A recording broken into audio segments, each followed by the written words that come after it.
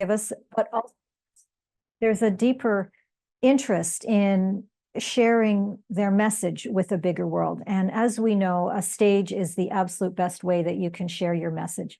I've come to realize over the years, as an author, I've written 5 fiction and nonfiction books, but as a book coach and an editor and the other things that I do in the world, that it's the marketing of our ideas is really about visibility. And the more visible we can be, the more other people have an opportunity to find us and find our way of thinking, being, and feeling in the world. And it's a really incredible way to export ideas. And so if you're somebody who would like to write a book and who would like to share more of what you feel is important in the world, then I really encourage you to pull up your courage and write that book. Get the help that you need. Writing a really good book is a very complex and challenging process. It is an act of courage, in my opinion. It takes a huge amount of courage to step forward and write a book, but it is quite a complex process to do it really well. A lot of people are quite right in being a little bit intimidated by it because it's a big job to do it well, but it's doable. And once you can chunk the process down into discrete steps of the foundational pieces that go into writing a good book, it is absolutely something that everybody can do, in my opinion. And so if you're thinking about that and you do feel that you have a contribution to make yourself to leading the world to greater harmony, then I so encourage you to take that step and start working on a book so we can all benefit from what you have to share. We're going to take a look at our agenda for today. Actually, I don't really need the clicker, but we had a very full day yesterday. As if you were here yesterday, you probably were on side for how busy things were. We're going to do pretty much the same today. We have one fewer speaker today. Are we sharing that yet?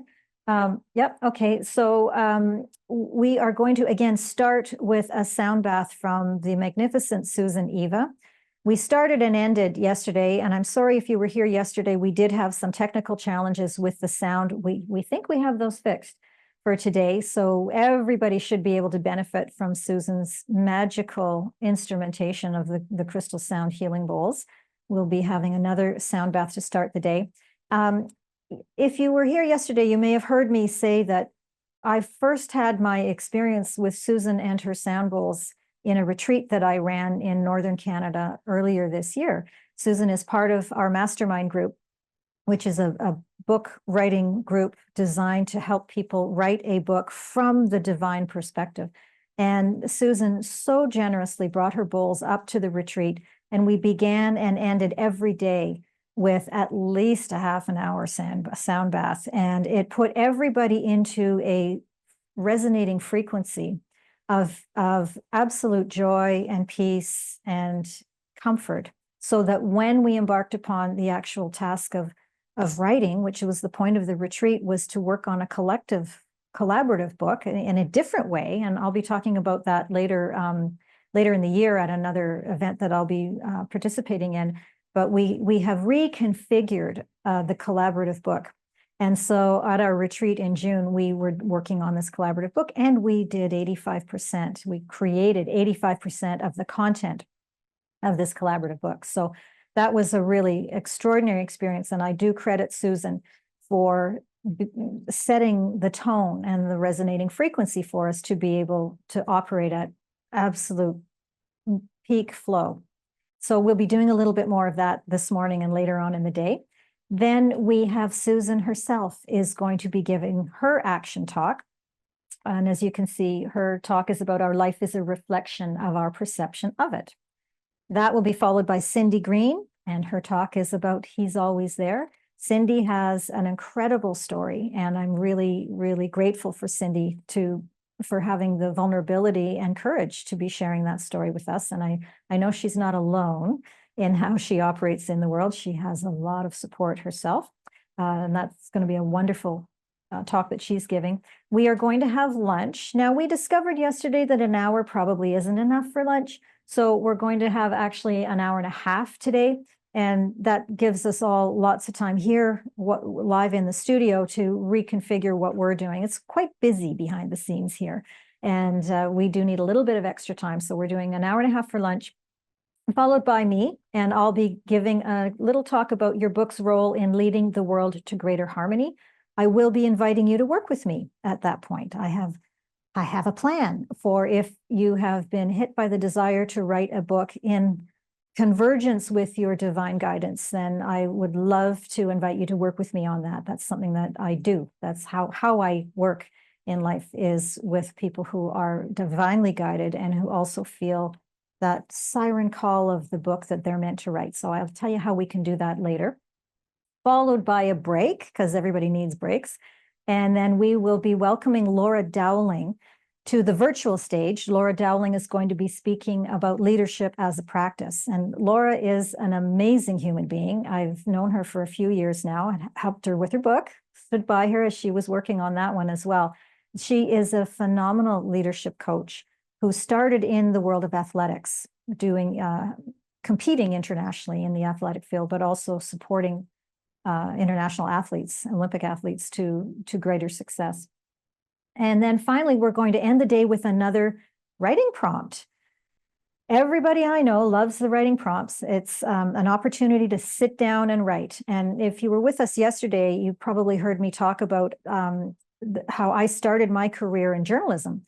And as a journalist, a cub reporter, there was no waiting for divine guidance. There was no waiting for the download to arrive. If I wanted to keep my job, I had to sit down and write and meet that deadline that my editors were throwing at me. You just didn't have an option to wait to feel ready to write. And I think the writing retreats that we do and the writing prompts that we do are really powerful in training us to be people who can sit down and write and work on our book at the drop of a hat.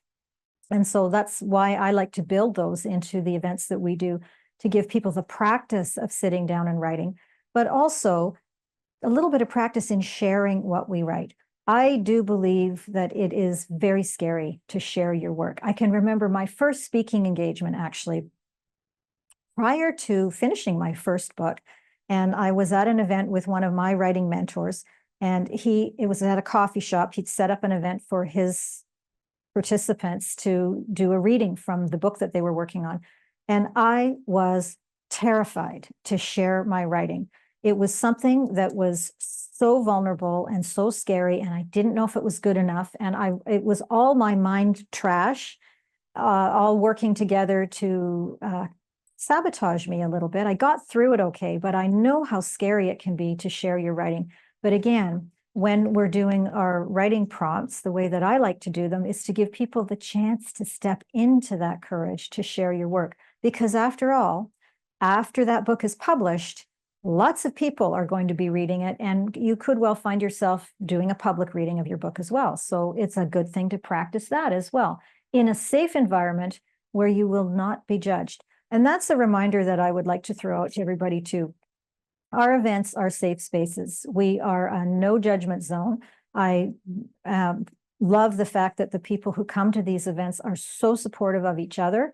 And I really encourage you to be that voice of support for the other people who are participating in this event as well, to be in that space of knowing how scary a lot of this is and wanting the best for the people that are around you. We are also inviting people to not share what you hear. If someone is sharing their writing that's a work in progress, please don't copy that and take that somewhere else. That's not a cool thing to do. So this is a safe zone for people to be sharing. So please remember that too.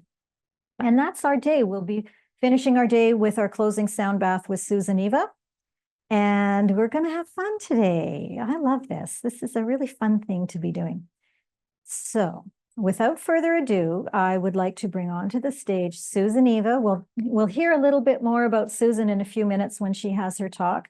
But I am so grateful to you, Susan, for bringing your wonderful magnificence to playing with the bulls. And I thank the bulls too for their willingness to participate as well. We're very grateful for you to be here. Thank you. Thank you. It's always an honor for me to bring these bulls and the frequencies. Thank you.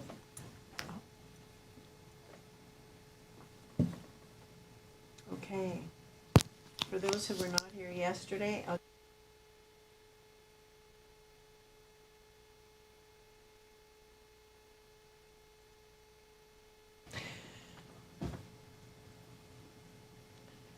Okay, good morning, everyone. For those who were not here yesterday, a quick introduction. These bowls are tuned to the different chakras, the energy centers of the body.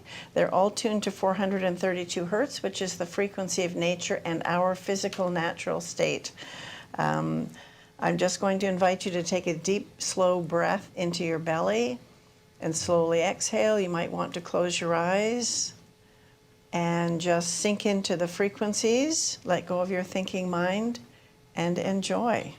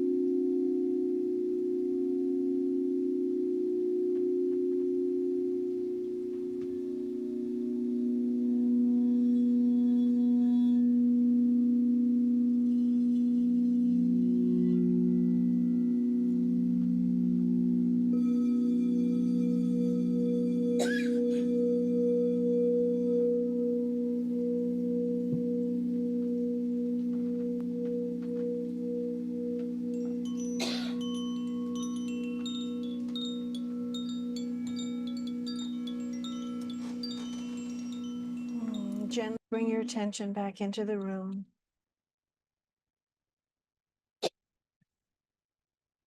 Just slowly come back.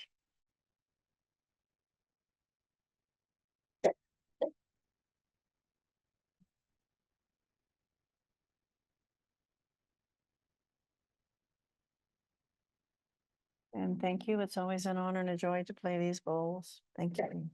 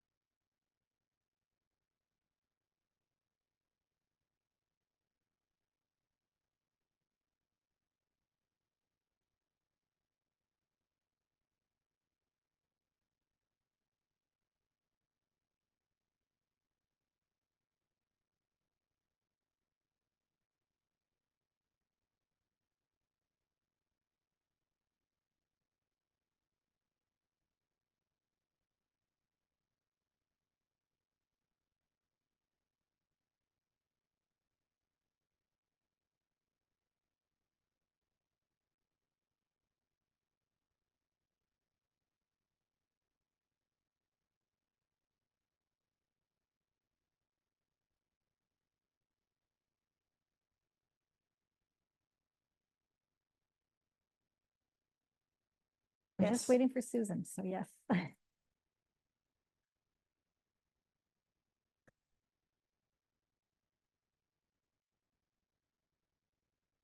Oh, okay. Oh, we are live and open mic'd. So lovely to see everybody back. Wasn't that an amazing sound bath? Don't you just relax right into it, sink into the beauty of it all?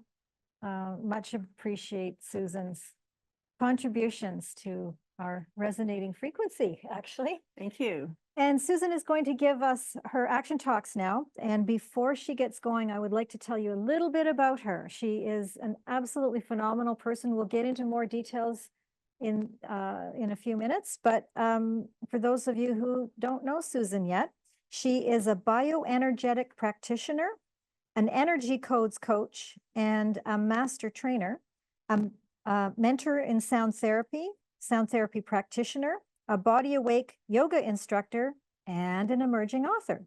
She's been working with various modalities of energy for more than 20 years and is passionate about bringing forth clarity and new perspectives to help others live their best life. So Susan, welcome, and I'm looking forward to hearing what you have to say. Thank you. Thank you very much.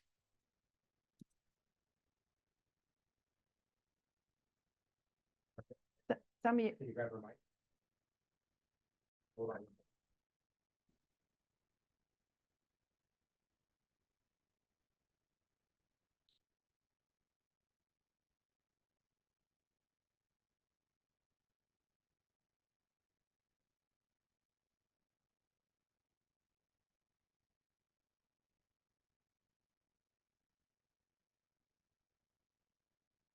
A few years ago, I was going through some old photographs and I came across a picture of my mother-in-law. We were about to get on a ship to go on a 10-day Caribbean cruise. Needless to say, we were both very, very happy. But when I looked at the 40-year-old image of myself, it really struck me because I saw a beautiful young woman. And the reason it struck me was I had never seen that woman in the mirror. And I don't know what happened in my life for me to perceive that. Perceptions create beliefs in our subconscious mind where they reside, and that's what runs the show. And they ultimately create our experience, because what is in our subconscious, as it drives the bus, it makes decisions for us, it does all of those things. So the question is, how did those perceptions get in there? Was it me perceiving life in a certain way? Did somebody tell me I was not good enough? What happened? What happened to put that misperception in? I call it a misperception. And was it even my belief? You know, we have so many beliefs in our subconscious and we don't know whose they are, but we take them on as true, and it's our come from. For example, if we don't believe we have a say in our life, if something happened when we were very young that we felt we didn't have a choice, we are going to give our power away for the rest of our life unless we change the belief in our subconscious. And those beliefs come from perceptions. So we have to change our perception if we want to change our experience. Everything is frequency. Nikola Tesla said that. If you want to know the secrets of the universe, look to frequency, sound, and vibration. So everything is frequency. So for instance, our thought patterns have a specific frequency. Our emotions have a specific frequency. And what happens in our mental body when we have a thought is that frequency resonates with the feelings and emotional body. And I think most people can relate to that. Somebody says something or something happens, we have a thought, and it creates a reaction in our body. We might love it, or it might take us off core, but it affects that. And what happens in that energy center then translates into the etheric body. And the etheric body is where this energy is transferred into chemistry in the physical body. It speaks to the chakra system, which sends messages up to the high brain centers and tells the high brain centers what chemicals to release or what is coming. So if something happens that is fearful, for instance, the high brain centers will create chemistry to put us into fight or flight. When we're in fight or flight, we are in survival mode. There could be a Bluetooth tiger chasing us. And when that happens, when the chemistry is created for that fight or flight response, we don't have access to our high brain centers where logical thinking happens. We cannot heal in fight or flight. We don't digest food well in fight or flight. Because right now, it doesn't matter how well you are, how happy, how smart you are, what matters is run for your life because you're in survival mode. And most of us live in survival mode far too often. And there's a simple technique.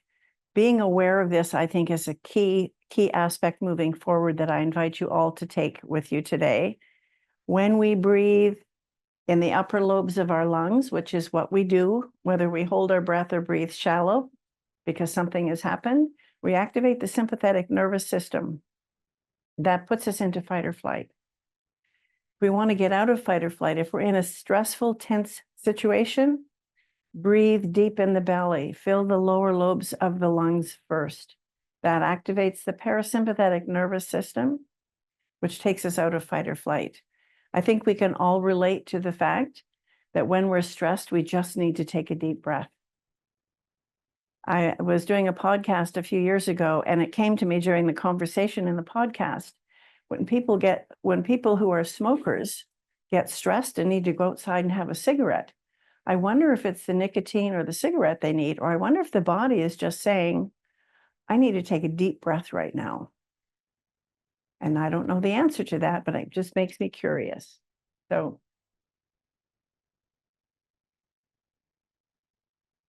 these perceptions that we have in our subconscious mind, I think, are key to finding the life that we want, the life that we want that's we're going to thrive and have joy and pleasure in everything that we do.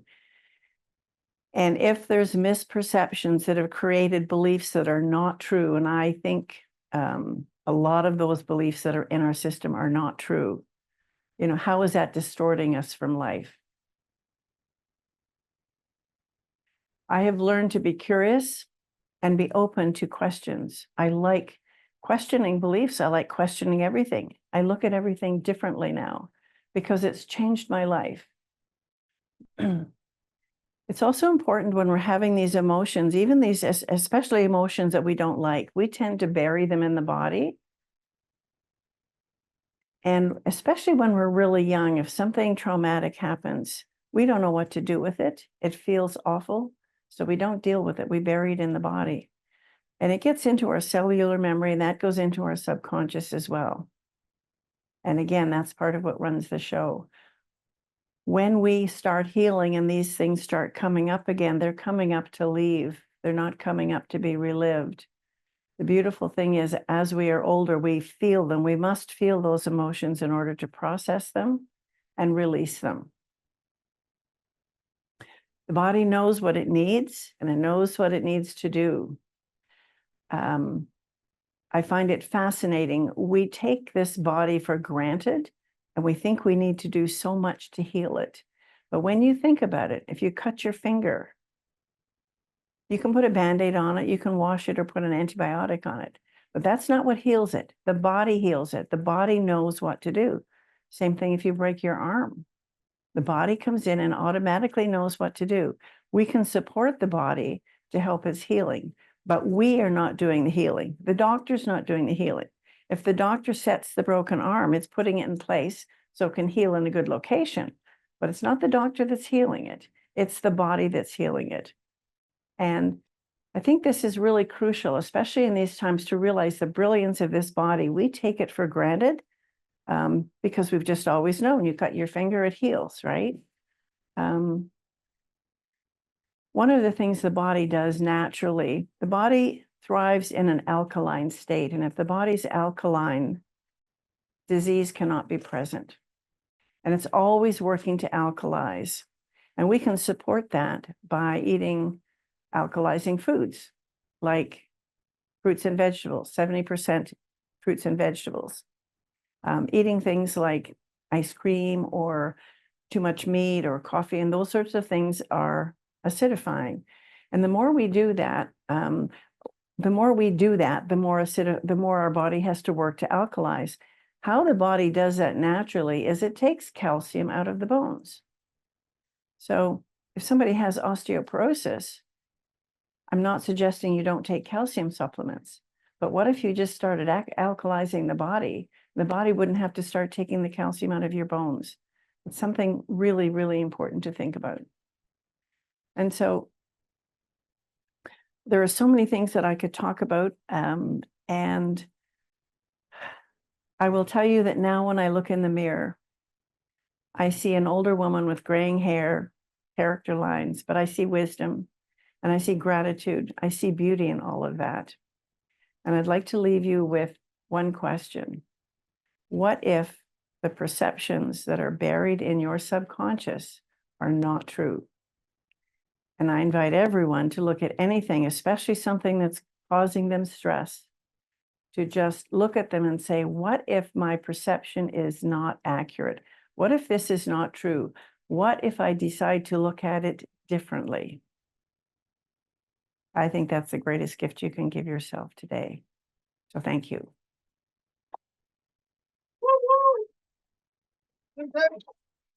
Whew. Good job.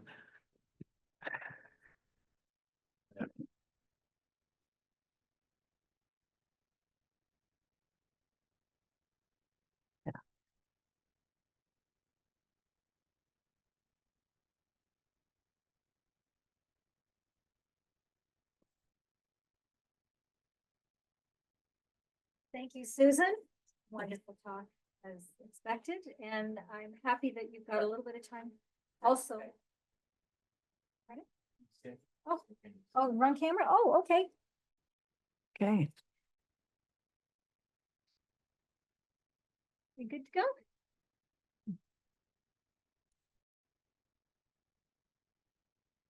All right.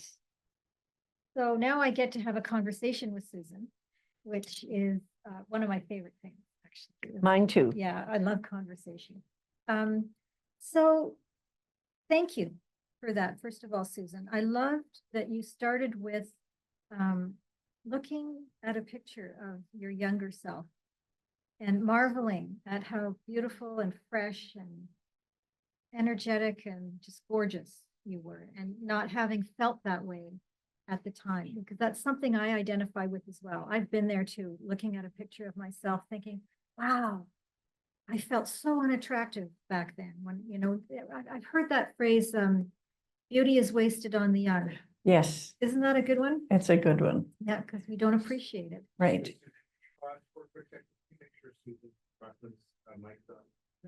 Oh, I didn't hear what he said. my mic might not be on. Okay.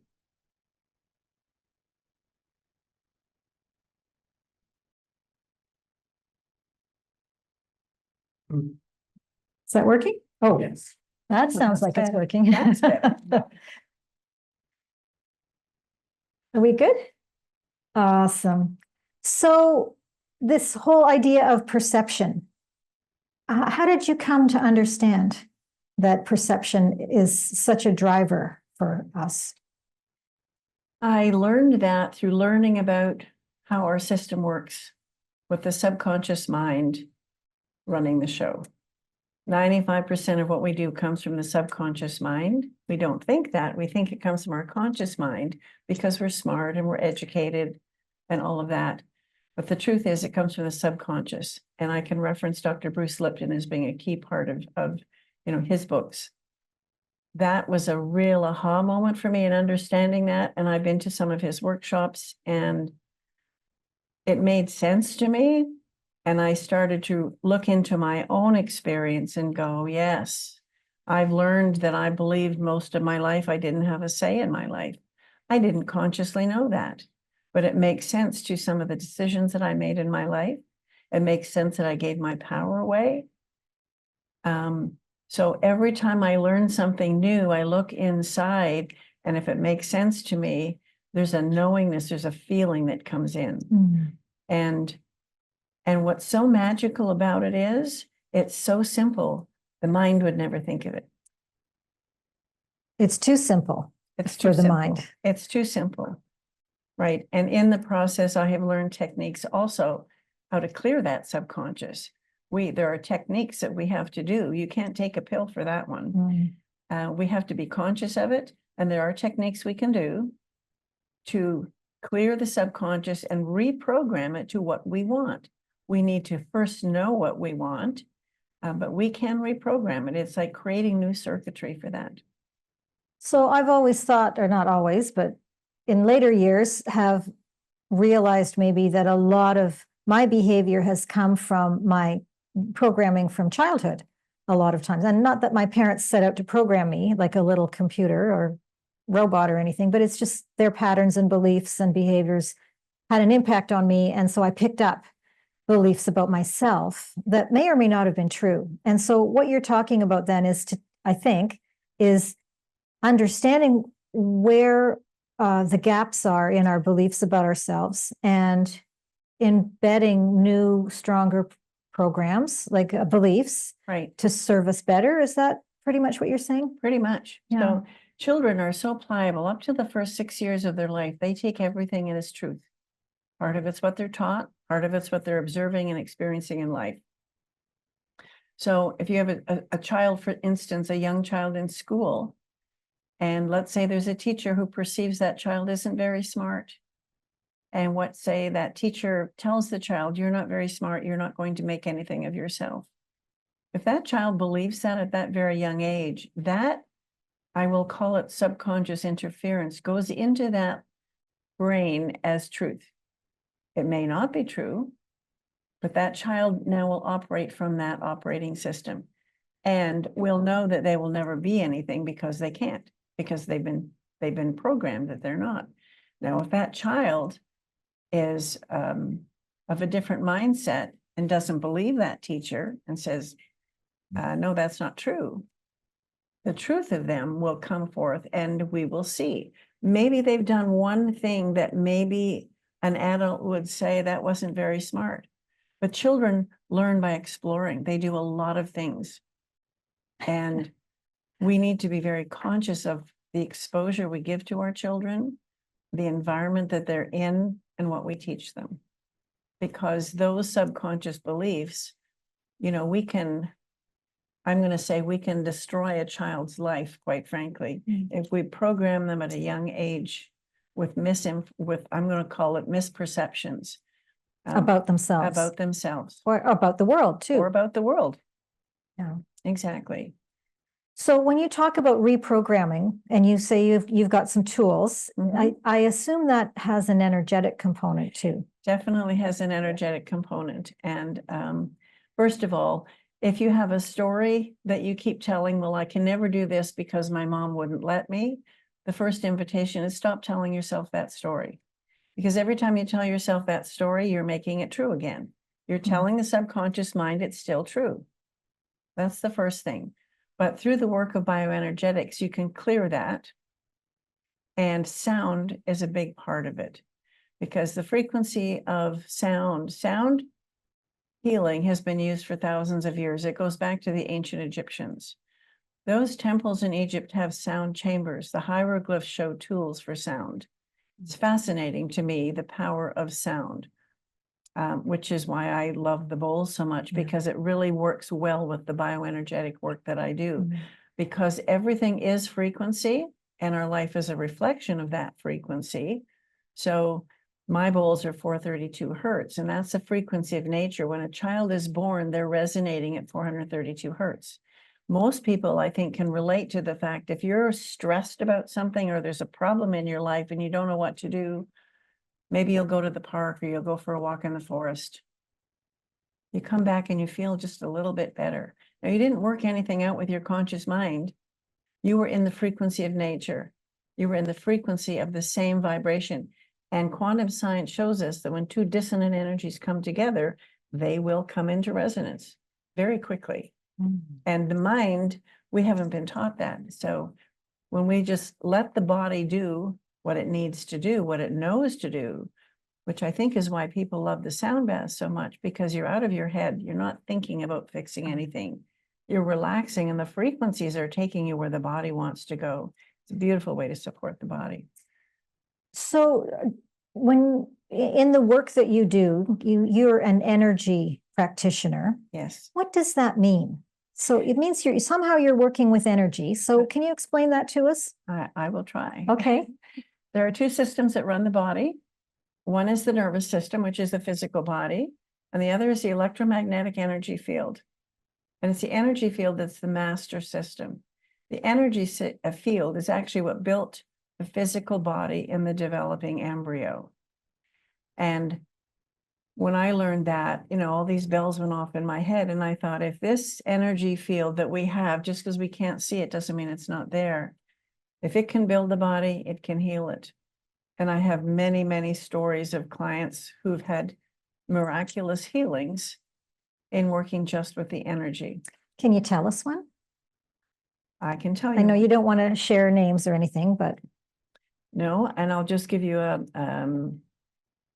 quick example. One of the women that I started working with 4 years ago had a non-curable brain tumor. And I explained what the bioenergetic work does and what the bowls do with no promises. But it was an option, like it's another what if. And she and her husband talked about it, and they said, yes, let's try it. Which was regular ongoing treatments. Is Yeah. that what that looks like? Okay. Yes. And within 1 year and 3 months, the tumor was gone. Now, Amazing. that doesn't happen. We know that doesn't happen until it does. And the reason I love that story is because it's an invitation to infinite possibility. We are so programmed with what we know because of because of our life. And I would say all of beliefs are limiting. Like, how do you know? You've been told you can't do this. Oh, well, so you don't. But what if that's not true? There are many stories of people who've been diagnosed with terminal illness and told they have 6 months to live. And the ones that believe it actually do pass away within about 6 months. Mhm. And the ones that don't believe it and do something else, many of them live 10, 20, 30 years after. So it's fascinating to me how that works. Yeah, I have a story around that too. When my husband was diagnosed with terminal cancer, and was given a year, but he was gone within 3 months. He'd pretty much decided that was it. He didn't accept any radiation or anything. He said, okay, I'm out of here.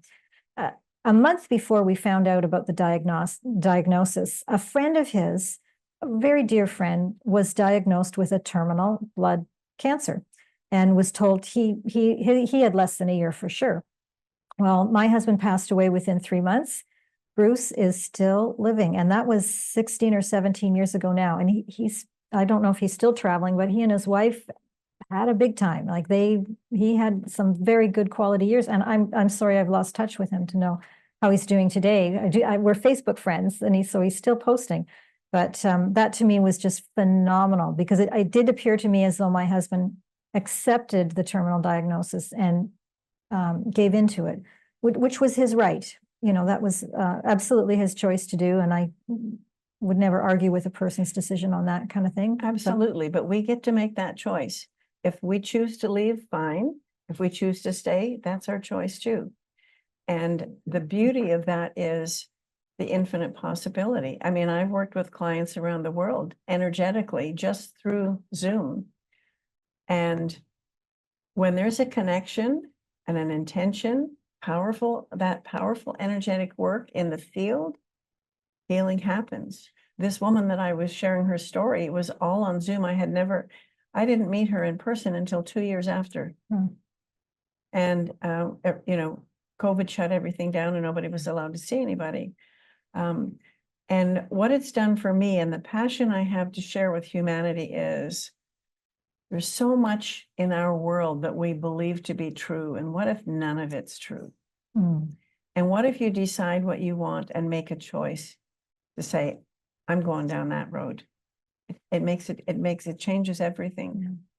So anything that you look at that is, for instance, when my divorce happened years ago, I did not expect that. I did not plan that. That wasn't my lifelong dream intention. But I knew that there was something better or it wouldn't be happening.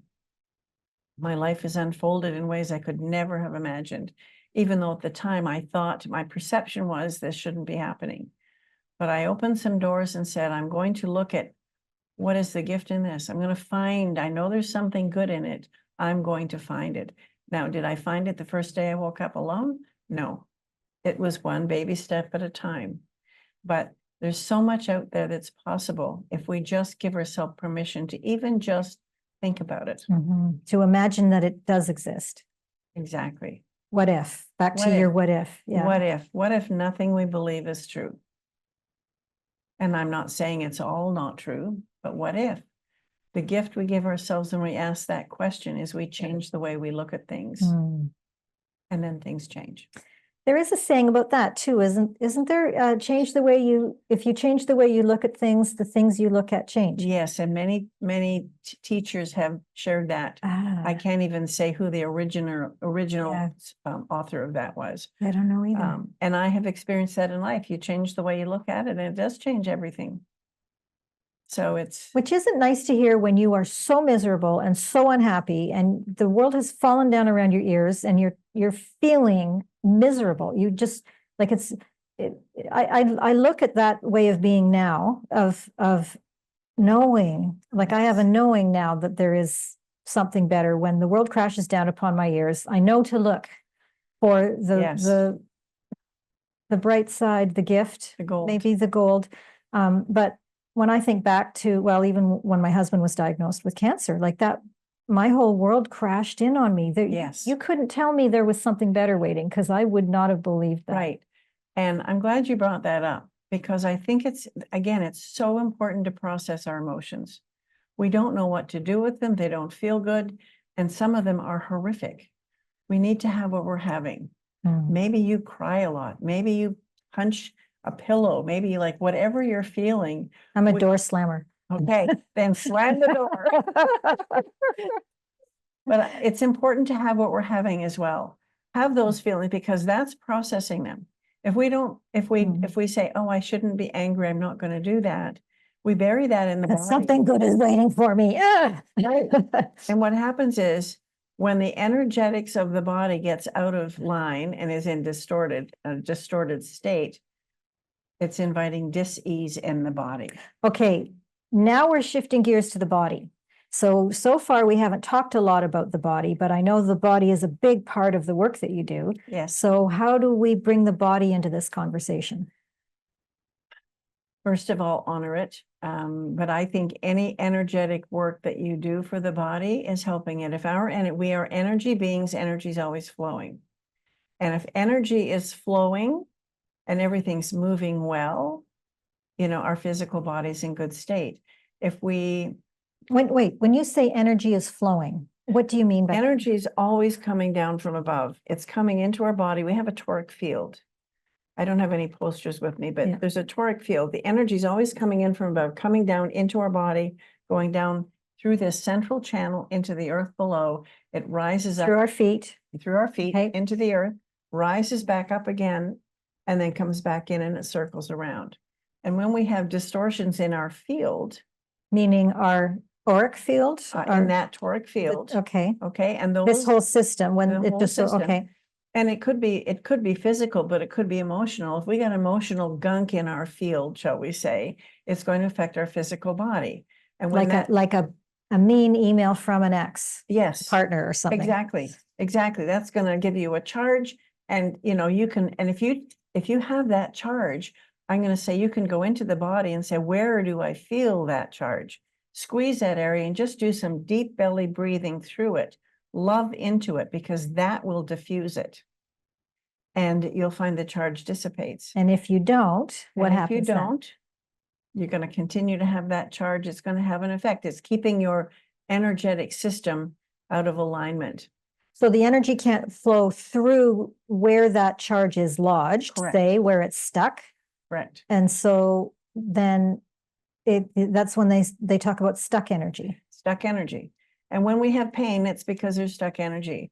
And even from a physical perspective. So what if you fell down and hurt your knee? I did this many, many years ago, long before I even knew what I know now. But I've been working with energy for a long time. I was on a hike and I fell and I hurt my knee, and it hurt so badly I couldn't walk. So I sat down and I just kept moving the energy, because that knee, all of a sudden there would be an energy blockage there. There would have been a big bruise and it would have been sore. Because of the intensity of the fall, the bone would have been bruised. I just probably spent 10 minutes doing this, keeping the energy flowing, Helping it. keeping the energy flowing so that it didn't get stuck. I had no bruise, and the next day it was like I hadn't hurt myself at all. And that's a really good example of how we can work with it. Hmm. So tell me more about working with the body and stuck energy in the body.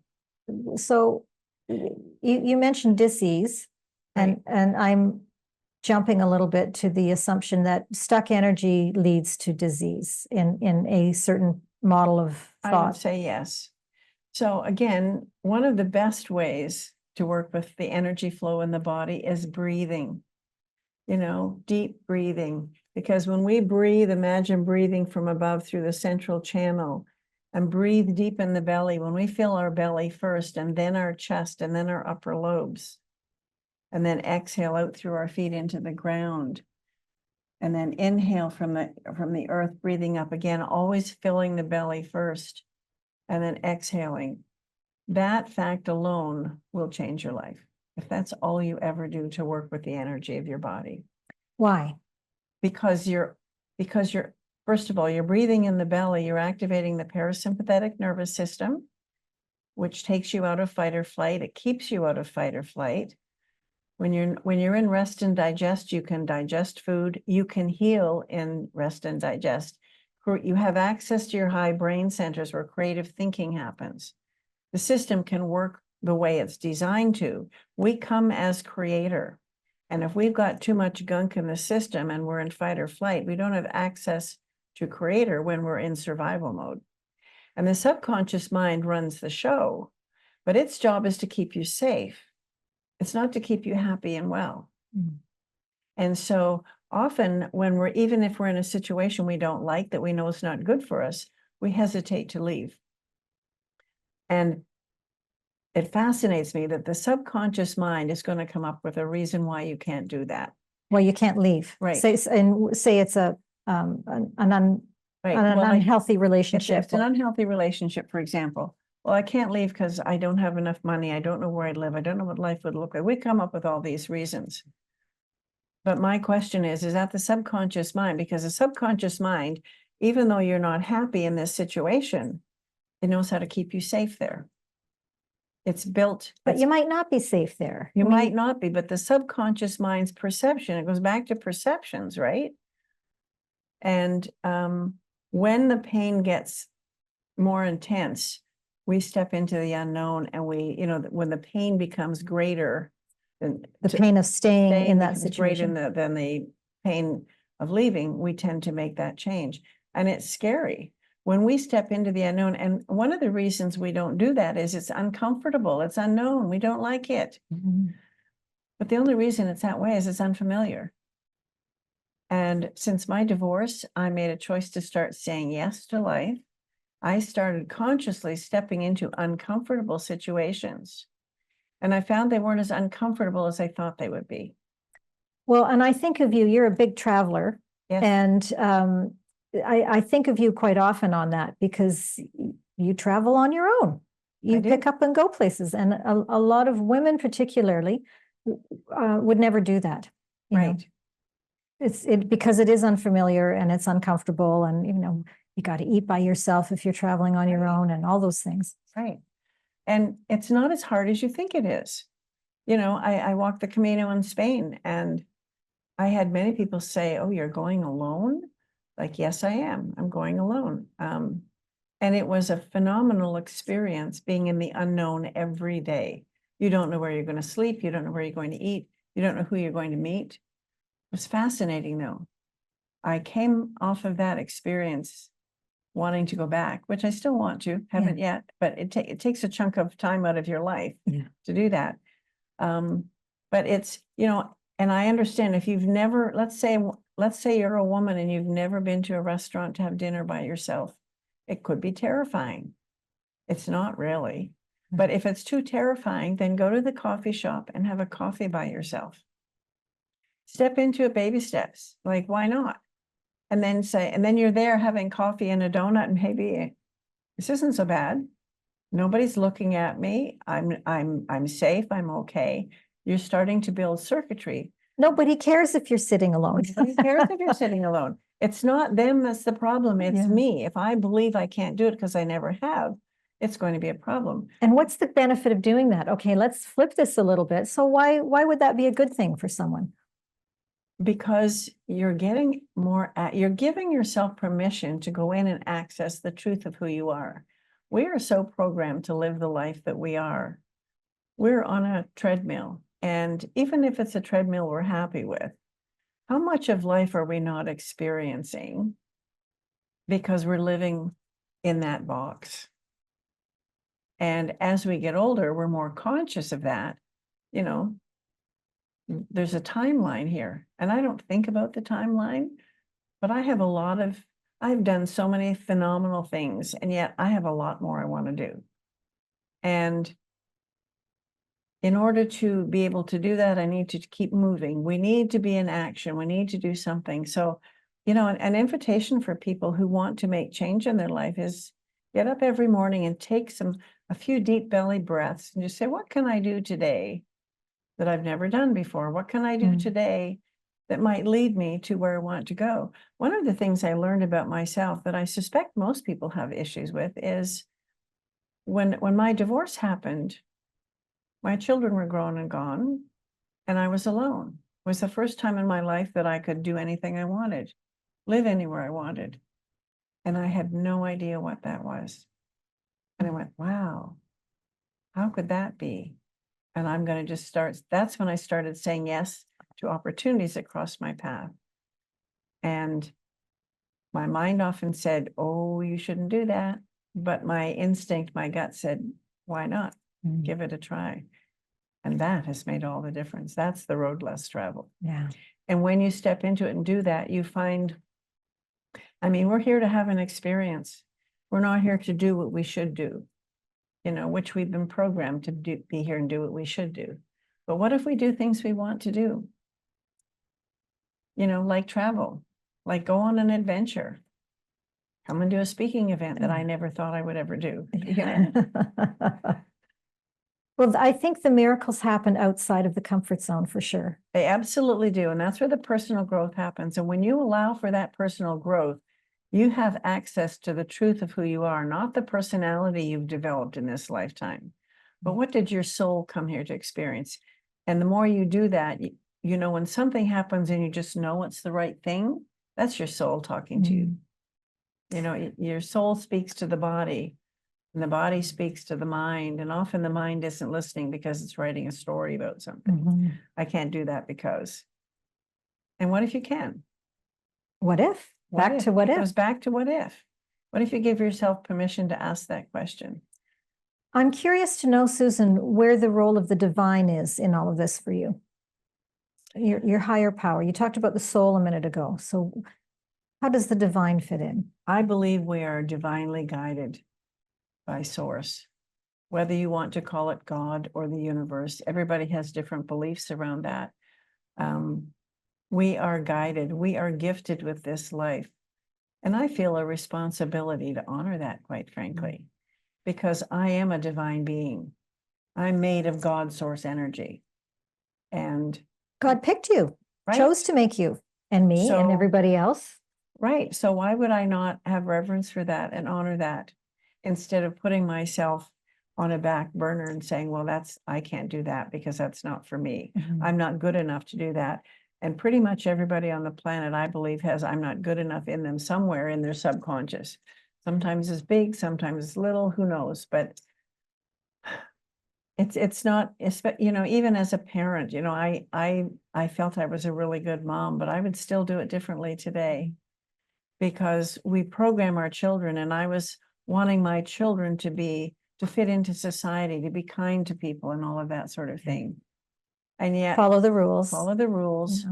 Yeah. And yet I wanted them to be unique as well. So there was this contrast going on.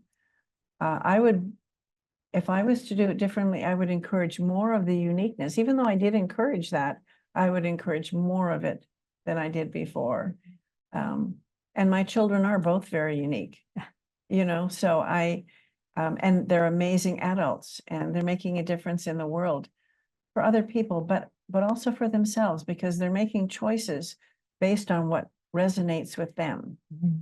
Like I think of my son, who has chosen where he wants to live, and the job works around that. My generation, it's like we went where the job was. Yeah. And he's like, no, I want to live in nature. I want this, and I'll do what I need to for my job. In But France, of all places. in France, Yeah. in beautiful mountains of Yeah. France. And it's like, this is where I want to live. This is the experience I want to have. And he's a very hard worker. He works long hours, but he's choosing where he lives because he wants to. And I think our generation was more, well, you have to do this because. And I love that these younger people are stepping outside and saying, well, I don't want that. I think I'll do this. I think I'll do that. They're tapping into the soul of who they are, saying, this is what I want to experience. I don't want to live your life. I want to live my life. And this is what it looks like. And I have deep reverence that both of my children have chosen to choose the life that they want. So, Yeah. Let's talk about your book. yes. Tell us about your book. My It's book, emerging still. it's on its way to emerging. publication, but Yes, and the intention is to have it published this coming year, yeah. in 2025. My book is about divorce. It's about seeing the gift in divorce, because it's a very challenging experience to have, even if both of you want it, which is rare. Most often one person wants it before the other. It's a challenging situation because it breaks a paradigm belief. When we fall in love with somebody, we really feel that that love will be there forever. But we change. Life changes. And we can judge it and be in pain, or we can look at it and say, is this part of that cycle of life? We went through the creation phase, we sustained it. If it's coming apart, is that because there's something else coming? And it doesn't mean you're not going to experience the pain of it. You feel very unloved and unlovable, but the truth is we are made of love. That relationship activated the love that I was already made of. I didn't know that. So it felt like a withdrawal of love, which causes a lot of pain. But I learned that since I'm made of love, I just need to activate it in a different way. And if it's happening, I'm going to say it's in divine order because it's part of my evolution. And yes, have the pain, have the feelings, have the anger, whatever you're going through, but also look beyond it and say, what's coming because of this? And that's being open to what crosses your path. And I really want to share that with people, that there is light at the end of the tunnel. And I'm going to offer tools and principles and practices basically to help people navigate it with less pain. And part of that's understanding what's happening and why. And a lot of that goes into the subconscious mind, perception. This man grew up in this family with certain beliefs and patterns. This woman he fell in love with and who fell in love with him perhaps grew up with a very different dynamic in the family. So if those two people come together from different backgrounds, they have an unconscious belief of what marriage looks like. That may never get discussed. And may never get discussed because they don't know that they need to discuss it. They just don't know. So it's not right or wrong, it just is. But if that starts chipping away at the relationship, it's very easy for either one of them to say, well, she's not a very good wife because she doesn't do this. He's not a very good husband because he doesn't do that. And that's not true. It's just that there's subconscious beliefs of what this relationship and what this family is supposed to look like. And it would be really good for people who are interested in getting married or being in a relationship to look into their backgrounds and see where those disconnects might be. It doesn't mean they can't be happy together, but if they bring up those beliefs and understand where they came from, they can each say, okay, I want a different experience and I want to have it with you. But when they come to it open to the infinite possibility, how do we want to create this life together? They've got hope. Mm. And the Nice. love can transcend all of it then. But in the situation, I think, I mean, divorce is such it's an epidemic, you know, and I think the epidemic happens because people don't understand what's underneath it. So I go back to the perceptions and the subconscious mind. Well, it's interesting. Actually, your book could also be a manual for people who are married who want to stay married. Yes. To understand better what's getting in the way of Right. both of them feeling fulfilled in the relationship Yes, as well. exactly.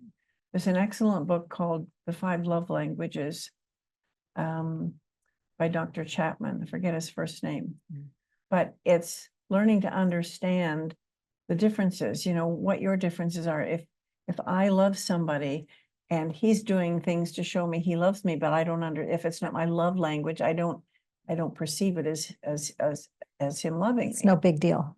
Right. But when we understand each other better, we can let that love grow and go deeper and deeper.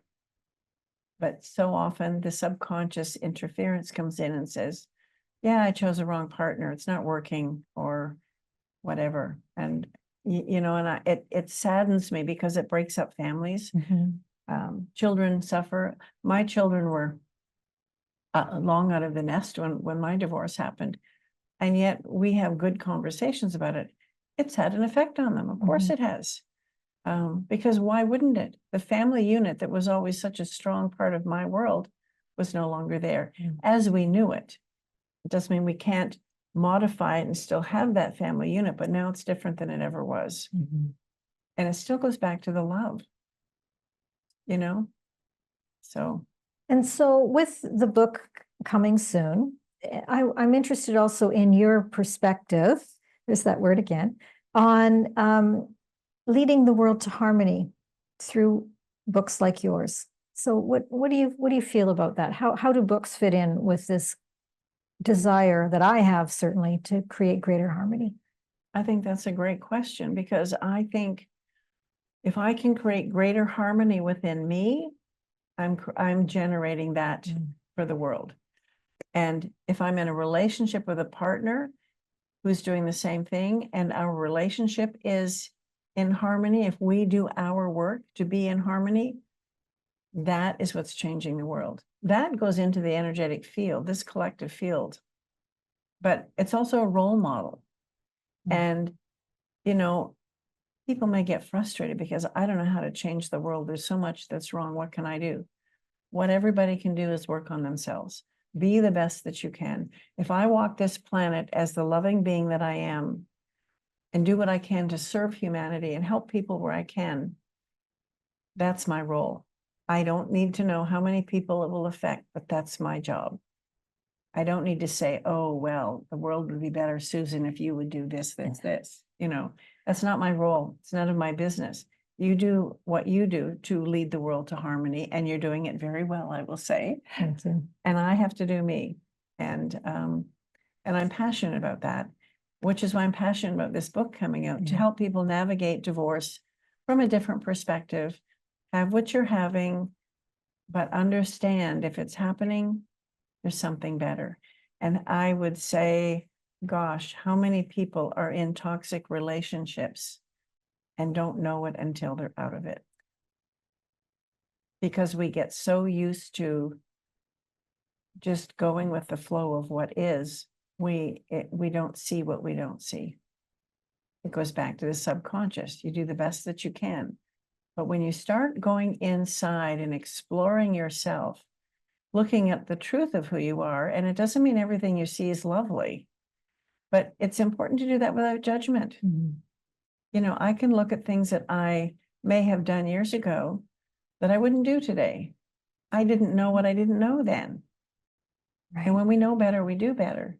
So it's important to be kind to ourselves and to not judge ourselves, but go in and explore. What aspect of me am I not happy with? And I get to change that. If there's something I find about me I don't like, I don't need to beat myself up about it. I can just decide to make a change. And how wonderful that you have tools to share with people to help them do that. Yes, I do. Yeah. Yes, and that's really, You've got so many tools. Holy cow. I know, I know, and they all work. Yeah. And I'm a testimonial to that because I live a life full of joy and gratitude and reverence. I've had so many experiences. I had a good life while I was married. I don't want to put that down, you know. But what came after the divorce, I could never have imagined. I began saying yes and exploring opportunities. And I've met so many incredible people now that are key parts of my life. You're one of them. There would never have been. And I have traveled the world. I've lived in France for a while. Like one of those things that I always wanted to do, but never thought I could. And why not?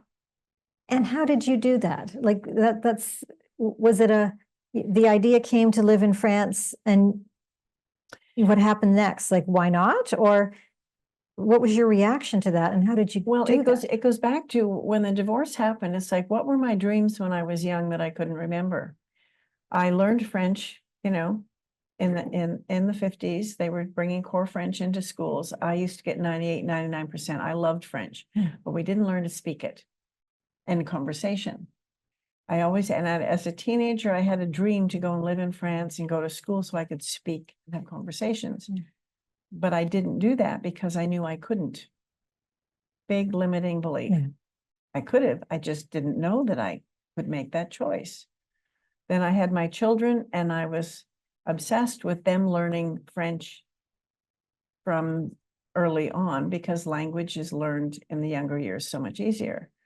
So my children learned French. They went to bilingual school. Fast forward, now I'm divorced. My son's living in France. What was my dream? I wanted to go and live in France. A little easier than he's there. Makes it easier. I probably would have done it anyway. And I would go and I would spend a month every summer going to school. in France? In France. And my daughter-in-law would find me an apartment of friends who were on vacation, and I would just pay them some money and I'd live in their apartment. So I lived in many parts of the city of Lyon, which is a beautiful city. And between going to school and the fact that my son's family there is French, I speak better French and understand it than I ever thought I would. Still not where I'd like to be with it. But I realized it was a dream that took me 40 plus years to manifest, but why not? And that's what I thought, well, why not? If that's what I wanted to do. And living in another country, in another culture is an amazing way to go and find more of who you are, learn about yourself. You know, I had to navigate in the end when the kids, I still call them kids, but they're adults. They left the city of Lyon, moved to the mountains, and I took over their apartment because it was small and it was inexpensive and it was my own space. And I had to manage utilities and all the stuff with apartments by myself in French. And it was a learning curve. It became an adventure. You know, when I had to go and buy a stove, that was an adventure. Yeah. Then I needed to buy a little fridge. Which is something we take for granted in an English-speaking environment. Yeah. And it was fun going to all the different places I found that gave me options to look at what I wanted and then navigate it all again using the French that I had learned. And it was self-empowering because it was an example of all these things that maybe I once said I could never do, I was doing. And that is the what if. It's opening to infinite possibility. So when something else comes along, I didn't think I could do that, but what if I can? And if it's of interest, I'll pursue it. Yeah. Say yes. I say yes, because why not? Yeah. Very exciting. So would you be able to read a little bit from your book, from your Yes, I would. manuscript? Yes, I would. Thank you. Thank you. I didn't time this, but Okay, that's all right. okay, this is one of the chapters. In one of the chapters. Instantly, I awoke with a once favorite song from years past dancing in my head, Top of the World. It gently brought my consciousness back into this world. Instantly, a smile gently crossed my face as I pondered the popular song from 1972 by Karen and Richard Carpenter. Where had I been in my dreams that brought that forward? And what was to come forth on this late summer day? Top of the world. Thoughts of my life since my divorce started flooding in, and a sense of deep gratitude filled my being. The joy in feeling on top of the world was birthed from my divorce. As with any birthing, there is struggle and pain, yet the euphoria from it negates any of the anguish of the experience. It is a rite of passage, and when you look at it as an evolution, an awakening, the wonder is at your doorstep. As many teachers have said, when you change the way you look at things, the things you look at change. I've learned a lot of things about a lot of things. Most of all, I've learned a lot about myself. The love in the above song resonates as I have found love within me. That unconditional love that accepts the imperfections, the parts that still need some work, the parts that remain covered in mud. No mud, no lotus. There is perfection in the imperfection. For in truth, we are truly divine essence, here to have an experience. The more we awaken to who we are and why we chose to come here, the more joyful the experience. But through the passage of time in my own life experiences, my lotus is blooming. I can honestly say that each and every experience I have had has been an integral aspect of my awakening. Have I been making different choices to step out of the mud? Absolutely. And my life continues to reveal a deeper truth of my being, for which I have so much gratitude. So how did I get here from my divorce? I started with trust in all that is. I could feel deeply that no matter what pain I was going through, life was about to get better. I had no idea how, but I knew that all I had to do was be available and step into the yes of what was presenting. Was it uncomfortable? Much of it was. Yet what amazed me was the uncomfortable became rather comfortable quite quickly. The more I stepped into it, the better I felt. I have hundreds, if not thousands, of yeses, and each and every one of them gave me pause. What if I had said no? I would not have known what I would have missed, but more importantly, I would not be who I am today. I stepped out of a box and invited infinite possibility in, and the doors of possibility started opening. My original default pattern may have stemmed from a belief that the end of the marriage should not have been happening. Yet in opening to a new perspective, I asked myself the million-dollar question. What if this is a good thing? What if my life is about to open and flourish? What if I have no idea about the something better that is just around the corner? What if I've been looking through a distorted lens at life? Have I actually been sabotaging myself? Asking ourselves what if is one of the greatest gifts we can give ourselves. I knew from the beginning that I needed to feel what I was feeling. I was very hurt and felt a lot of anger, despair, fear, and a plethora of other emotions. I felt abandoned, unloved, and very alone. I contemplated the idea that I had abandoned myself, not loved myself, and created the need to be alone. I had never really been alone. I knew from deep inside that there was a yet unknown gift in the aloneness. Although at the time I did not realize the importance of embracing all these emotions, somehow there was a wisdom deep within that guided me to it. I now know and teach the importance of having what you're having. Feel the feelings no matter how hard it may be. Breathe through them and embrace them, for it is in the feeling of them that we process them. You cannot cry forever, although you think you might. The tears are an invaluable way to release what is no longer serving. Let it express and let it go. We are sensory beings and we came here to feel, not just the good feelings, but the whole keyboard. Remember that the depth of despair you can feel is a reflection of the height of joy you are also able to feel. I've also learned on my journey that everything is a project, so to speak, and a life cycle is progressing all the time. The Eastern traditions teach us clearly that the deities in the Eastern culture represent different aspects of our consciousness. In the cycle of life, there are 4 phases. First is the creation phase, where we create something new. Here we are learning, building, and adding what we want to have in the experience. The next phase is the sustaining phase, where we get to enjoy the experience of our creation.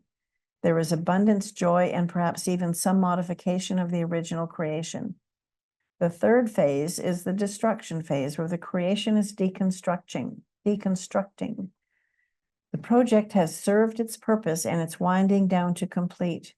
If we have loved the creation, we may have a hesitancy in allowing this phase, yet it is truly in our best interest to honor it. If it has served us and is complete, there is another project waiting to be created. And if we don't allow this one to finish, we will never be available for what is waiting for us. The last phase can be difficult for many, as it is the void. Once we have let go of the project before the new one has birthed, it may feel like we are in the nothingness. It is empty and nothing is there. We are so accustomed to being full, we often reject the void and the emptiness. Yet if we understand it is time for nurturing, integrating, healing, and allowing, we become aware that this is where infinite possibility resides. It is where the new creation is birthed. We may not know what this looks like, but when we embrace the void, it will come to us in divine timing. So the end of the marriage is just the end of a project. What if there is nothing wrong and it is just time to let go and be available for the next cycle? Every time we go around the cycle, we are up-leveling our consciousness. We become more aware of who we are, what truly matters to us, and what we may want to create while here in this body. When divorce lands on your doorstep, you can choose to perceive it as a problem that you will never recover from, or you can choose to view it as the end of a cycle. You can embrace that it is a gateway to what is next. The invitation is to be curious about what that will be. Wonder at the unknown. Explore, play, and trust that all is in your favor. Be spontaneous. Notice what you notice. Everything is a choice. Live out loud. Say yes to life. There is infinite possibility at your threshold. The love that I have found on my journey through divorce is a love for myself, and that love is now expressed to others and for all that is. The more I love myself, the more I'm able to love others. We cannot give what we do not have. As I sit here in gratitude, I contemplate what has unfolded in my life because the marriage ended. I feel so utterly blessed in all that I've experienced and the incredible people who have found their way into my life. Swimming with dolphins in the wild, snorkeling in Bali, creating a second home in another country, doing morning yoga in front of the Moai on Easter Island, meditating inside the Great Pyramid of Giza, walking the Camino in Spain, learning to navigate life in another language, swimming naked in the Mediterranean. Oh, wait, that one is still on my bucket list, yet to be manifested. Most of all, I have found my tribe, the beautiful people who accept me and love me for who I am. They inspire me to be a better person every day and are an integral part of the life I am creating. This includes manifesting a career I love and have reverence for each and every day. Working in the healing arts and becoming a published author were, I thought, never on the horizon for me. I've learned that I just didn't have the vision to look far enough to see it. It is what I came here to do and who I came here to be. How on earth did I ever get so lucky? I got lucky the day I chose to say yes to life and have reverence for everything in my life that opened the gateway to this journey of divine adventure and precious wonderment. I chose to face the music and dance with life, and that has made all the difference. Yes, I am most definitely on top of the world. Oh, wonderful. Thank you, Susan. That was Thank you. beautiful. Could I So just add beautiful. one more piece? Yes. One of the great gifts of all of this exploration I have is that things don't stress me like they used to. Oh. As you know, when I was driving from LA down to San Diego the other day in a rental car, I had an accident, a fender bender. And it wasn't major, nobody was hurt. But I didn't get stressed about it. I just went through the flow. And there was a time in my life where it would have just totally knocked me off my core. Mhm. And I would have, and the truth is the outcome is going to be the same, Whether you worry and stress or whether I not. worried and stressed or whether I didn't. Yeah. And I was curious about, why did this happen? Maybe it just happened so that I could see how far I've come.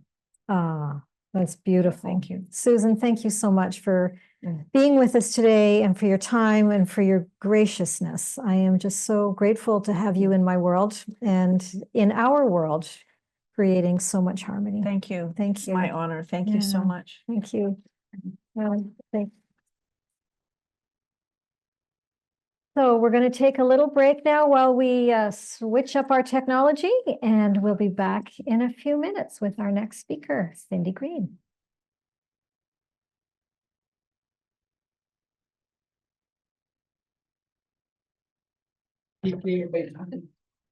Oops. That doesn't sound so good.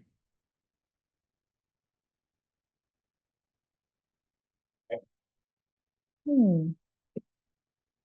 Bulls? That's the bulls. That's the bulls.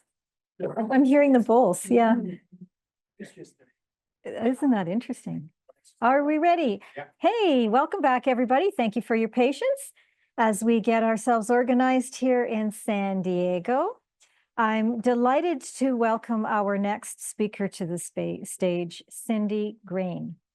She's come from a long way away, and we are very fortunate that she's been able to make the trip to join us this week. I would love to tell you a little bit more about Cindy for those of you who haven't met her yet. And let's take a look.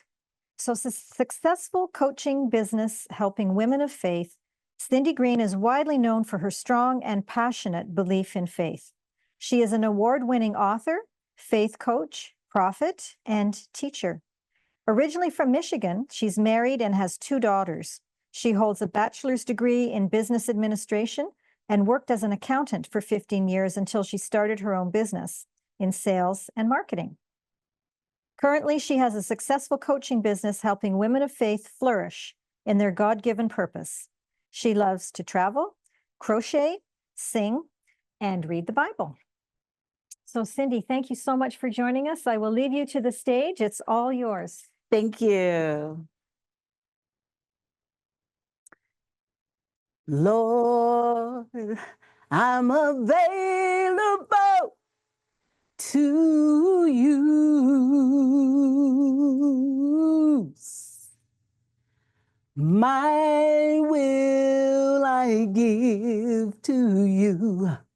I'll do what you say do. Use me, Lord, to show someone the way and enable me to say my storage is empty and I am available to use. Now I'm giving back to you all the tools you gave to me. My voice, my hands, my eyes, my feet, so you can use them as you please. I've emptied out my cup so that you can fill it up. Now I'm free.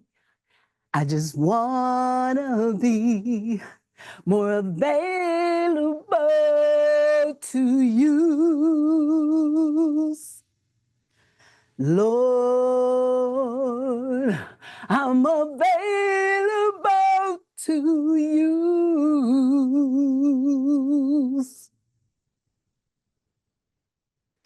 My will I give to you. I'll do what you say do. Use me, Lord, to show someone the way and enable me to say, hallelujah. My storage is empty,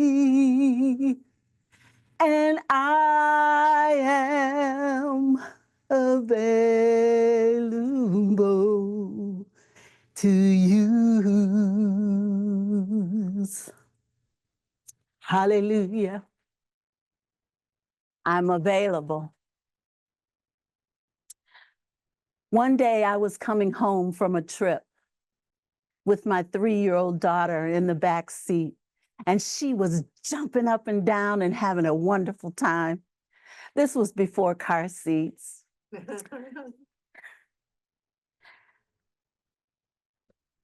I am Cindy Green, and I want to share with you a story that no matter what you're going through, whether you're scared or how bad it looks, you can make it through with belief and faith. I currently work as a dream builder coach, and I help women of faith who know that they are called to a greater purpose reach their destiny in their lives today. Now, prior to my story, I worked in corporate America. I had a successful career, but I had a secret.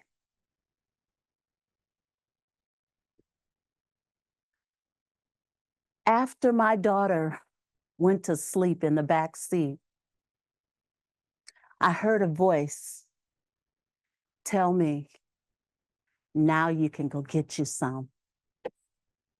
So I drove into Southeast Washington, D.C., and I scored.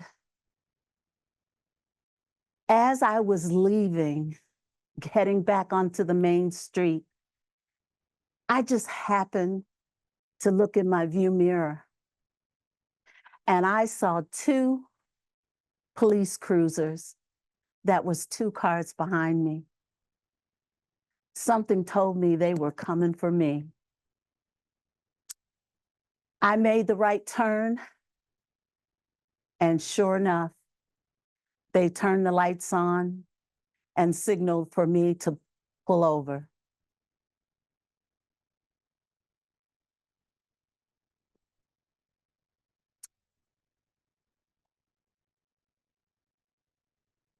When the policeman came up to my window, I rolled down the window, and he, of course, asked for my license and registration. And he asked me, "What are you doing over here?" And I scrambled, trying to figure out what to say. And I lied. I said I was lost, and I was looking for my sister's house.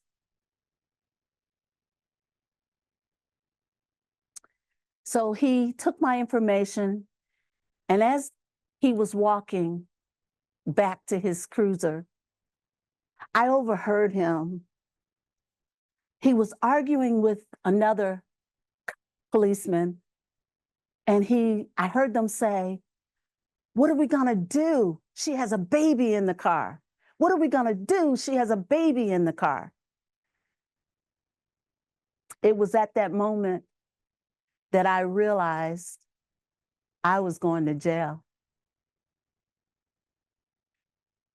So I started thinking, who can get me out of jail? And I started thinking of some names,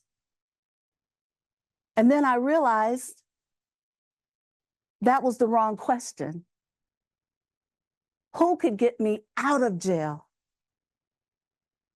And only one name came up, and his name was Jesus. Now, when I was a kid, me and my siblings, we used to imitate our mother, play games and act like we were her. Because whenever my mother was in a situation, whether it's driving or something scared her, like if you jam on the brakes too fast or something, she would call on the name of Jesus. And so we would play in our playtime and we would act like we were her and we would just play Jesus, Jesus. So I had in my history of watching my mother call on his name. And so when I asked that question, who could keep me from going to jail? That name came up. Now, mind you, I had not been to church in over 15 years. My grandfather was a bishop. We have a family church in Detroit, Michigan. I left the church when I was 12 because that same voice told me that God didn't love me, told me that I wasn't good enough. And so I left. And it was at that time that I started using drugs. Here I was, National Honor Society student, first chair clarinet, captain of the cheerleading squad. But one day I walked in that girl's bathroom and I took a puff. And 15 years later, here I am, getting ready to go to jail. So I cried out to him. First time I've called his name in years. And I said, help me, Jesus, because I didn't want to go to jail. So when that cop came up to the car, he said, ma'am, this is what we're going to do. We saw what you did. Because you see, I walked in or drove in the middle of a sting operation. So they weren't expecting to pull someone over who had a child in the back, because that was going to open up a whole nother issues. So he said, we saw what you did. He said, you give us what we got, what you got, and we'll let you go. He said, if you don't give it to us, we're going to find it. We're going to search this car. We're going to find it. Your baby is going to become a ward of the state. We're going to impound your car, and you will go to jail. It was at that moment I was in the fork of the road. See, many times in our lives, we have challenges, and there's a fork. And you know what's so amazing? Outside of this building where I'm at right now, there's a tree. And as I was walking up that steep hill, I saw this tree, and it looks just like a tuning fork. It has a straight up base, and then it branches off in two different directions. So we have those challenges where you can either go left or you can go right. And sometimes it's obvious which way to go. You know exactly what decision is the best. And then sometimes it's not so obvious. So we take a leap of faith and we trust and we believe that we're making the right decision. In the Bible, they call that a mustard seed faith. So I was scrambling in my mind and I was thinking, what would happen if I give it to him? Because, you know, I'd never been around cops. I didn't know if he was telling me the truth. I'd heard horror stories about cops, people going to jail for just a little bit. Then I thought, well, if I don't give it to him, what would happen? Well, he already told me what was going to happen if I didn't. So I surrendered. I surrendered. I pulled it out of my pocket and I gave it to him. What is surrender? Surrender is letting go. Surrender is stop carrying the weight. Stop having to always think you're right. Stop believing the wrong things. He poured it out on the street and he said, now you get out of here and don't you ever come back. I drove home like this. It seems like I didn't blink the whole time. And when I got home and I sat on my bed, I couldn't believe that I was free. I was free. But that wasn't the end of my story. No. It was the beginning of the breakthrough, of the healing and deliverance that I was going to receive. Because 2 years after that, I found myself broke, no money to buy any drugs. You see, I was a working, functional drug addict. When the money is gone, there was no more drugs. And that's where I was this particular day. I found myself on the floor, licking the floor for 8 hours, trying to find cocaine. You know, there's a scripture in the Bible that talks about the prodigal son and how he got his inheritance and he went out and he squandered it all. And when he had no more money, he was getting ready to eat with the hogs in the slop bin. But when he saw what he was getting ready to do, he came of himself. And he said, I'll go back to my father's house and maybe I can work for him and he will feed me. Well, that's kind of what happened to me. After licking that floor for 8 hours trying to find cocaine, I had a moment where I came of myself because I realized what I was doing. I surrendered to what I was at that moment. I was addicted to drugs, crack, cocaine, PCP, marijuana, cigarettes, alcohol, anything I could get my hands on. So I called out to Jesus one more time. But this time, I asked him to take my life because I didn't want to live. But he didn't do that because I felt his love. I felt his love.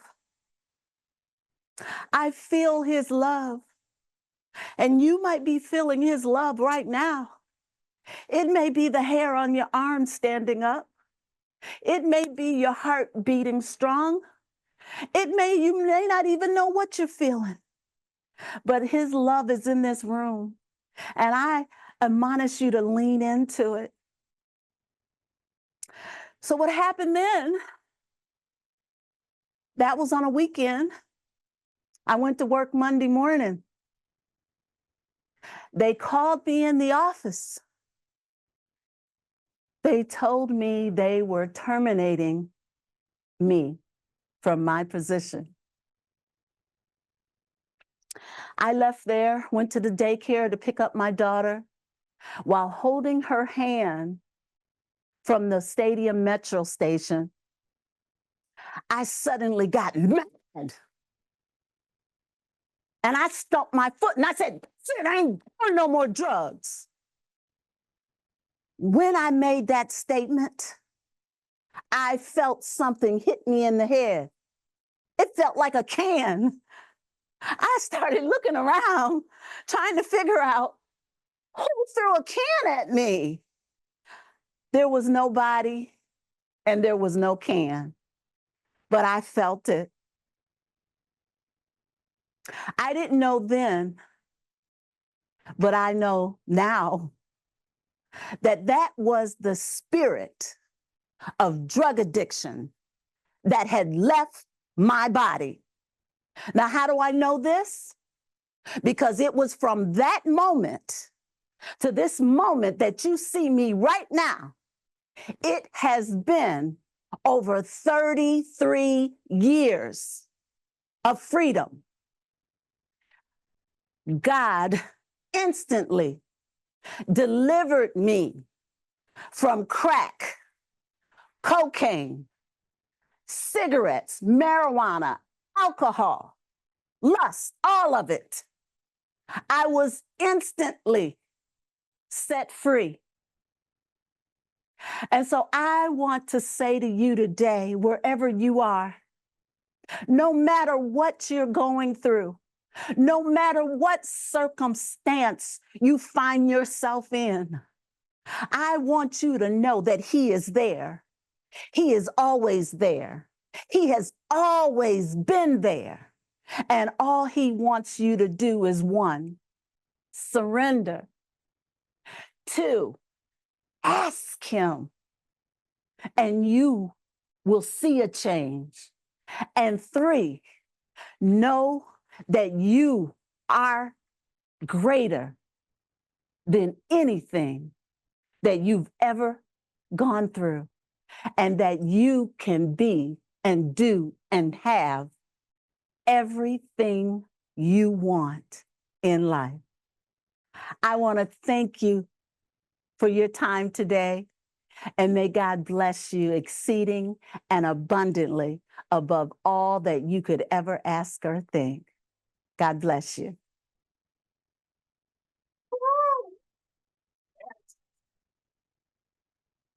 Cindy, thank you so much. That was so powerful and Thank you. so moving and so inspiring.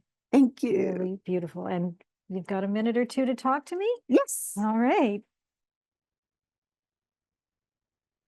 So I'm just coming back into my body after that talk. That was provocative and painful and heartwarming and just a kaleidoscope of emotions that don't often get rolled into one 15-minute period. So I would love to know more about how you do that. How can you be such an inspiring speaker? Because that truly was the most remarkable talk. Thank you. Yes. Thank you. Do you speak a lot? Do you do a lot of talks? Well, let's see.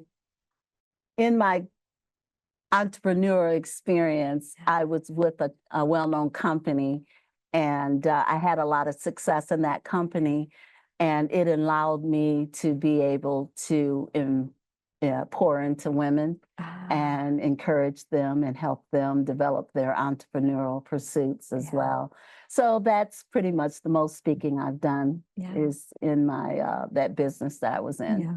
So fueled by passion, though. Clearly. Yes, definitely. Yeah. Yeah. Yeah.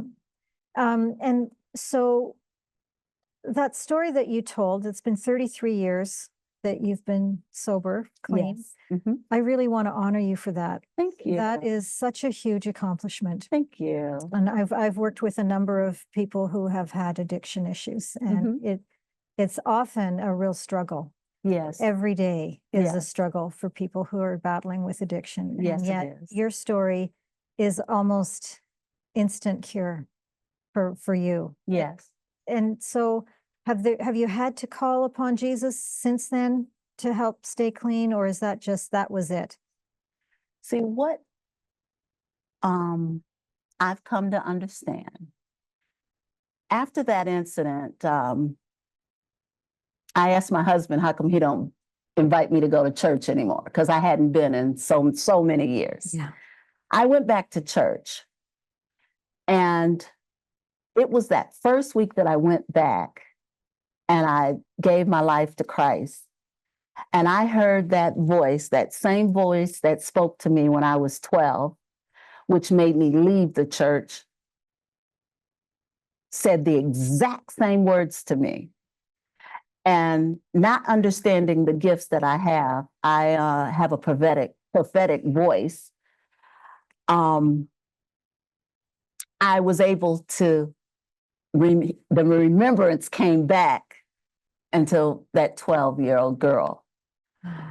So I understand that the power of the Almighty God, our Creator, God that created the heavens, the universe, and the earth, all things are created by Him. There is nothing created that was not created by Him. He knows every hair on your head. He knows every cell in your body. He's the Creator.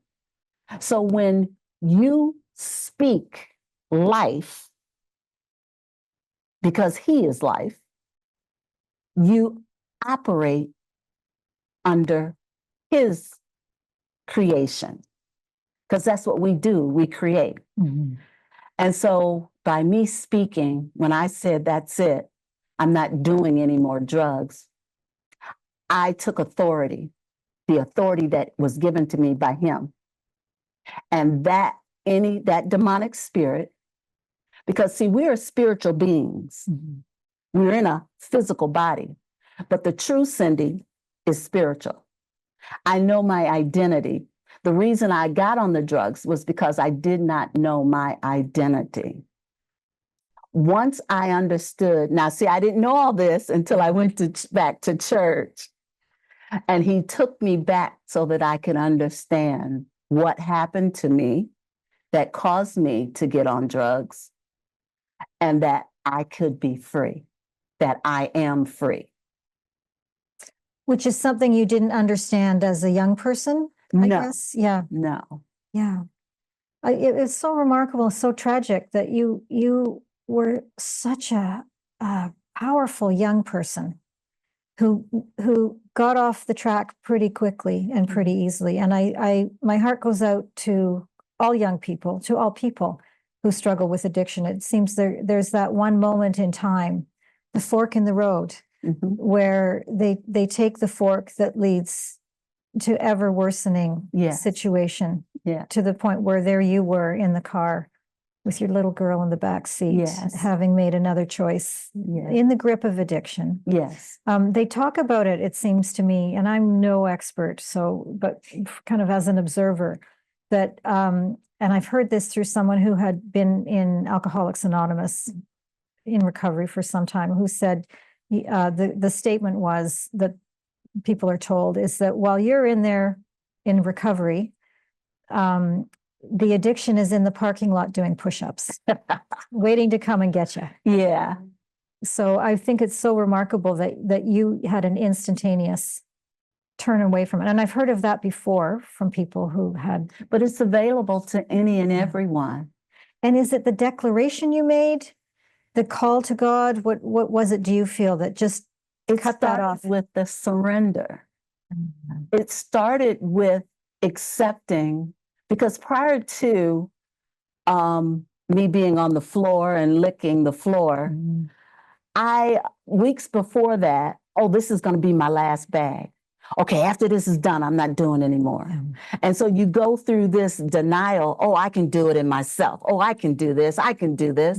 And as soon as it gets low, that voice, you better go get you some, because you don't want to get home, and then you're going to have to come back out, and then.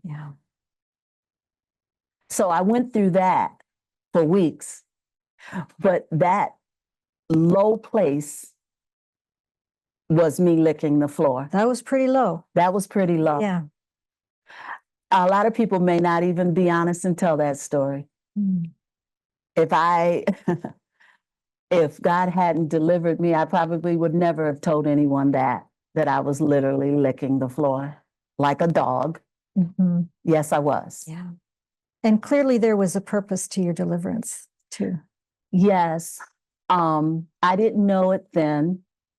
It wasn't until I accepted the gifts and understood the gifts that He had placed in me. And He said, Cindy, I'm going to take you back even before I placed you in your mother's womb. And he took me there. And what did you experience there? If you're willing to share. Sure. That's pretty personal. I was looking down on this world and I didn't want to come. And he said, you have to come because I have a purpose for you. There is something you will do in this earth. And so here I am. And here you are. I'd love to talk more about the people you serve. So you're particularly helping women of faith Yes. with life coaching, business coaching, just whatever they need. I'm a dream coach. Right. A lot of people may not understand or be aware that there are a lot of stories in the Bible where God spoke to certain people through their dreams, their night visions. Abraham, Joseph. Yeah.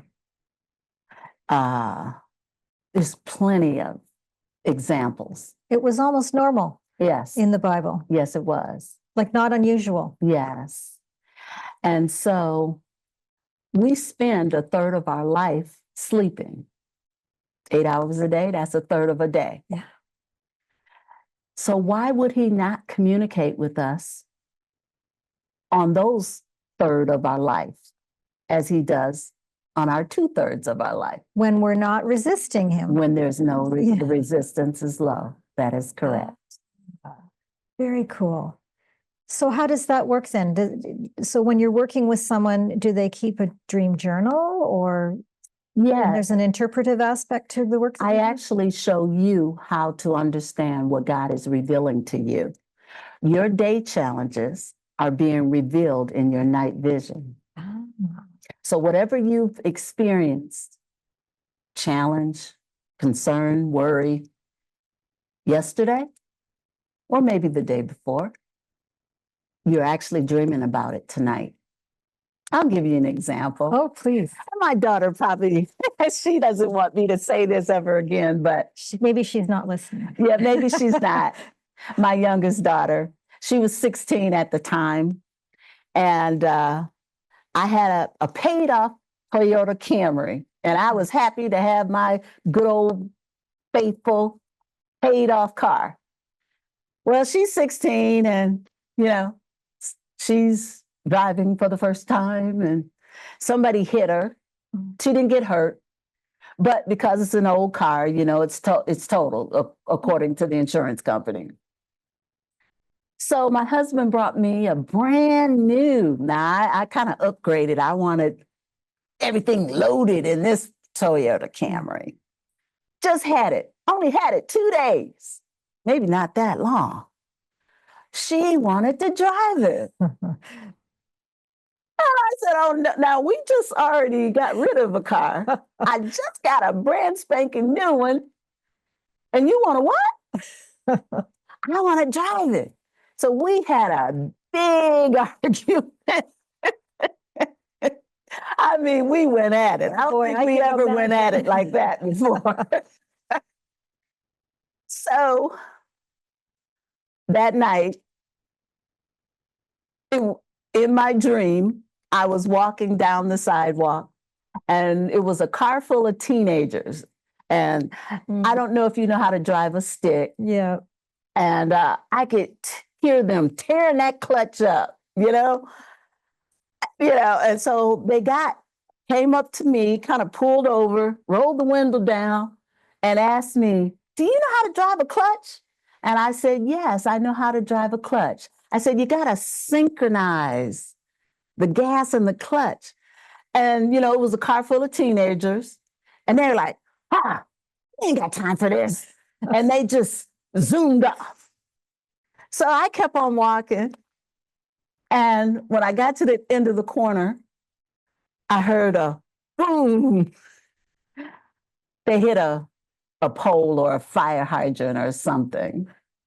And this is all in your dream? This is all in the dream. Okay. And so then you ask, I said, Lord, what are you telling me in this dream? He said, I'm telling you that your daughter needs more practice. She is not ready nor responsible to be driving a $30,000 car. Yeah. And it was as simple as that. And it was simple as that. So you asked and you received the message. Yes. And is that how that works for you with dream coaching generally? Yes, I teach my ladies, what to look for. Because see, one of the things you look for are the symbols. Give an example. A symbol might be a dog in your dream.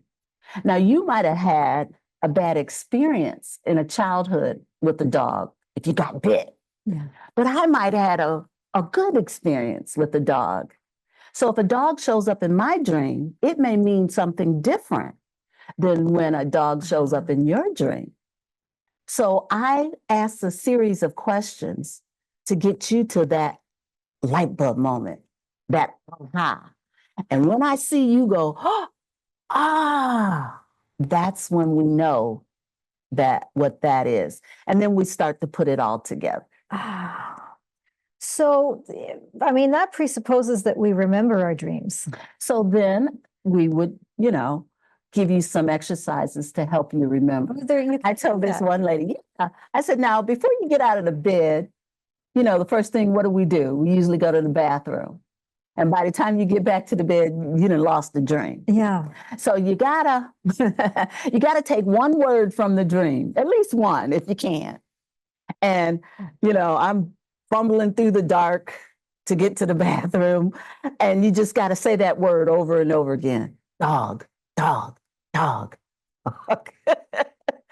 And then when you get back, to your bed or your paper, once you start writing, because you're going to write it out, and it'll start to flow back to you. That's so interesting. So I keep a dream journal. Mm-hmm. But I don't, I'm assuming I dream every night. Yes, but I don't remember them. We have to dream every night. Oh, why? Well, if we don't, from what I understand from research, it's a releasing of the subconscious mind. And they have research saying if we did not dream, we could possibly have a nervous breakdown. Really? Yeah. Wow. Because it's almost like releasing toxins somehow. Yes. or subconscious. Everybody dreams. And usually how it works, okay, you have 8 hours.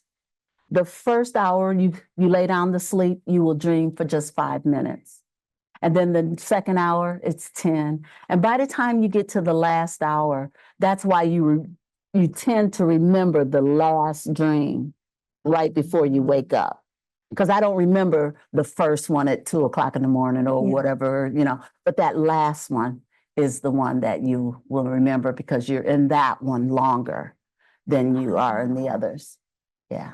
And are they more complex generally as the night goes on? Or does that relate? Can be, but it just, how sometimes you wake up with a nightmare. I mean, that is 2 in the morning. So could be 2 in the morning. So that could be more complex. Oh, that's so interesting because I write these things down and some of them are really complicated. Yeah. There's a lot of stuff going on in my dream world sometimes. Yeah. But then I just, I'm not sure why I'm even keeping a dream journal other than somebody said it was a good idea, but you're going the next step to find the implications of the dream. The dream is speaking to you. Oh. It's speaking. And even if you might have a question before you go to bed, and ask yourself the question before you go to bed. And ask to dream about that, or just ask the question? Just ask it. Yeah. What's on my mind? What is it I need for tomorrow? How many clients will I see tomorrow? Or what should I say to Susan tomorrow? I love the idea that we're also asking God. That's who we're asking? Yeah. Yeah. That there's, it's a communication tool almost. It is. He said, that's why I wrote my book. I was on a 5-island cruise and I had won the trip. And so I took my husband And I don't know why, but the third island, he didn't want to get off of the ship. And I said, Jeff, come on, you got to get off. You got to at least put your foot on it. He didn't want to get off. I'm all this way, honey. This way. And I said, okay, well, I'm going to go by myself then. So I got off of the ship and they had a boardwalk. It was so nice. And so I said, oh, I'm going to walk on the boardwalk. And so I stopped to just look out at the ocean and everything. And I heard God speak and he said, see how the waves are hitting the rocks? And I said, yeah. He said, notice how it never stops. I said, yeah. He said, that's how much I'm speaking to my people, Wow. but they're not hearing me. That's beautiful. And that's what he told me to write about. So that's in your book, Part of the book. part of the book. Okay. So let's talk about your book. Okay. Tell us what's your book about and well, let's start with why you wrote it, but and I'm dying to know what all is in it. Yeah. So the name of my book is The Inspired Woman, How to Use Your Faith and Receive Everything You Want. I wrote this book, well, it was many years ago. I was at an event and there was a lady having a book signing. And so I purchased her book. And so I was in line to get her to sign my book. And as she started to sign my name, she looked up at me and she just stared and paused. And I'm thinking, what's wrong? And then finally she said, you have a book in you. I had never, ever in my life had a thought about writing a book. And that just kind of stayed with me because it was just, wow. You So, don't hear that every day. no, you don't. And of course, many years later, I hear Holy Spirit tell me it's time to write the book. And I said, what do you want me to write about? And he said, hearing my voice. And I said, well, why am I going to write that book? There's lots of books on that. He said, because you know how to hear me. And that's when he took me back to, he showed me all the times, even when I was out there getting high, he said, who do you think you were talking to? I said, I don't know. I was just out on the mountain, on the hill, in the woods, whatever. He says, no, you were talking to me and I was talking to you. So that's And how he it was started. listening to you. He was, Yeah. but I didn't understand back then. Yeah. I didn't know. So what does your book cover? Well, my book is about faith and love, because what he showed me was that everything, when you read God's word, you can sum it up, and he even said it in one word: God is love. So when you talk about energy, when you talk about dimensions, when you talk about anything you can talk about, it all comes from love. And so faith is the substance of things hoped for, the evidence of things not seen. So I know people are familiar with quantum physics, and they talk about that particle.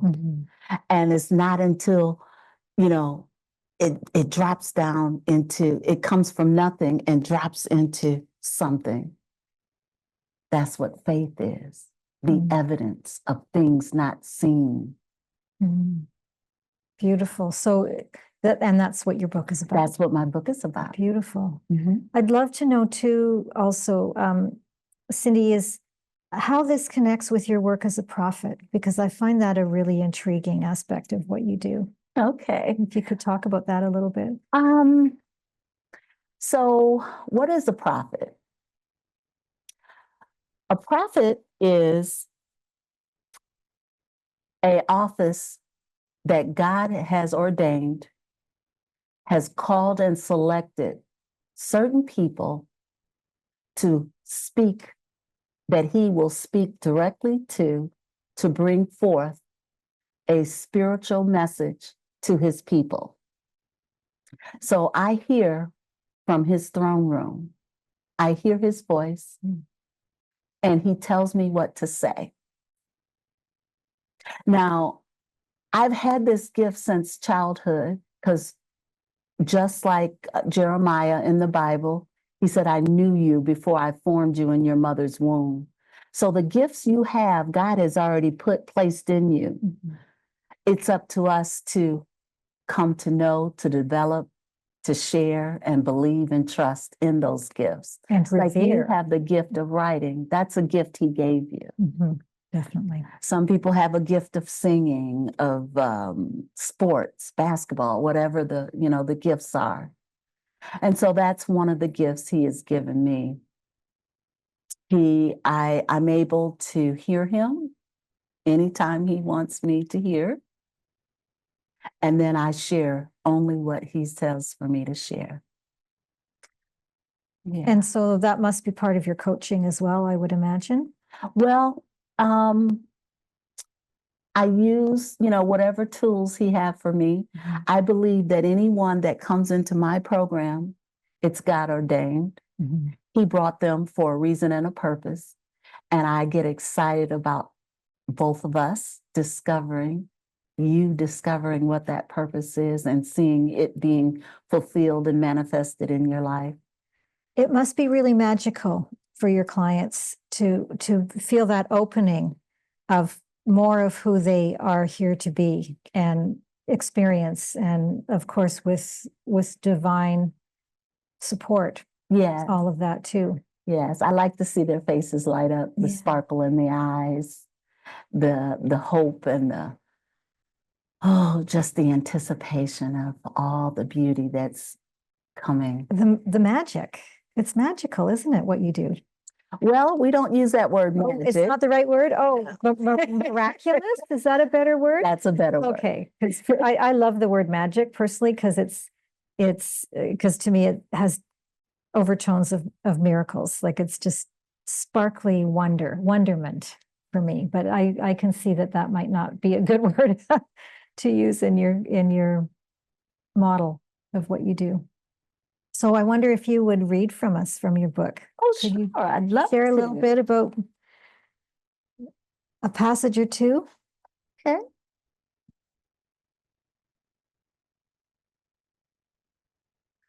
I am going to read in chapter 6.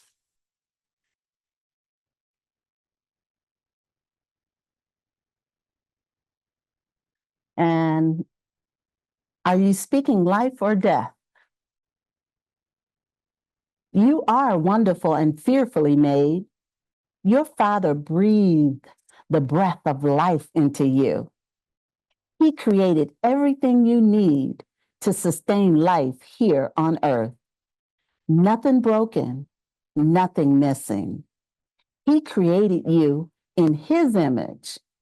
He gave you a mind and a will so that you can choose what kind of life you want to live. What are you choosing?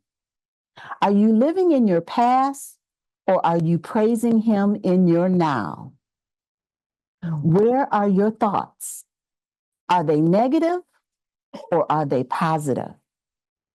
The Bible says, out of the abundance of the heart, the mouth speaks. And that's in Matthew 12:34.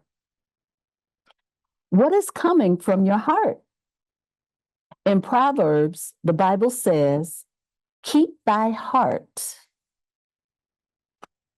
with all diligence, for out of it are the issues of life. Proverbs 4:23. It is time to build your faith and walk and talk only faith-filled words. Speak words that bring forth life into your heart.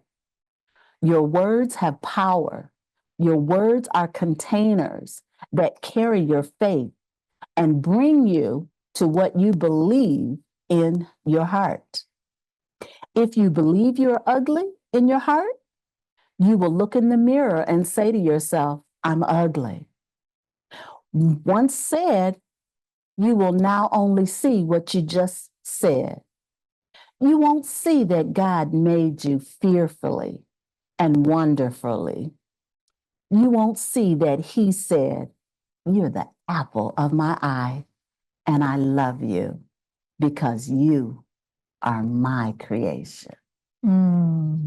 That is beautiful.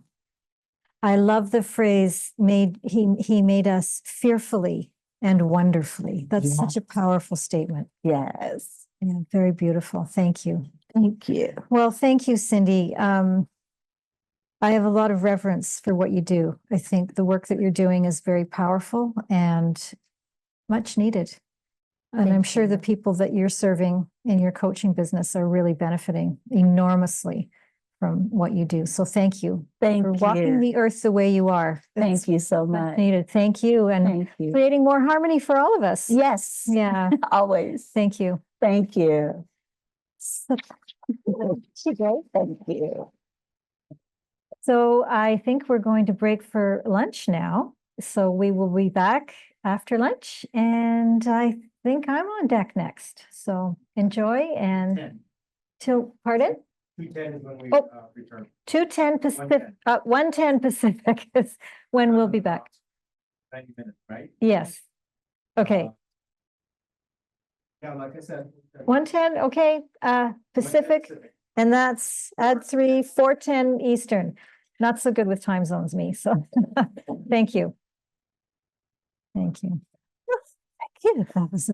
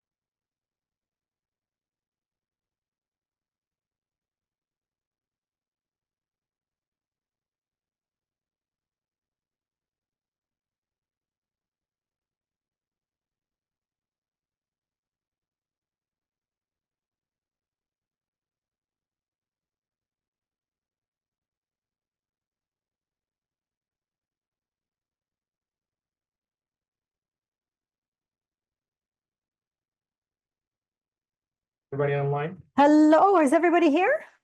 Hello, everybody. You can only see your forehead. Oh. Well, that's my best part. From here up. So are we live? Are we ready to We are To live. roll? You can start whenever you're ready. We're just doing a mic test. mic test? All right. Well, we're testing you, Mike. I was gonna say. That's a little bad, terrible joke. You have the clicker? I have the clicker. Make sure I'm holding it the right way. Nope, nothing's happening. Look on the side, see if there's a switch. Is it on, red? Well, glasses would help me tell that. It says it's red. Okay, I can see the color. Okay, this sound looks like it would work. Oh, that's better. Yep, we're good. We're good. Don't actually need my glasses. We'll put those there. Go sit down. What's that?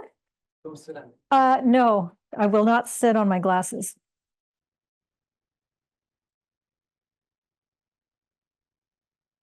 Can we have 60 Yeah, sure. or 50 even?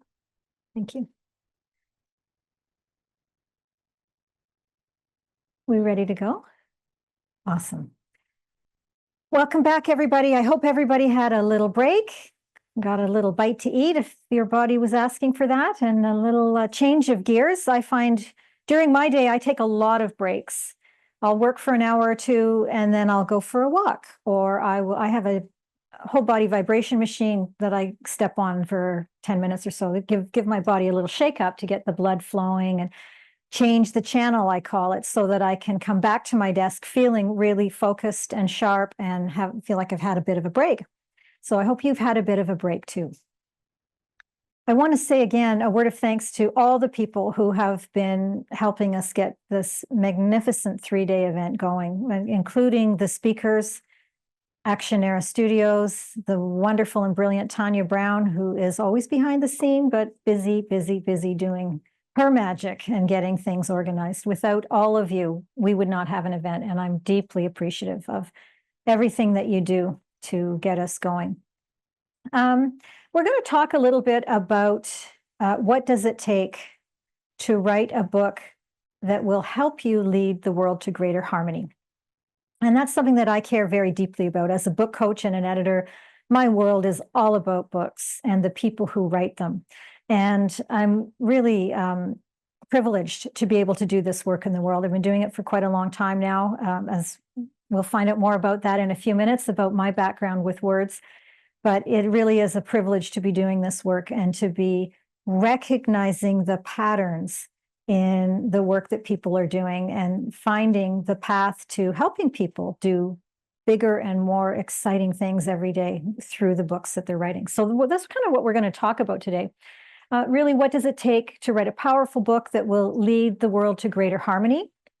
What we're going to be learning about really are the foundational pillars of book writing success. A really great book isn't always a hit or miss thing. It's not necessarily dumb luck that somebody will write a book that suddenly is a huge runaway success by accident. That does happen. There are books that are incredible surprise hits, and a lot of the bigger traditional publishing companies will tell you that there are some New York Times best-selling books that were phenomenal successes in terms of sales, and they didn't predict that. They really didn't realize that that one particular book was going to be so successful. However, that being said, with most traditionally published books, there is a lot of craft and a lot of work that goes into making that book as good as it can be. And I think that in this world that we live in, where anybody can publish anything to Amazon and become an author, call themselves an author, that doesn't necessarily mean that the work that went into that book has resulted in a really great book. There are no barriers to entry to publishing a book on Amazon, particularly right now. And so I would really like to take a look today at, what does it take to write a really great book? Because as I say, it's not just a hit or miss dumb luck thing. There are certain predictable things you can do with your book that will help your book be really, really compelling. So I am going to make an invitation to people today also to consider working with me in our mastermind program.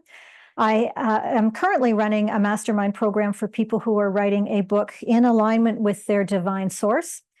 We're starting another rendition of that. I have developed a second program that will be running as well, and it is similar to the first program that I'm running, but the focus is a little bit different, and I'll be telling you a little bit more about that. And let's talk a little bit about me. Maybe you're curious. Some of you know me really well. Some of you are new to my community. I'm an author, an editor, and a book coach. And really what I'm doing with my time on this planet is helping people harness the power of a good story to the goal of peace on earth. And we've been talking a lot about that over the last couple of days. You know, what really is harmony?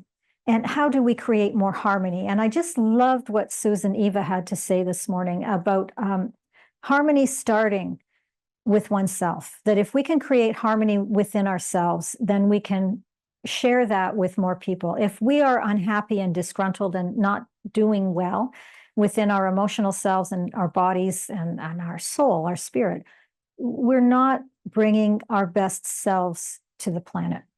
And so harmony being an inside job, I think that as authors, we have the opportunity to create more harmony, particularly when we've done our work and we have a solid connection to our own purpose, sense of purpose on the planet.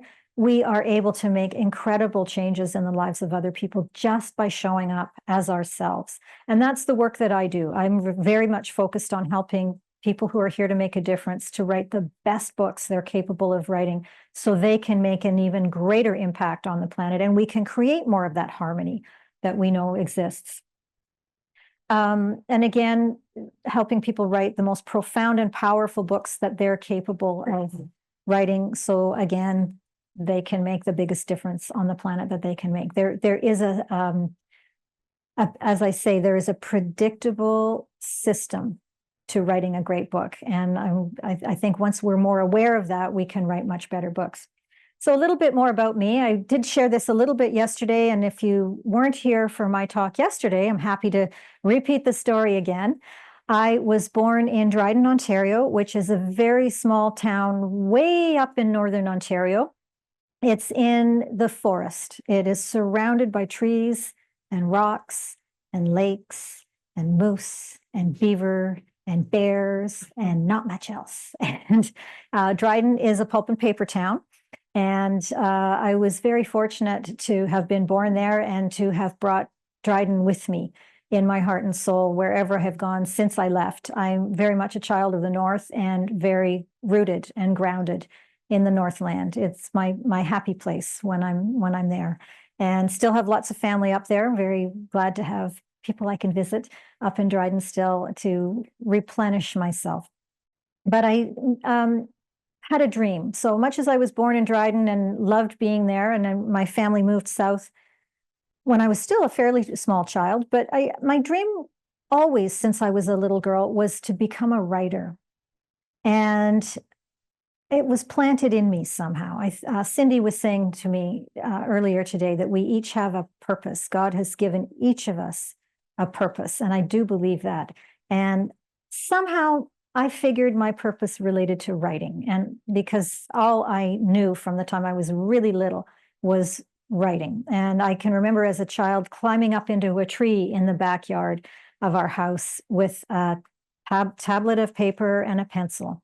And I would spend hours and hours and hours sitting up there in that beautiful tree, leaning against the trunk of this gorgeous tree, feeling safe and cradled and home, and writing and writing and writing and writing. And I don't even know what I was writing about today, but it was important to me then. And I never let go of that dream. And in fact, after I graduated from university, I was very fortunate to start working in a daily newspaper as a cub reporter, and enjoyed very much the chance to be part of a newsroom and just share the excitement of being able to write every single day of my life. And they paid me to do it. It was just remarkable and fun and exciting and a dream come true. And after the London Free Press, I went and worked with Canada's National Newswire Service, which is the Canadian press, spent a little bit of time there, after which I went to the Ontario Ministry of Health as their bilingual media relations officer, doing press releases, and I wrote speeches and briefing notes for the minister's use, and a lot of writing went on there, which was a bit of a shift from the writing that's done in a news organization, because when you're writing for the government, you are writing with an opinion to share, usually. After that, I went to Communicate Marketing Services, which is a full-service marketing agency in the Toronto area, where I was a marketing copywriter. Again, another application of writing, a big learning curve for me there. And ultimately became a freelance writer and editor and author. And I will tell you a little bit more about my authoring story in a minute. But along the way, also spent 5 years as the managing editor for Global Food Safety Resource, which by the time we had left, Tanya was with me there too. She was in charge of all the social media for GFSR. And by the time we left, the GFSR had become the world's largest online food safety publication. So it was such an honor to have writing experience and editing experience with all of these organizations, and learned a lot, became a freelance writer. But, you know, there was another dream. And that other dream was to become a published author. And I thought, wow, you know, it's really amazing to get paid to write. But oh boy, if I could only become a published author, that would just be great.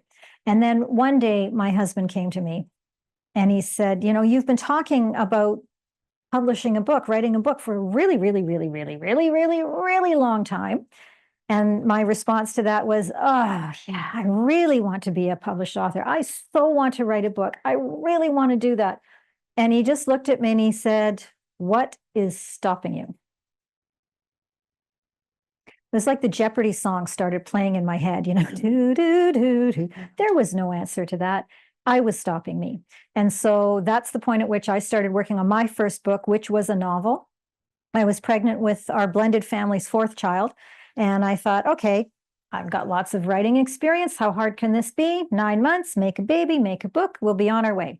And in 9 months, the baby was ready and the book was not. And so that was kind of surprising to me because I had a lot of confidence in my writing ability, but somehow writing a book was different. And I didn't know what the difference was. I've since realized that there was a lot of self-doubt and imposter syndrome happening inside me that was getting in my way. And I really thought, well, who am I to write a book? And who's going to read this? And I don't know how to get a book published, and I don't know how to write a book really, but I was trying, and life was very busy, and we had another baby, and life went on for another 11 years. And then my husband was diagnosed with terminal cancer, and then he passed away. So as you can imagine, there was a huge reconfiguration of my life that was required in all of that. And one of the pieces of that was that I realized if I wanted to really see if I could become a published author, I had to get serious about it. I had to commit to the project and see what I could do in order to finish that manuscript, which was on its way. I'd been working on it, but it was nowhere near done. And just really make sure that I could zero in on the book and get it done, and which is what I did. So 2 years later, I was offered a traditional publishing contract, and my first book was born. And that was pretty exciting because that was the first of so far 5 books. The first book was a novel. The second book was a collection of short stories. My third book was about how to write more powerfully. And number 4 and 5 were marketing books, so nonfiction books as well. So what I recognized in the process of being an author myself and editing other people's books was that as I wrote that first book, I had no idea what I was doing. I had a lot of mind trash. I didn't have a process or a system for writing a book. I certainly didn't have a mentor to support me. And as I became more mature in my authoring and writing more books, things got easier and easier and easier, which was very interesting to me. And life got better and better and better. As I was writing my books and becoming the author that I wanted to be, I was saying yes to more things. Becoming an author is an evolution. There's an evolutionary process to becoming an author, and we might call that a transformational process. And the ironic aspect of becoming an author is that we claim our author status by writing our books. That one of the things that really holds a lot of people back is that when they embark upon the project of writing a book, they're not an author. They aren't. They haven't written a book. They haven't published a book. They can't really call themselves an author, and their brain knows that. However, in the process of writing the book and getting a book published, we are evolving into that author. We're moving towards the author that we're here to be. And of course, once that book is published, you can claim that author identity with a great deal of authority. in a way that you can't when you're starting the book. So there is an evolutionary process to writing a book. There are a lot of interesting dimensions to that. And I certainly experienced that as an author myself, that it's a maturing process that happens. My life now is pretty exciting. And I don't know if it's because I became an author so much as the person I evolved into as I was becoming a stronger author turned into the kind of person who said yes more often.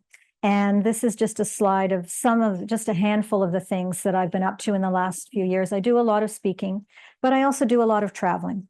And sometimes I'm traveling related to business and work, and sometimes I'm just traveling because I like it. And it's a much more expansive way of being now than I could ever have imagined 13 years ago when my first book came out. And it's, again, there's been a maturing process for me. And I see that a lot with a lot of the people that I work with. So now in the work that I do, I have a vision. And that vision is to create a heart-centered community of people who want to build businesses while making a huge difference in the world. And a real foundational part of that is our books. Our books can be a really vibrant aspect of our businesses that we can leverage to make more money and to have more impact. I think both of them are important. And for the people that I serve, they are also similarly looking to have more impact. And why not make more money? So then the question that I invite everybody to ask is, what does success look like for an author? And another, like, the kind of idiosyncrasy that I've seen show up in a lot of the people that I work with is that we have this idea of I want to be a successful author. I really want to be a successful author. I want to be a hugely successful author. But what does that mean? What does a successful author look like?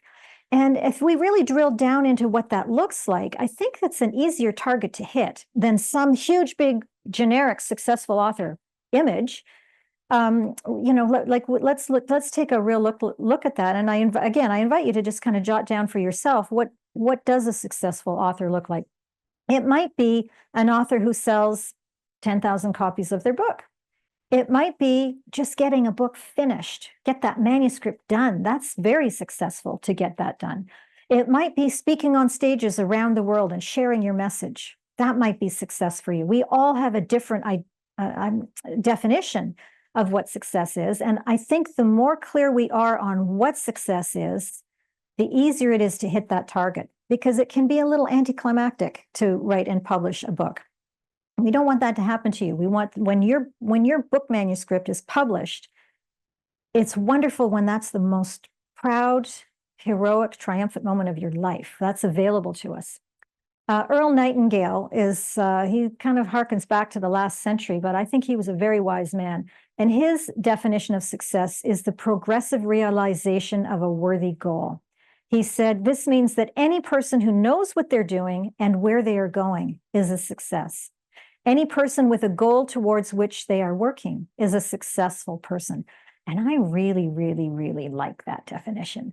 I think that makes a lot of sense to me. And I invite you to incorporate that definition into your definition of success as well, that as long as you're working towards a worthy goal, you are a successful person. And for authors specifically, that means as long as we are working towards the publication of our book or even the completion of our manuscript, we are successful. As an author, if you want to experience success as a leader, now we've been talking a lot about leadership this week as well, that it's well known actually in speaking circles that if you really want to further your speaking career, you need to have a published book. You need to have written a book and published a book. And that becomes, they call it a calling card. I don't like that name, but I know that's used, but it's a portal to me. That published book is a portal to other experiences, one of which is more stages and bigger stages, bigger opportunities to say yes, bigger things to say yes to. And unfortunately, in our world, there is a perception that the book doesn't have to be well written. That if you can write a book in a weekend and get that off to Amazon and create an Amazon best-selling campaign so you can call yourself a best-selling author, you're successful. That's all you have to do. And in my model of the world, I come out of a very strict writing training. In all of the jobs that I ever had as a writer, I was overseen by some ferocious editors who had exceedingly high standards for how writing should look. And I was required to measure up to those standards as a reporter, as a government communicator, as a corporate communicator, and as a marketing copywriter. There were very stringent expectations around the quality of the writing, because when someone is actually hiring a writer to put out writing for them, that company's reputation is on the line. And your reporter, your corporate communicator, your marketing copywriter, whoever that is, they are the representatives of the company. And you are, it was really drilled into me. My writing had to be really good. We live now in a world where you don't have to really focus on the quality of the writing if you want to be an author. You just have to get that book out there and publish it, and that's all you need to do. And there is a purpose for that, and I don't want to diminish that, but in my world, we write carefully crafted books, compelling books. And a successful book to me is one that's well structured, it reads well, it has valuable information, and it generates a transformation for your readers. It also needs a great title and a terrific cover, and there should be something unique about that. But there are a lot of reasons why these books, these really good books, are hard to produce for most people. That, you know, I come from a lot of training in writing, and certainly have studied book structure like you wouldn't believe. I love book structure. It's one of those really fun things. It's so geeky to love book structure, and I do. That's one of my fun little things that I study in my off hours. But it's not everybody's cup of tea. And so I recognize that although there is a perception out there that you really don't have to be a good writer or care much about great writing or structure your book well or anything in order to write a book, your chances of creating success for your readers and yourself are significantly higher if you invest in creating a well-written book. Your reputation is on the line there too. Your name is going on that book. Whatever's inside that book between those covers speaks for you, and it's speaking for you over 160 pages or however long your book is. Every single word that's in there is speaking to your reputation. And so I think that's an important thing, and I think that's worth investing in. So here are some of the challenges that people have with writing a really super book. And I call this the idea to impact issue. The challenge is that a lot of people, when they sit down to write a book, they dump everything they know into it. They just feel a little bit of panic because they know so much and they don't want to miss a chance to serve their readers with their information. So they pour all their information into the book, but not really writing it logically because they don't really have a sense of direction with the writing. It just comes out. So that's a bit of a problem because there's just too much overwhelming information that you're throwing at your reader. And another big problem that people have along with that, because they know so much, I work with a lot of very visionary people. And a visionary lives here. They live out in the vastness of the universe with great, beautiful ideas and concepts and dreams and big picture concepts like justice and equality and peace. And they're very big ideas. My clients float in the world of big ideas, but somehow they have to take their wisdom that lives here and bring it all the way down here to the reality of a published book, a small little package that will fit in a purse quite often, that has to contain everything that they want to share with their reader. And it is a long journey from up here down to here. And that's a big challenge for a lot of people, is what do you include and what do you leave out? And the problem with just sitting down and writing that way is people don't get their ideas across very well. They don't seem as intelligent as they really are because there's no discernment in the information that's getting shared within the pages of that book. And also some information that's important is getting left out, and the reader doesn't benefit really well from their wisdom. So these are kind of some of the mistakes that people make. The solution to that really is a really great outline, a book outline. Now, in the writing world, we have some people who are called pantsers, fly by the seat of their pantsers, and people who are plotters. So you're either writing a book as a plotter, usually, you plot everything else out. These people have an amazing outline because they've mapped it all out ahead of time. A lot of the people that I work with tend to be seat of the pants type people, and they just sit down to write, and there is actually no outline. And I have to say, for all of my organizational skills with language, I'm a seat of the pantser. I like to sit down. I know Barb's surprised. When I sat down to write my 6th book, I just started writing. I sat down to write. That's it. And I had little sticky notes with ideas for chapters that I kind of wanted to cover. It wasn't an outline. It was just ideas. I had that written down. And that I was quite happy doing that till I had about 10,000 words written. And then I went, uh-oh, there's no structure here. This is really fun, but nobody's going to be able to read this because it isn't structured. So I stopped myself right then and there because it's easier to impose a structure on 10,000 words than it is on 60,000 words. And I decided what my structure was going to be. And ever since then, I've been writing to my structure quite happily because, I know it's important. But the real answer for any of those kind of problems with content, too much content, is to create a really high impact book outline. And I'll give you an example of somebody who we did this for. Alex Patterson came to me, and I worked with her as an editor on this project, but she came to me with a book manuscript. It was 230,000 words. That's about 800 pages. It would be in a finished book. That's a granddaddy of a book. And it was a family history for her. She has a really interesting family. They were pivotal in opening up Canada. Her family were way before the pioneers. They ran shipping lines between Great Britain and Montreal back in the early years of the 1800s, and they were very, very successful, and also early settlers in Canada. So it was an amazing story that she had to tell, and it covered 150 years, her book, 150 years of Canadian history, and a couple of hundred characters were in there, and it was all one chapter. One chapter. So she came to me and said, I think I need some help with this. and so we worked together to create the outline for her, and we ended up structuring that into 3 different books. But it was a huge, big project to create a structure from 800 pages of content. It was a really major work.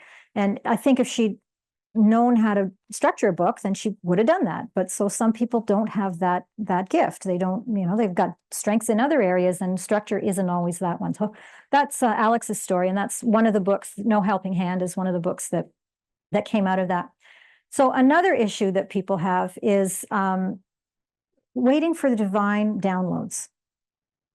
Writing a book is something where we get downloads, and I'm sure everybody out here has experienced that blessing of the information just flowing through you. Who knows where it's coming from, but it just arrives, and you are magically able to type it into your computer, and often we read that and we go, wow, that's so good. Who wrote that? And it was us, but we received the information divinely. And that's a really beautiful way to write. Unfortunately, if we sit around waiting for the divine downloads to come, we might not get any writing done because they come infrequently and they are typically a little unpredictable about when they're coming. Some people are waiting for the divine downloads that kind of come once every 3 months. And some people are also not too interested in following rules for writing. I work with a lot of freedom seekers. Ask me how I know a freedom seeker, because I'm one, that they don't want to follow somebody else's rules. And there are a lot of conventions in writing. Maybe we can call them rules, but there are a lot of conventions. And a freedom seeker really doesn't want to follow rules. They don't really want to use someone else's system for writing a book. And what we also find with that way of being is procrastination is a big issue. And again, our friend imposter syndrome shows up just about everywhere in the book writing world.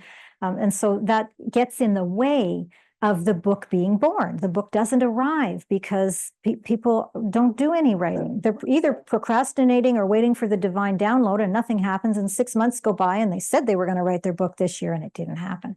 And then that becomes a great tool for beating yourself up because you said you were going to do it and you're enormously successful in other areas of your life.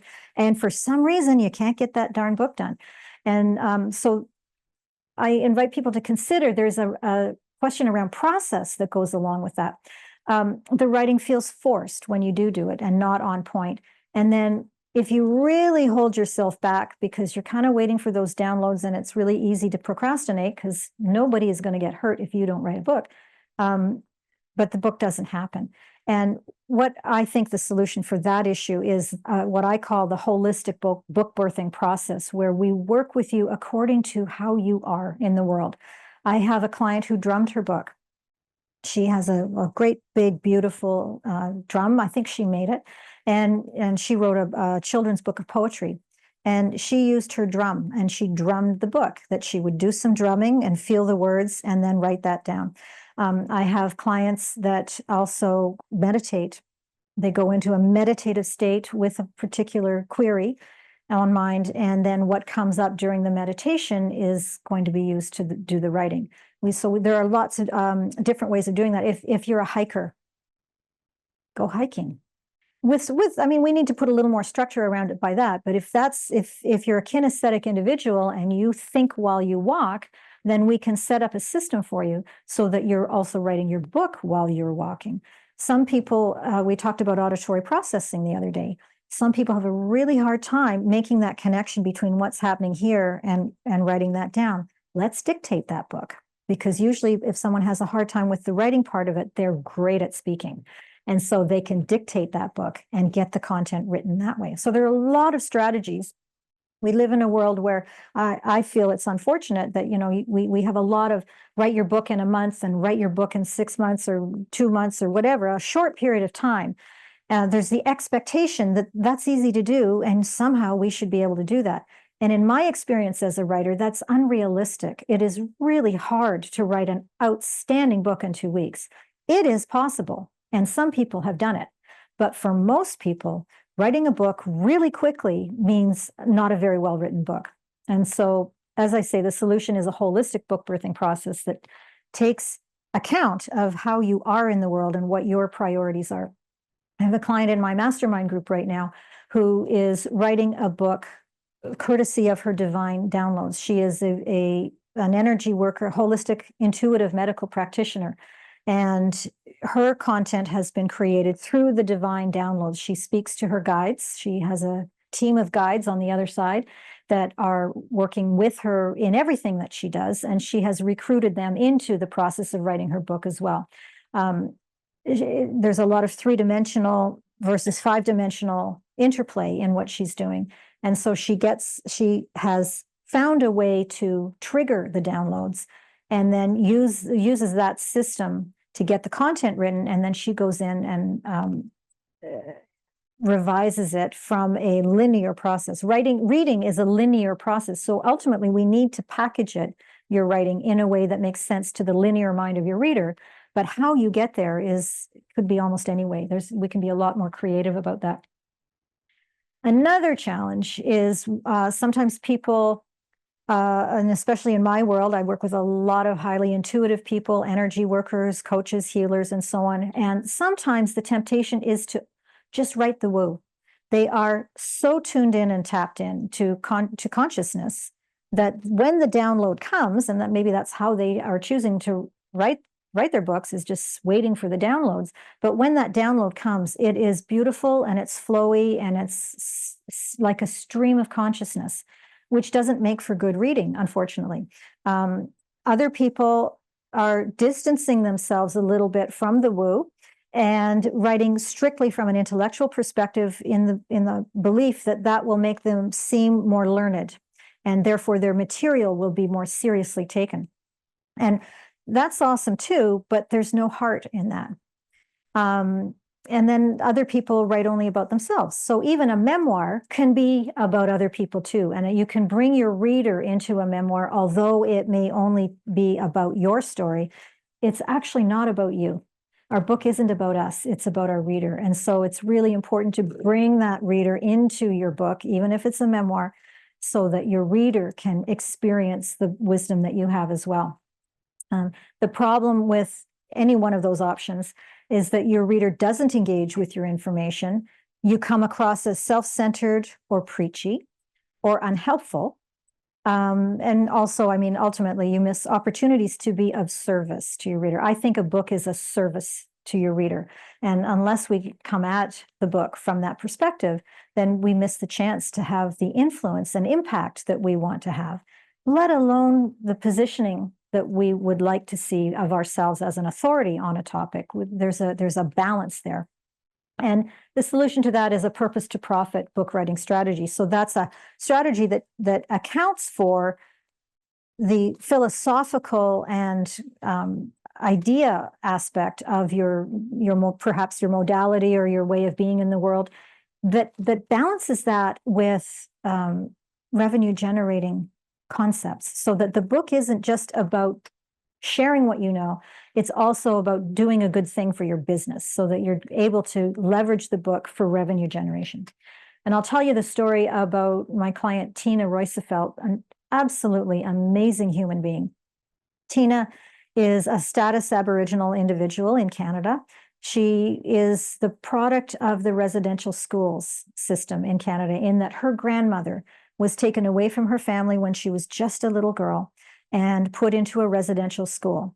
And what I hadn't realized until I worked with Tina was that one of the really negative impacts, aside from the obvious ones, of the residential school systems was that the children didn't learn how to become parents. There was no parenting training that normally would be passed on from parent to child in a family, and for better or worse, right? Some families have really good ways of parenting, and some families not so much.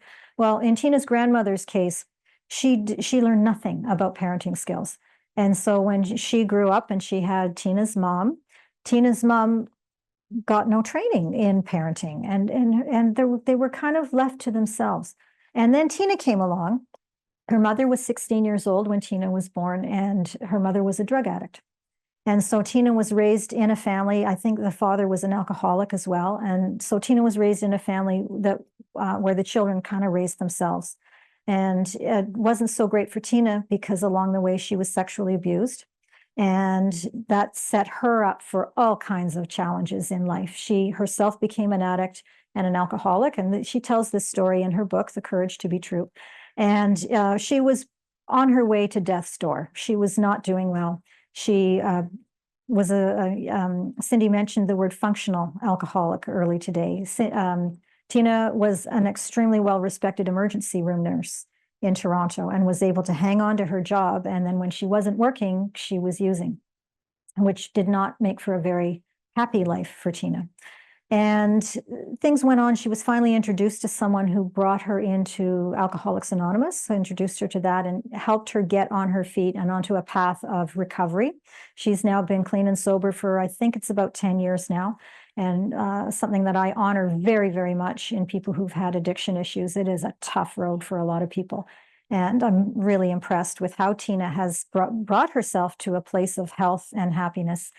In her book, she has a lot of woo in her book and a lot of practical assistance and advice. Tina found a recipe for recovery, she called it initially.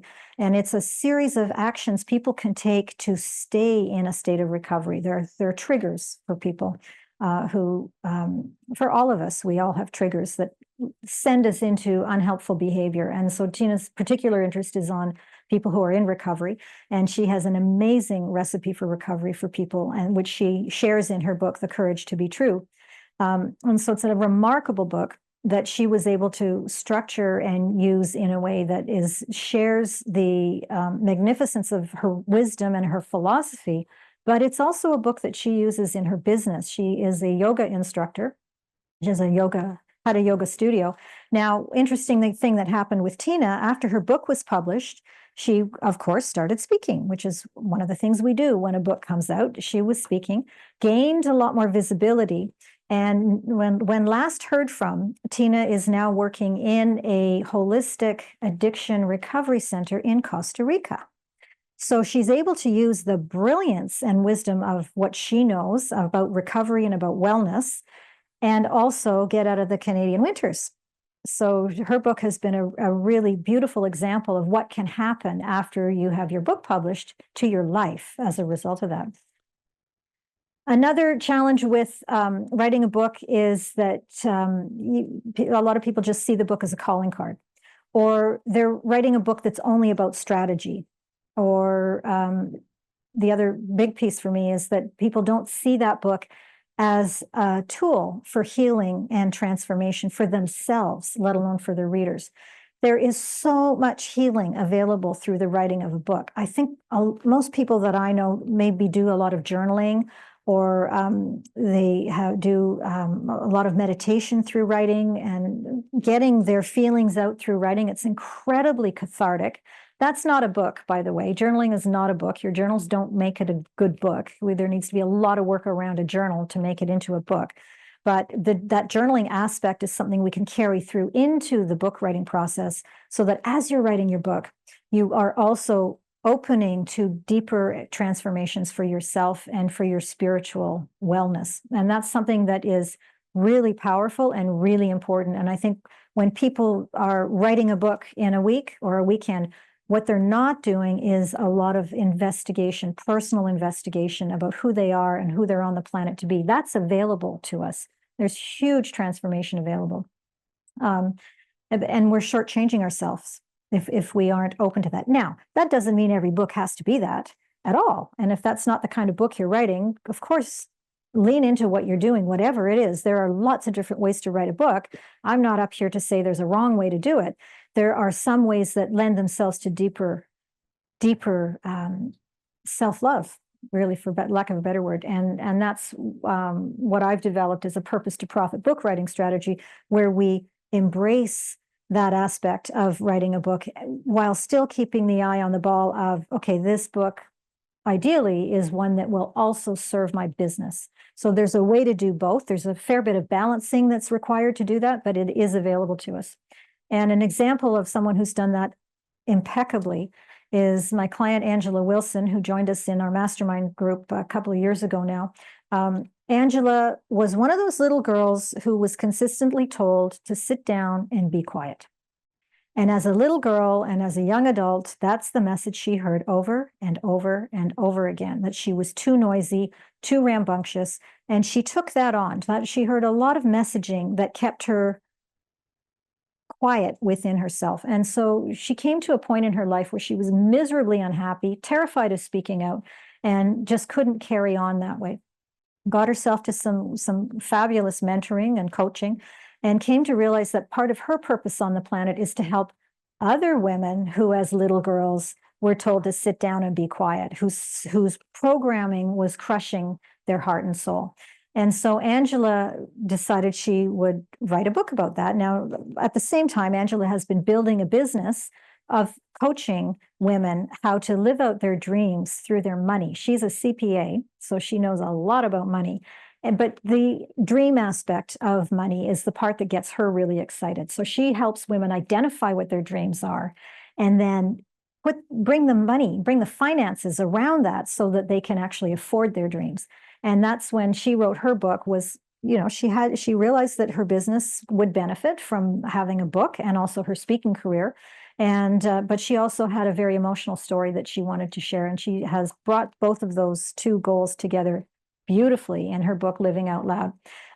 She now travels all over the place speaking and running programs for women particularly. So that's a really nice example of what's possible.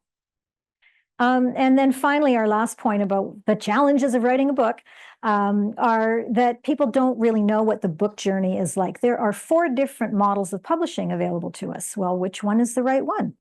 So people don't really know. Some people are waiting for divine guidance to look after it all.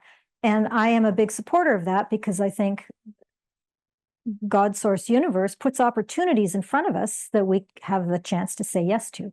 I'm a big yeser. But if we wait too long and wait for we don't take a step for the universe to nudge us off in the direction that we make. We have so much inertia around the project that it just doesn't get done.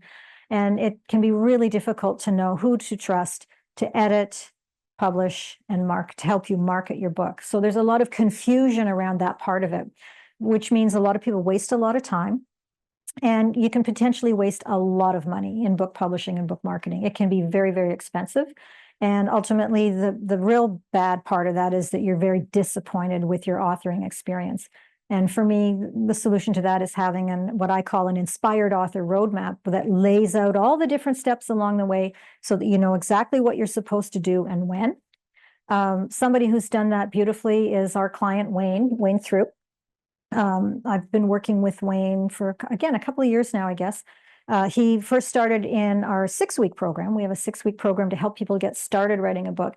And he mind mapped his book. That was the first thing he did. So he created a really great structure that worked for him, created a structure for his book. And then I guided him through all the different phases of the book editing, publishing, and marketing journey. And his book, The Reality of Real Estate, just came out about a month ago. And son of a gun, as it happened, he ended up having a speaking engagement at a national real estate convention, and where his book was featured. And he got incredible endorsements and incredible publicity for his book. And he was so proud because he knew ahead of time what he needed to do in order to hit that mark of being at this national convention. So those are just some stories of what's possible for people. Again, this is all about creating a step-by-step system that helps you listen to the whispers of the divine while having a system to create a book that you're proud to put your name on. And I'm inviting you to work with me with that. I have an Inspired Author Academy. It's a new mastermind group. And we have 2 levels of that. One is a mentorship and one is a mastermind group. So the mentorship is a lot more one-on-one attention from me. What we're doing here are some of the components of that program is we start with an introductory program activation call with me where I sit down with you and we go over your book. We pull that book out of you. If it's just an idea yet, I have systems and questions to ask that help people identify what the book is about. Some people already know, and I work with people wherever they are on that spectrum. We can be very flexible about where your starting point is, but we get that going. And then we have a 2-day online writers retreat where we will follow my idea to impact blueprint for mapping out your book to make sure that you're starting with a structure that's going to serve you well. And again, I am a seat of the pantser who values structure. So it is really important. And again, how we can figure out how you can follow a structure too, but not too closely, because if you're a highly creative individual, that'll make your eyes twitch, but it is, believe me, it is important to have structure in your book. There is also our holistic book birthing process, which we have, which really is 12 calls in a year that sit you down in a group of other people and help you make sure that you are bringing your mindset, heart set, all of it to the book writing process in a way that serves you and will serve your readers really well. Really leaning into your natural way of being with book writing. There isn't one way to write a book. I think there are infinite possibilities for getting that book content finished, and let's find the one that works best for you. We also have 12 monthly writing clinics where 1 or 2 people every month will submit examples of their writing, and the whole group will take a look at them. And I will edit that so that you get feedback along the way of your writing. You learn to know what you're doing that's really, really hitting a home run with readers, and what maybe isn't landing quite as well that you might want to work on a little bit. So I do a little bit of teaching around writing usually, so that people are getting best practices around writing and learning some of those conventions that people need to know in order to write really fluidly and really powerfully. And then we also have 4 one-on-one calls with me directly so that I can check in on how the book's going and give you any insights and tips and suggestions for making that book as powerful as you possibly can make it.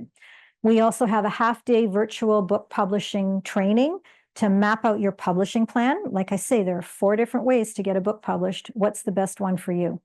And there are different price points attached to each model of publishing, and you're giving up different things with some of them than others. So there's no real perfect publishing model, but there is one that will suit your quest the best. So your why drives your publishing. And I can help you figure out what that's going to look like. I also have a network of phenomenal, heart-centered, quite often highly spiritual people who are in the book publishing and book marketing world, who understand the language of the universe. I mean, if we want to call it that way, or at least are seekers of understanding, and who can treat you and your book with the respect and the love that that book deserves. We also have a half-day virtual book marketing training to map out your marketing for your book. So a lot of people will go through and get their book finished, their book manuscript finished, maybe get to publishing, but that marketing piece is not everybody's favorite piece. Like, a lot of people really resist marketing. They're kind of afraid of it. To me, marketing is just about helping you get more visibility. So what do we need to do to help you and your book have a little more visibility so people can find you? The people who need what you have can easily find you. And that's what marketing is, and that's what we do in this book marketing training, so you can figure out what that looks like for you. We also have a full-day virtual purpose to profit book writing retreat, where we are focused on writing the content of your book. Let's just get her done, sit and write. And it's kind of like the writing retreats I've been talking about lately, where we sit down and write. And I have an approach to that most people find is quite doable. Also, we're including in that your own mobile app. In our Visionary Authors app community, we have a mobile app called the Visionary Authors, and everybody who signs up for the mastermind, the Inspired Author Academy mastermind group, will get their own app in our app as well. It's an independent app that opens with all your content, not mine, but people have access to my content too, but really it's your app that you can do as you wish, and 12 months of paid subscription to that. And then, of course, 12 monthly 2-hour online writing retreats, which is part of our ongoing writing retreats program, to sit down and write.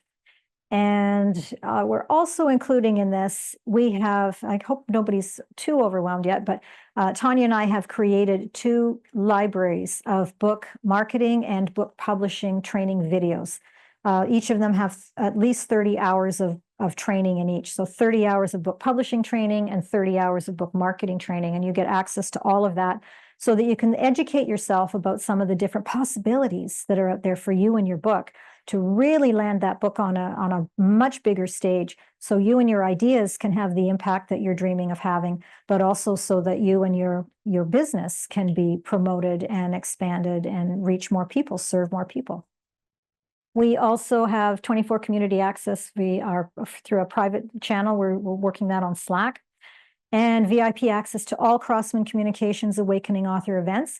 We run a lot of events in a year. We have a Build a Book community meeting about every second month. We have the Conscious Leaders Book Writing Telesummit. We run that once a year. We've got this event. And we have a lot of other things that, if you're in our mastermind community, you're brought into everything for no charge at all. And again, I kind of mentioned this earlier, but introductions to my network of heart-centered, spiritually oriented professionals in the fields of book writing. Yeah, who are all sitting right here in this room, by the way, in San Diego. These people you need to know about. And there are even more. And it's really interesting. I've been working really hard over the last couple of years to find my way to professionals in the book publishing and marketing field who speak the language that I speak, who speak the language of the heart, who understand that we are heart-centered individuals, not just head-centered individuals. We come from our heart. We need to include our heart in everything that we do and lead with our heart quite often. And also, there is a really practical implication to the work that we do. If we want everything we do to succeed at the highest levels that are possible for us as change makers, we have to be quite practical and professional as well. So I've been looking for the people who do that, who are highly professional and also understand that there is divine guidance coming through in everything that we do, and that there is a way to integrate that. And so the people that I've been finding in my community as professionals to refer people to are the people who get that. And they might not be exactly the right fit for you. And if someone I introduce you to isn't, we'll find someone else. You can have a conversation with someone else. Also, library time twice a month in our Inspired Author Academy private Zoom room, and it's a chance to just sit down and work on your book. It's dedicated library time in our Zoom room. We put a beautiful picture of a library up. Tanya is a champion at finding gorgeous pictures of lovely reading rooms and libraries around the world. We put on some nice music, nice writing music, and people just come for 2 hours twice a month and work on your book. So it's in your calendar. And if it's in your calendar, that means it should be getting done, right? Also in our Inspired Author Academy is Actionera's, I guess, Ultimate Course Formula. I guess that's Iman Algaya, CEO, is co-founder of Actionera, along with Robert Evans, who's with us here today. He has the Ultimate Course Formula, which is an 8-week program on how to create an online course. I went through that training when I was first doing my first online course, and it was so powerful and so practical. And I think anyone who writes a book and who wants to be a speaker probably should have a course too. And so Iman has very generously, or Actionera generally, has generously allowed us to package that program into our Inspired Author Academy. And also a very good friend of mine, Janelle Anderson of Emerging Life Coaching. She is a speaker coach, and she has a program called Own the Room. Design and deliver your captivating talk from any stage, which is a 6-week program training people to become stronger, better, more empowered speakers, which again, if we want to make a difference in the world and in our business, we really need to be able to stand up on a stage fearlessly and share our message with that. And then finally, community, accountability, and support, and a deeper connection to your mission and your vision as an aspiring author. And I'm kind of running over time, so I'm just going to go a little more quickly through these slides, but this is just a summary of everything that's included in this package, this mastermind, the Inspired Academy, Author Academy Mastermind Program. A lot of things that have been packaged into this. It might be a little bit overwhelming, but if you can't find a way to write a book with this program, then I want to know why.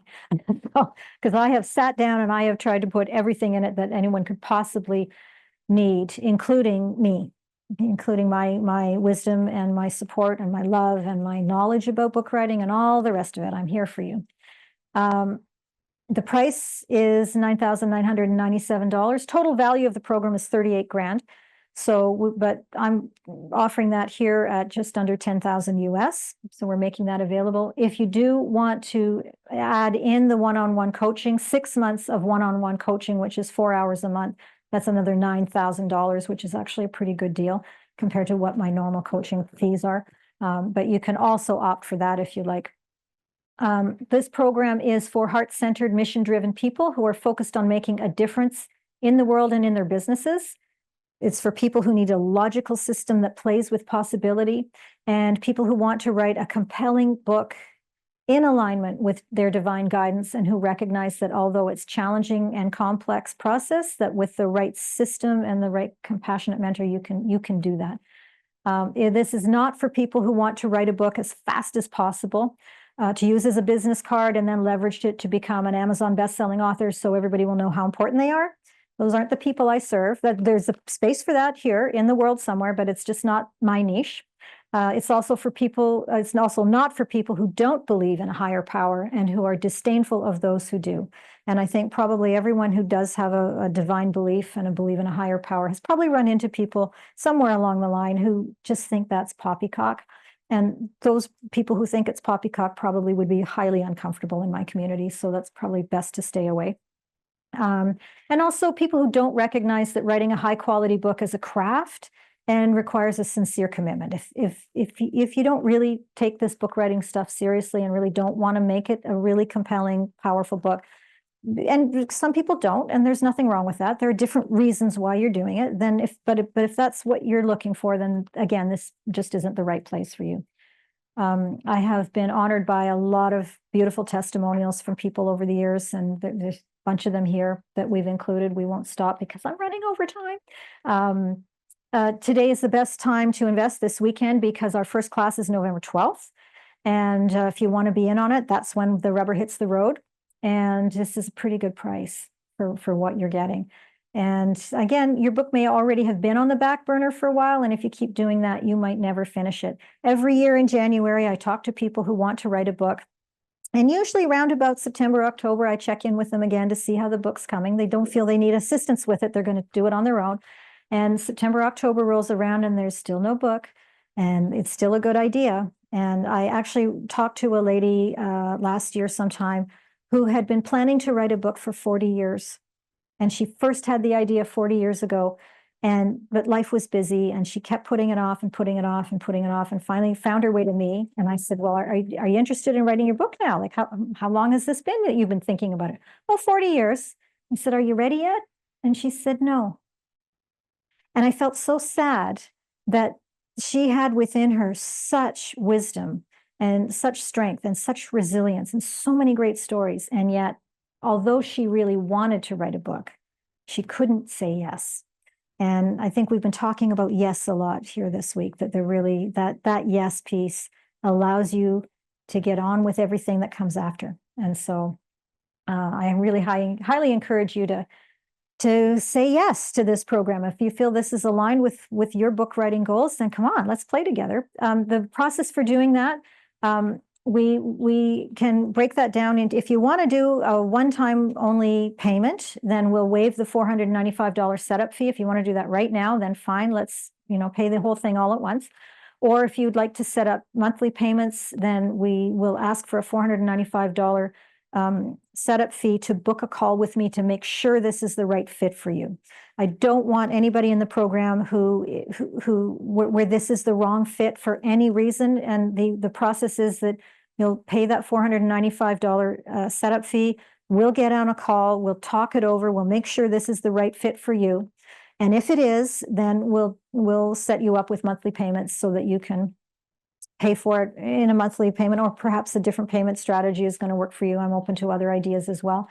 But we don't just get you set up and, if you pay your $495, you have to take the program. No, that's just to make sure that it's the right fit and that you're going to be able to thrive in that program. And Tanya's going to be putting the link in the chat box.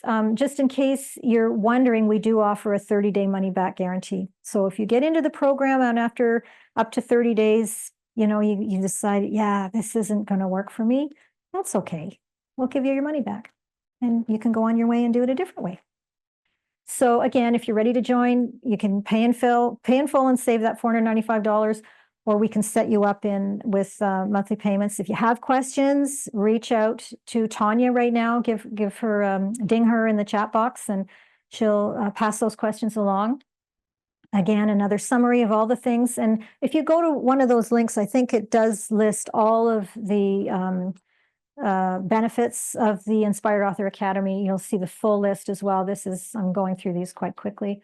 Again, and then just the question that I ask is, how might your life change? What if? What if you wrote a book? What if you wrote another book? If you've already written one? What if you wrote the book that you've been dreaming about writing? What if that happened? What would happen? So I will leave you there now. Thank you so much. We've had a wonderful time, and I appreciate your time and attention. And yeah, if you have any questions, let us know.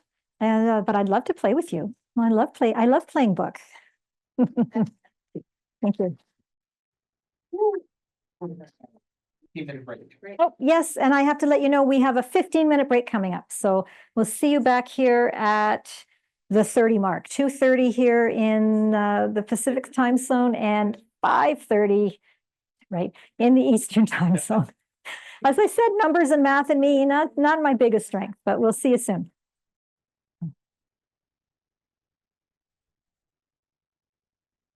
Certified National Coaching Federation and applies various modalities with her 8 additional globally recognized designations.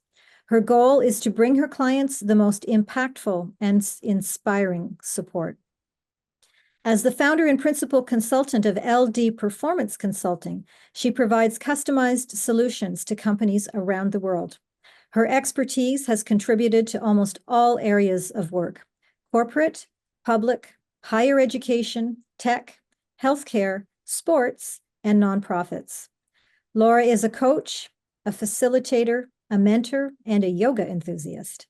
Each adventure, from the valleys of heartache to the joy and achievement of summiting mountaintops and visiting awe-inspiring wonders of the world, have contained unexpected treasures that have shaped her perspective of the world around her. So Laura, thank you so much for joining us. And I am really excited about hearing what you have to tell us. And so without further ado, I will leave it to you. Thank you, Susan. As we get started here today, I'd love to greet you with a very warm sawubona. And in Siswati language or Zulu language, the word sawubona translates to I see you. And by seeing you, I bring you into being. In the plural, for those watching at the collective live or perhaps virtually online, we would say Sanibonani. And in response to Sawubona, Sanibonani in the Siswati or Zulu language, we would reply with Yebo. Yebo means yes. So when someone is greeting you on a day-to-day basis in these cultures, in these languages, it's simply acknowledging, I see you. And by seeing you, I bring you into being. What a beautiful way to be reminded of the significance of what it means to truly feel seen, to be connected, to be in moment of presence with one another. And in this world of information overload, we are truly starved of presence. So as you sit here today, perhaps you're standing, I invite you to simply notice. Notice where your feet are. Perhaps notice the chair that you're sitting on that's holding you. Perhaps you're noticing the temperature of the room, it's cool or it's warm. And perhaps even I invite you to take one step further and notice your breath. And as you begin to notice, simply by the support around you, the air, the environment that you're in, we bring you into a place of being truly present. And this presence matters. This presence matters on the inside and lets you know about the inner world that you're experiencing right now, and also the presence around the environment you're in and how you want to show up as a leader in the respective places in which you live and work in. When we think about your leadership presence, it's really about mastering, discerning what is happening on the inside so that you can hold space, ignite potential, bring about change or creativity, or unlock new ways of thinking in the workplace that will improve your performance and ultimately have you enjoy the good works that you're doing. So as I said, in today's work life, we are caught up in the busyness culture, isn't it? We're go, go, go, meetings after meetings. We are just moving and meeting targets. And, you know, there's great ambition in that lifestyle, but we're really starved of meaningful connections. And connections are so important because it's also a basic need of ours to feel connected, a sense of belonging to one another, particularly, yes, in our home life, perhaps in the sporting environments, and most predominantly in our worlds of work. We spend almost 90,000 hours engaged in our working lives for the average adult. So yes, our environment matters. How we're showing up for ourselves and showing up for the people that we're engaging with daily really has a tremendous impact. So I would like you to consider what kind of impact you would like to make simply by noticing how present you are and the quality of your relationships that you're having with the people that you get engaged with day in, day out. So really, my work is at the intersection of performance and well-being, coming from a vast background. And I'll tell you a little bit more about that in a second. But it's really about touching the hearts and the minds of conscious leaders in the workplaces who want to create those engaging cultures where people not only perform well, but they're also well in their well-being journey that is sustainable towards doing good work in the workplace. Right. So I mentioned that we spend about 90,000 hours of our average adult working life at work. So that's a lot. Now, let me paint a picture of what Gallup shares with us around our well-being statistics at work right now. So we know that only about 76% of employees are actively engaged in the workforce. I got that wrong. 23% are actively engaged. What I wanted to say is that 76% of us experience some sort of burnout at least sometimes. Don't you think our burnout is burnt out at this point? Don't you think that we've had enough of this sense of like, oof, does my work matter? Am I being seen? Am I being recognized? Am I being appreciated in the good works that I'm doing? Now, here's another stat that really gets me excited about the work I get to do. And also, it's an alarming stat whereby we see that 70% of an employee's engagement performance is up to their direct manager. And what I mean by that is it's the quality of the relationship that the manager has with their staff. Wow. It's really something to take note of, especially because we're seeing that low employee disengagement is costing the global economy nearly $9 trillion. This is stifling. This is significant around the impact it's having on when we're showing up, how we're showing up, how are we experiencing work.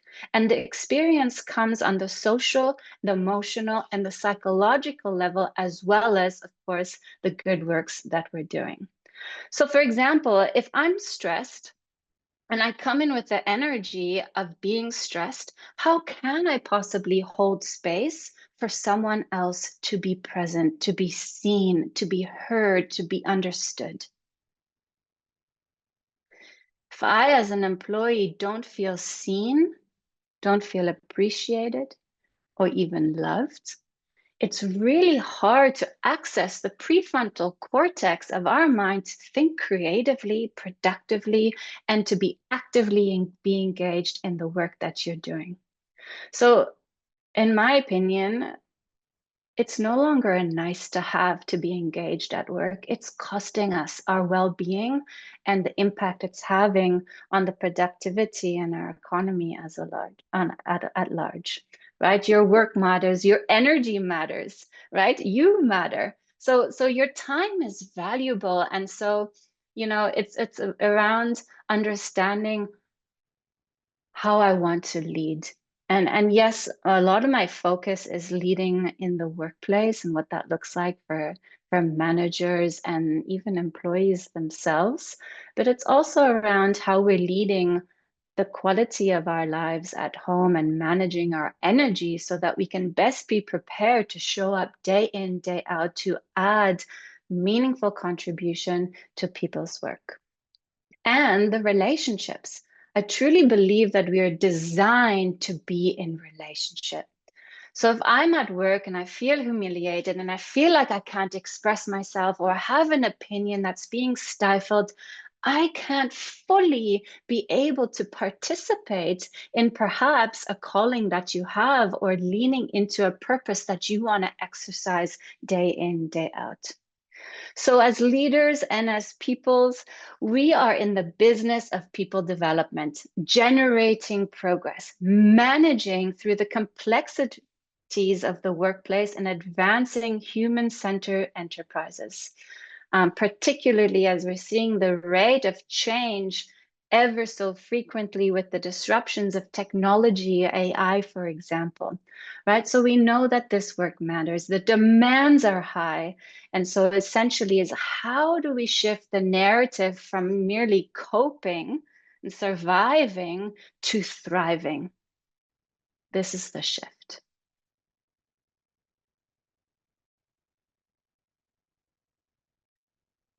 I'll just take a step back and I'd like to just share a little bit about what brought me into this work. And I almost want to go back a really long time ago. And I start with from a young age because I was schooled.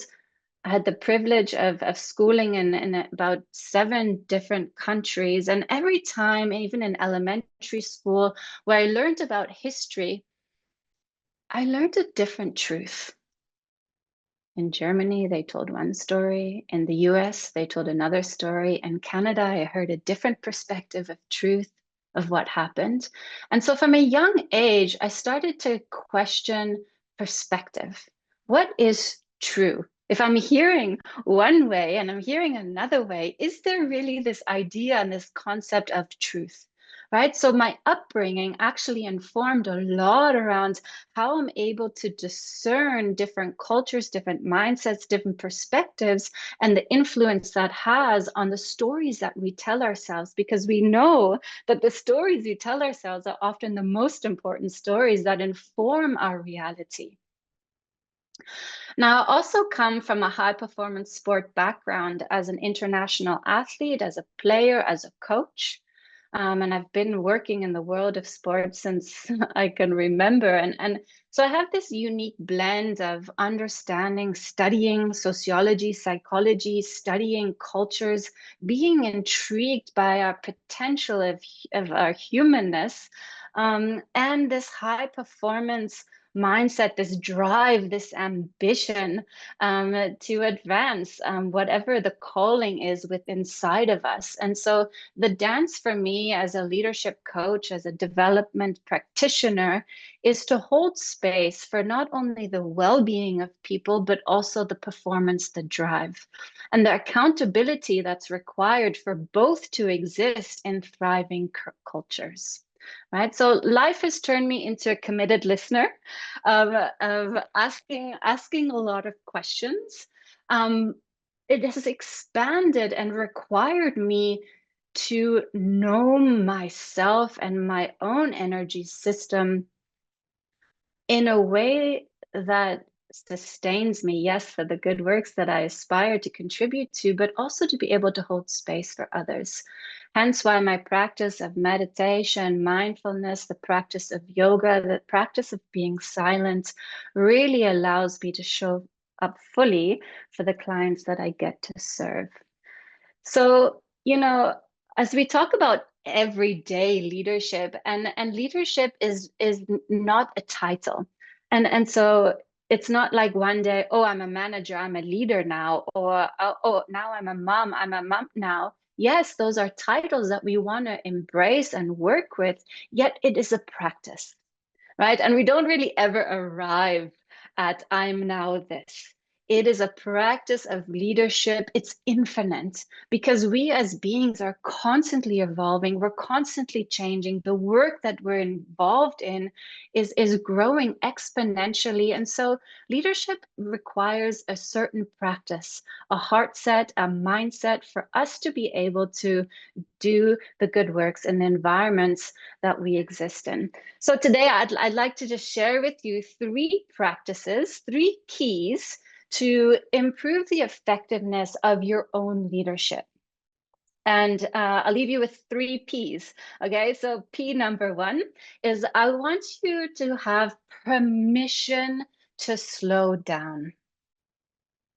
You see, when we ask people questions, we actually empower them more than if we were telling them what to do. Yet to ask questions, we need to slow down so that we can listen.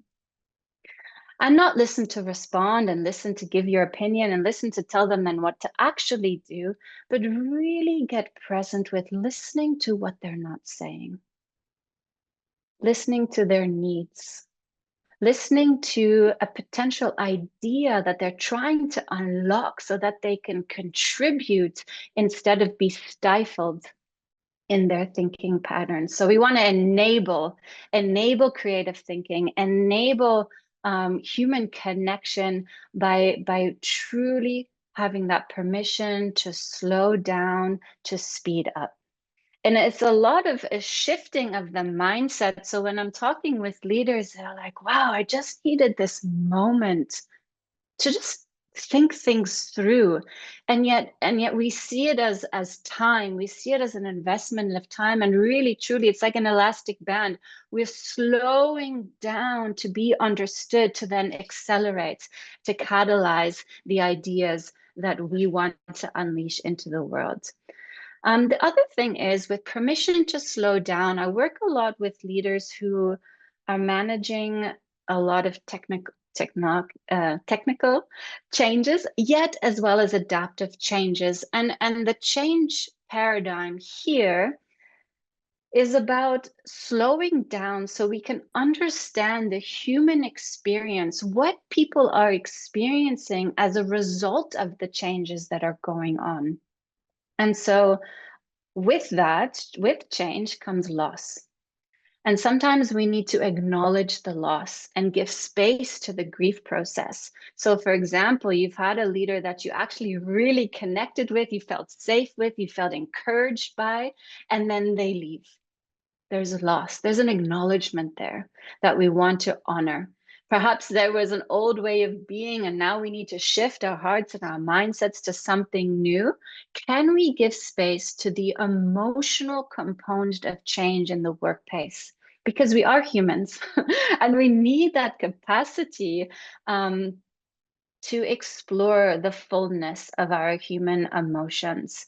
There comes a lot of uncertainty right now in the workplace, and anxiety is a very common, normalized feeling that we're experiencing.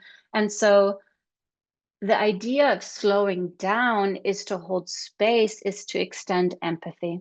And we do that so beautifully by asking open-ended questions and pausing and just giving a little bit extra space than we need to. Now, in order for us as leaders to sit down with our people and hold that space, we need to as well be in tune with our own capacities and know what you have capacity for in a day-to-day. Okay, so with that, key number one, permission to slow down. Ask those open-ended questions. How are you feeling about this change? How might you feel most misunderstood right now? What support do you need from me as your leader as we're moving through this transition? These are all beautiful open-ended questions that I've seen move hearts and minds in the workplace and invite them into the change instead of them resisting the change. Key number two, your second P for today, is purpose.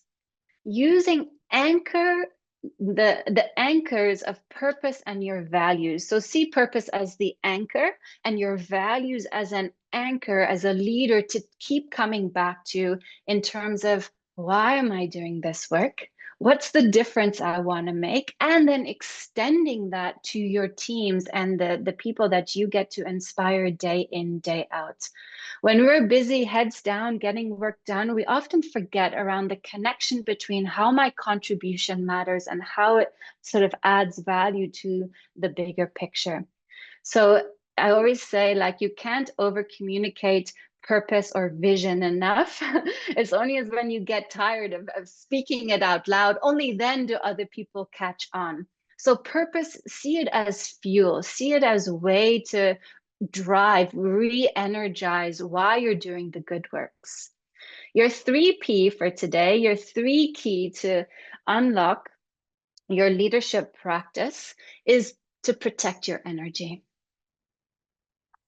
What happens on the inside affects the outside, right? So take a holistic approach and do an energy audit. What's most important to me?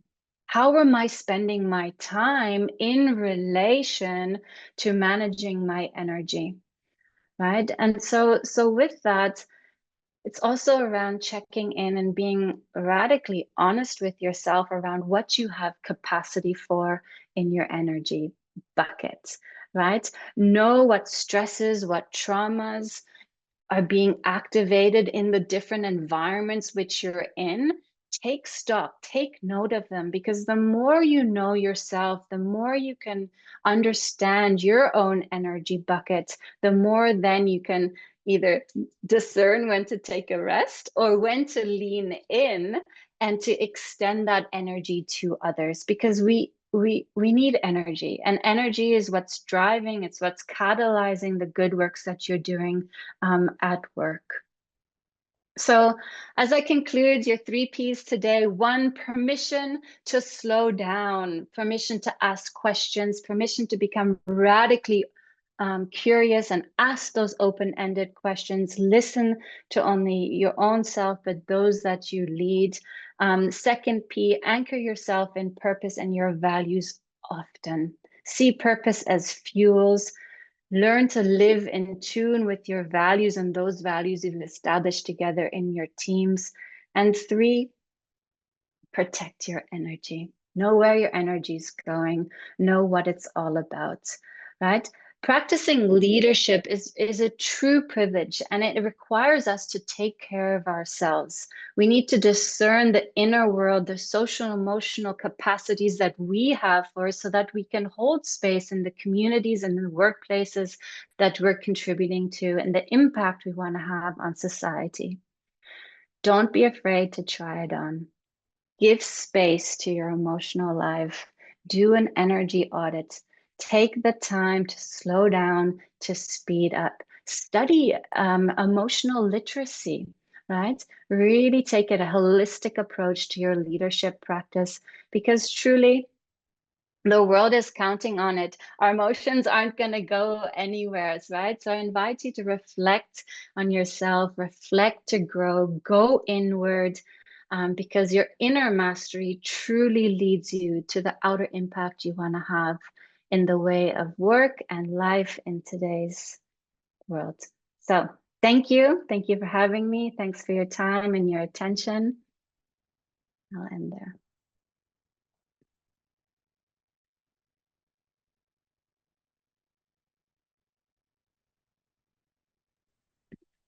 It's so funny. I'm used to having control over the unmute button, and when it's not me, I have to wait. But Laura, thank you so much. What a powerful, powerful statement of leadership that you've given us today. So much to unpack in all of that. That is really nutrient-dense information for leadership. Thank you. Thank you, Susan. Are you available for some questions? You don't mind if we carry on? Let's do it. Okay. So powerful. So for example, you're even the statistic, we spend 90,000 hours of our life at work. I was really thrown aback by that. I had no idea it was that much. So if we're unhappy or our energy is low, then it's no wonder that it's costing, I think, what did you say, $9 trillion is the cost of employee disengagement. Can you speak a little bit more about that, if you wouldn't mind, about, you know, this, I love the 3 Ps and employees giving themselves permission to look after themselves in the workplace, to look after their energy. Have you seen that working well in a corporate environment? Yeah, I go back to the leadership in the sense of the conscious leadership. So the intentionality behind those who carry the authority to make the space or the environment of a particular team to thrive.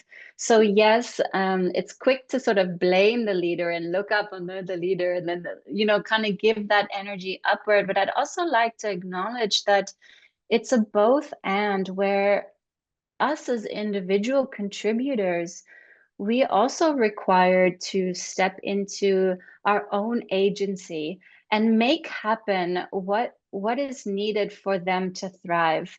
And so when I look at our career well-being, you know, when we have high career well-being, we have an overall well-being 2 times more likely to have overall well-being in our life.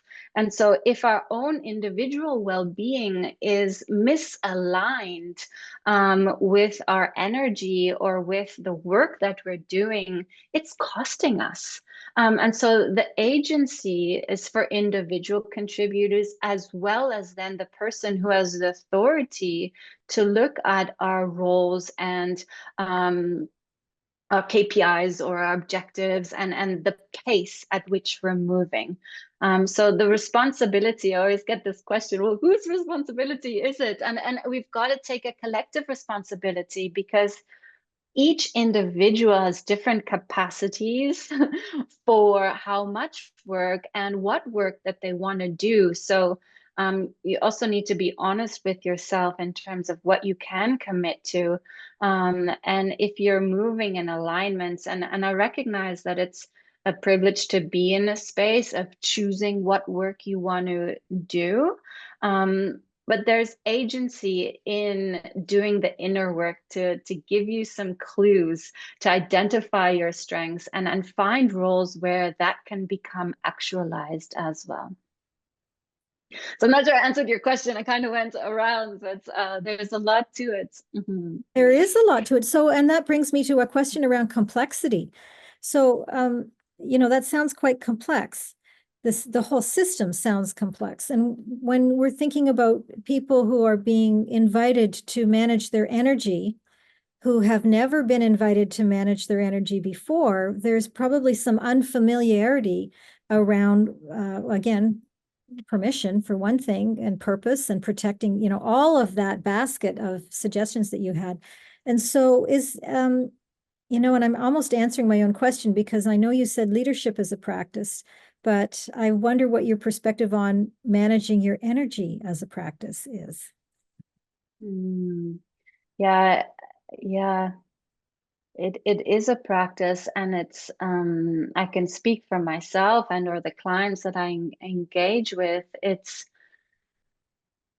There's not always the time and place for it, but sort of if we look at the statistics around burnout, we want to start to gather the clues before it gets to the point of I can no longer, right? So burnout doesn't just happen overnight. It's a continuum that eventually leads to I can no longer participate, or I need that time off now. So what were the initial clues? And in the workplace, Susan, it can start off by even a comment that a manager makes. Or if you're feeling a sense of betrayal, or a sense of there was like, ooh, I was just ignored. That's a small clue to say, ooh, that didn't sit well with me. I wonder what's happening here. Do I have the courage to explore that and or lean into a difficult conversation, so that, you know, conflict avoided isn't conflict multiplied down the way, right? So really being in tune with, ooh, how did I feel at the end of this meeting? Was my opinion heard? Did I get a chance to do something that I love this week? Right? So reflecting to grow is really part of that individual energy audit. And I'm sure as a consultant, that's something that you encourage leaders to do, particularly, but also to have them encourage their employees to do too. Yeah. Yeah. Also, Laura, you said something else that I would love to hear more about. You said, you know, you were talking about, you know, giving yourself permission to look after your energy, to slow down, to speed up. You talked about making sure we're connected to our purpose, and of course, protecting our energy. And then you said, the world is counting on it. And I'd love to hear an elaboration from your perspective on what that means to you. And just reflecting on your talk, how you work with like leaders who are out here, like, let's bring it back. Let's bring Well, it and I back to know the here you're and the now. you're a maximizer, so you're as big as they come in terms of your worldview. When I think about, the world and in relation to this work, and again, I've had the great privilege of exercising leadership and being in rooms in different corners of the world, is that this this isn't going anywhere. And so it's almost the opportunity to explore the conversations, and explore possibilities of how do we shift the narrative from suffering and coping to thriving? What really is this going to look like? Because on the other side of all of this is fulfillment, is joy, is a sense of meaning, of purpose, and the quality of our relationships really impacts the quality of our lived experience. So when I say like the world is counting on it, it can be even your world in terms of your ecosystem that you get to participate in on a day to day. Beautiful, thank you. And you just said another big one for me. I just went, wow, that's amazing. The quality of our relationships impact the quality of our experience. So our relationships are crucial. And there's a piece there too around managing our relationships, I suppose, too, is there?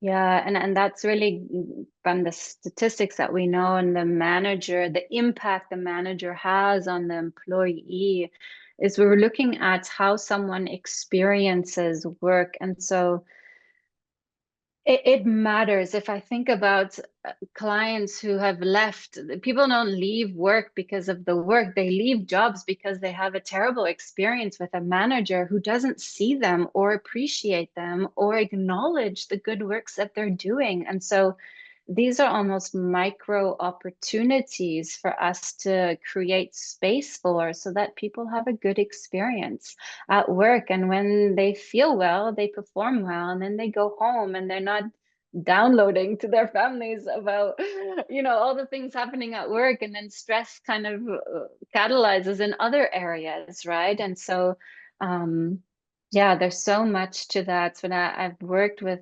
countless amounts of individuals who have gone on leave due to poor relationships with their direct manager, their direct leader. And so, yeah, there's really a need to make sure that we're giving this the attention that it needs. Yeah. Yeah, from so many perspectives, you've mentioned the financial implications globally and to each individual organization as well. Like this is costing businesses money, it's costing economies money, and it's costing people years of life probably when you get right down to it. There's a lot riding on it. I'd love to know more, Laura, if you wouldn't mind telling us about your career in sport and how that has enlightened the leadership that you help people provide now. Mm. I'm like, yes. I find, sport has taught me so many life lessons. Yeah, it should be a book on its own.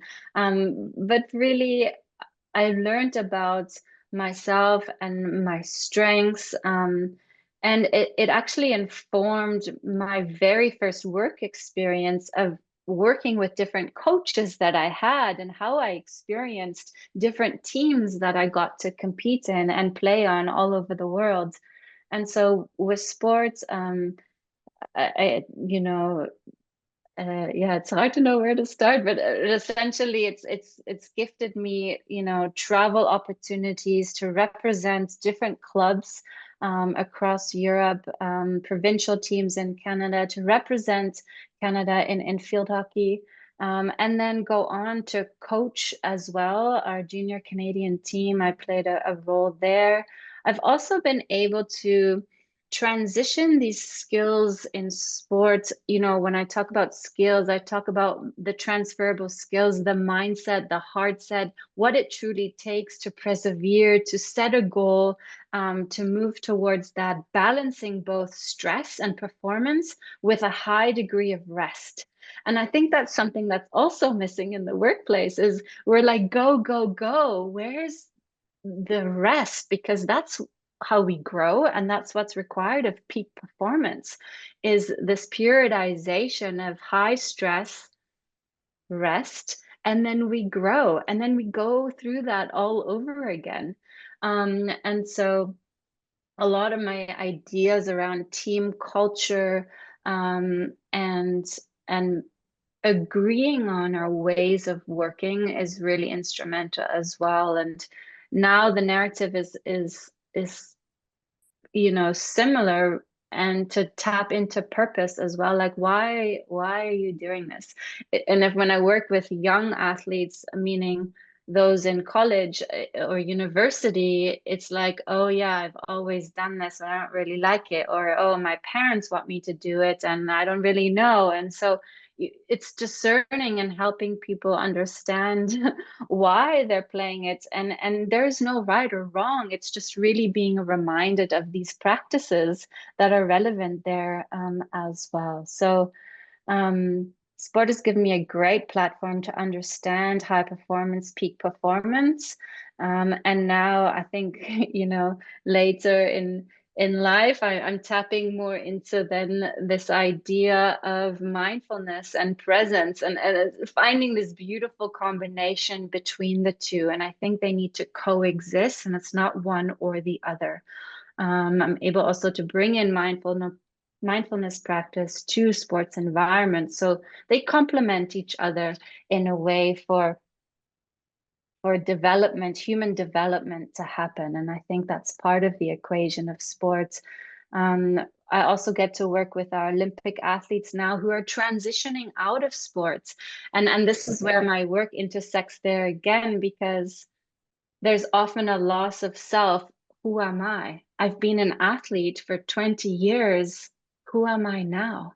And so working with the identity transition is a massive, massive privilege, I would say, because you're actually unraveling an identity and helping people build new identities. So that type of conversation is energizing for me, and so meaningful to restir purpose or reignite a vision for someone to move into. It must be really exciting work. You must love what you do.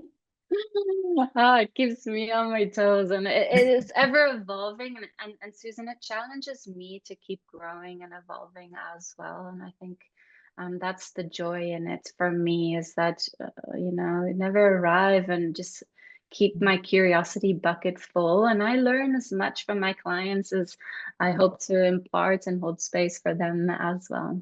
Yeah. Oh, thank you. And Laura, I'd love to hear more about your book. Can you tell us a bit about the book you've written? Yeah, so the title is The Everyday Leader: Inner Mastery, Outer Impact. And I truly wholeheartedly believe that leadership is a practice that we all participate in, and it's not for the chosen few, but we're all leaders. And when we invest in ourselves as people, everyone gets better, everyone wins. And so the book is divided into 3 parts. So it's structured that way. Part 1 is leading self, so unraveling those identities that we carry from our professional self, our personal self, maybe even our ancestral self, all the parts of ourselves that we unravel in way of identities, discerning our strengths, our weaknesses, perhaps our blind spots, our personal values, and purpose, and and visions that we carry from within our own selves. So that's really part 1. Part 2 moves us into then from me to we. How do then I best engage with others in the environments that participate in? And so, yeah, part 2 sort of helps us set the scene wherever you are in relationship with somebody else is, can you be really clear on our ways of behaving? And when we're clear on our ways of behaving, we can also hold ourselves accountable to then those standards or those values. So it looks at how do we engage in an ecosystem in a really productive way. And then finally, part 3 is we move from me to we to then us. What does this practice of leadership have on the impact in our lives, in our well-being journey, in the greater communities at large? So be it your family, be it the workplace, be it, wherever you find yourself. And that's how it's evolved. Yeah. And it Wonderful. actually ends with this idea of holistic energy management. And I think that's just an unraveling of my own self-development that happened through the process of this book coming into life. So that journey in and of itself is is endless, I must say. Well, and I'd love to hear more about your how you feel you may have evolved during the process of writing your book. Thank you, Susan. I first wrote a lot of the stories in the book, and then I put them away, and I was like, okay, they served a process in my own healing journey and my own ability to have perspective of my inner world, and just some incredibly amazing places that I've lived and experiences I've had. So that was the initial sort of thought, and then I've had several moments, I must say, where like, you should write a book, yes, live some pretty neat things in your life. And I was like, yeah, maybe, and so writing a book, it kind of sat there at the back for quite some time. And it's such a joy to think about just our first book structuring call that like helped me immensely, just kind of gather how do all of these pieces, how are they all going to come together? And so if I now reflect on, okay, I put it aside and then it still sat there, I'm like, well, maybe this does need to come out into the world today. Then it was about revisiting new learned experiences that I had, and how can like my DNA keep coming through this book and out into the world. So I would say writing a book just doesn't end. Like, even if I open it up today, it's like, oh, I could just kind of keep adding into it. And there's an element of, is it ever really done? And or discerning my own narrative around excellence versus perfectionism. And so that was a learned thing I also got from sport, but I felt like I was never good enough because you're always improving, you're always something more. And I was like, okay, Laura, that's not always relevant in life. And so I had to actually unravel of my own inner self while I got to this stage of finishing this work of writing a book. And yeah, I think now it's at the place where if new ideas do come, or I've had a different experience, it's like, okay, maybe there's space for it after, or in the next part 2 or part 3 or whatever that might I look was going to like. say part 4. Yeah. Yeah. Well, that's a beautiful answer. Thank you. It really speaks to your evolving self, and in your relationship with your book's evolving as you're evolving too. Yeah. And now you're just on the verge of publication, so it should be out fairly soon. I'm wondering where the book fits into the matrix of your life. So what is its job in your life? Yeah, I always think of, if it empowers one person to get to know themselves a little bit more and create some agency for them to make a change or make a difficult decision, or if it can lend itself to the growth and development of one person, one team, one leader that can, unlock talent in someone else. I just find it's already served a purpose. And so it's part of a way of self-expression as well. And I get to listen all day, every day. I'm listening. So it's a way for me to collect also patterns and things that I'm hearing that are relevant for people right now. And to also, I want to say blend. It's almost like, okay, how does this piece that I'm hearing here make sense with this concept and this research? And so the creative expression, it's about bringing all these experiences together into something tangible that hopefully will make sense to someone else, because I see them in my mind and like, how do I bring this together and give it out? So yes, it's a great platform to bring into my clients now, and I can keep traveling with it. I can say, oh, if someone asks me a question, I can give them a book, or, I don't know. It's going to be, I think, an organic process for me to be able to continue to share my lived experiences and hopefully impact the communities I get to work in. Yeah. And to bring more visibility to the work that you're doing. Mm, What you're mm, talking about is new to me. I love that word blending, because you're an amazing synthesizer.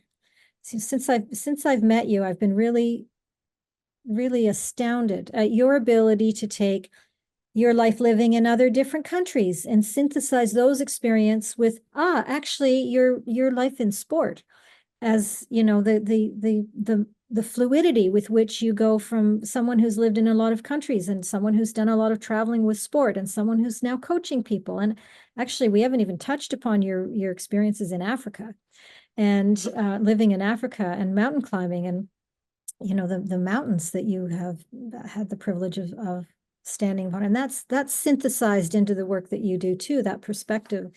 And so I love that you've written this book and that there's so much variety in it, so mm. many amazing stories, but still you do not deviate from the narrative of helping people to be true to themselves.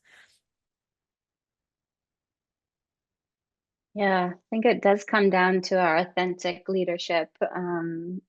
Again and again, and it's liberating, I think, from the self perspective and what I've seen for others to be able to move forward in the direction that they want to go to instead of what other people want them to do. So it's, yeah, I don't know if the word is moving away from what is expected and what everyone else is doing to rather tuning in and discern like what is true for you as an individual as well. Yeah. Yeah. I'd love to know more too, Laura, about your perspective on the idea of an author's opportunity to generate more harmony in the world. Mm, mm, You've read some great books, I know, as mm. well, and now have written one. Yeah, I think I'm just looking at my bookshelf over there. It's there. It's like books are like almost comforts, like they're kind of ways to relate and connect to other people's experiences. And I've just found um, personally such comfort, I think is the word that's coming to mind, around reading, resonating, relating, maybe drawing on an idea or reflection or a concept and seeing how to live that out personally. So the harmony piece for me speaks to finding like alignment within so that we can find that on the outside and connect more with others who also seek that, who lead from a place of heart, and it almost like exudes out, like it's a natural expression of, then if I'm being true to myself, can I offer the space for others to be true to themselves? And so yeah, it kind of goes to what you're saying just now about personal lived experience and professional experiences. There's some attunement that's happening between those two worlds. And I think the same will ring true for us as authors to speak from a place of our truth and hopefully enable others to tune into their truth and their way of being. Yeah, beautifully said. Thank you. Thank you, Laura, for that. I wonder, would you be willing to read a little bit from your book? Can you read us a passage, perhaps? Cool. I was thinking about this. How much, I just want to check in, how much time do we have? Lots of time. Okay, so I will share a short passage. This part comes from part 1 of my book, so where I was exploring personal leadership. And the title of this story is From Comfort to Courage. It was late August during my time living in the Kingdom of Eswatini, a landlocked country bordering Mozambique and almost entirely surrounded by South Africa. At this point in my career, my leadership development work included educating individuals, teams, and organizations across a variety of sectors about how our minds work to help unlock potential on all levels. A client booked a last-minute 3-day team retreat for members of a high-performing team, and we were meeting in a conference room nestled in a 5-star hotel. The curriculum for this client focused on developing self before leading others, and we had just started a conversation about ways to become aware of the gaps in our own understanding. I must admit, I was feeling quite nervous about this specific workshop. It was only my second day back at work after taking an extended leave of absence to regroup after a whirlwind of traumatic experiences. I vividly remember a prominent man with a large frame slouched at the back of the U-shaped table who had shown up an hour and a half late, which is not uncommon occurrence in this nonchalant culture. He was disengaged and mostly preoccupied with his phone. Regardless of his demeanor, he slowly raised his hand, unsure if it was appropriate to interrupt the personal story I was telling about what it means to experience cognitive dissonance, the impact it can have on our decision-making process, and how to resolve it. This man was a member of the top executive team, and his seniority and prestige in the company and nation was slightly intimidating. I shyly acknowledged his desire to speak. My usually confident self was anxious at that moment about what he was about to say or ask. Being a facilitator, sharing knowledge, and being in front of people can be a vulnerable act in and of itself. After we locked eyes and I nodded for him to speak, the man lowered his hand, put his phone down, closed his workbook, and pushed it to the side of the table. He sat up, straightened himself out while adjusting his tie, leaned in, paused for what felt like 2 minutes, though surely was only a second, and said, "Excuse me, ma'am, you should write a book about this. Your experience, your courage, and the depth of vulnerability you have just demonstrated are something many women and men of this nation can learn from."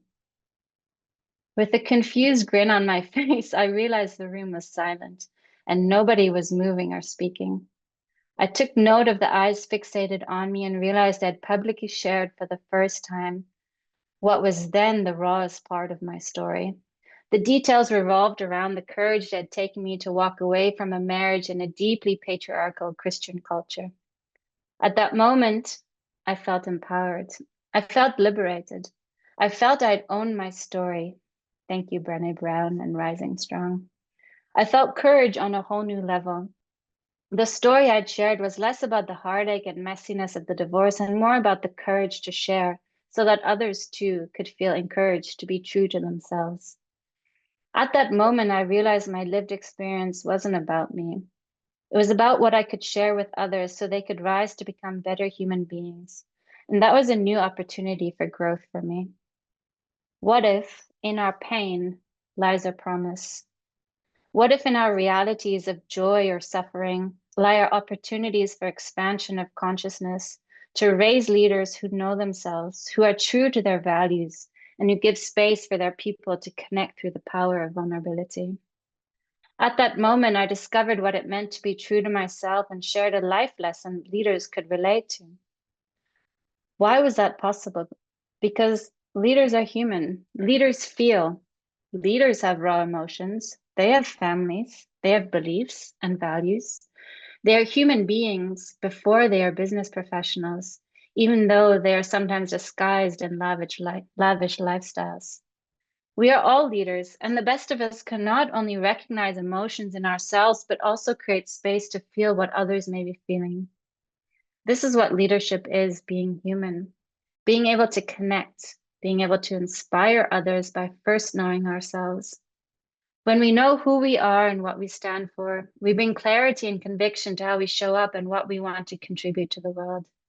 I want to celebrate and encourage the type of leadership that brings out the best in people, a way of being that celebrates our unique way of thinking, feeling, and behaving. When I'm asked to facilitate an experience for a group of people, I'm in the spotlight, all eyes, ears, and hearts on me. It requires courage and frequent personal affirmation for me to reflect my own competence, a competence that settled more emphatically around me after the executive's comment because I knew I had his attention. The rest of the morning went on successfully, and we completed the workshop on the high vibration I'm accustomed to experiencing in these situations. I remember to this day that at that moment, I thought I could be more of who I am. I could go out and change the world. I remember celebrating myself after the session by journaling my experience and just acknowledging how powerful it is to be vulnerable.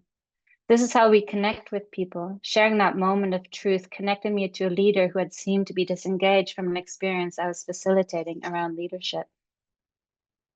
Stories carry emotion, and through the art of aspiring to become a world-class facilitator, I've learned that stories are what people remember. So whenever a new idea or concept is introduced, I remember to tell a story. Interestingly enough, I had not planned to tell that particular story at this facilitation retreat. However, the story I told was about what it means to choose to have the courage to be true to yourself, to know and live your values rather than choosing comfort and the easier way out of a complex situation. We don't want to feel uncomfortable with a difficult choice. We want the comfort of continuing on the familiar path, even though deep down inside we know things should not be this way. The story I told was about the total dissonance I'd been feeling during my marriage between my commitment to the person I'd chosen to marry and the covenant I'd made to my commitment to my faith on the one hand, and the stark reality of the unhealthy and unwholesome life I was living. I was living in a country which did not easily excuse divorce, and I knew leaving my marriage would involve a public form of humiliation reflecting how I had disappointed the community.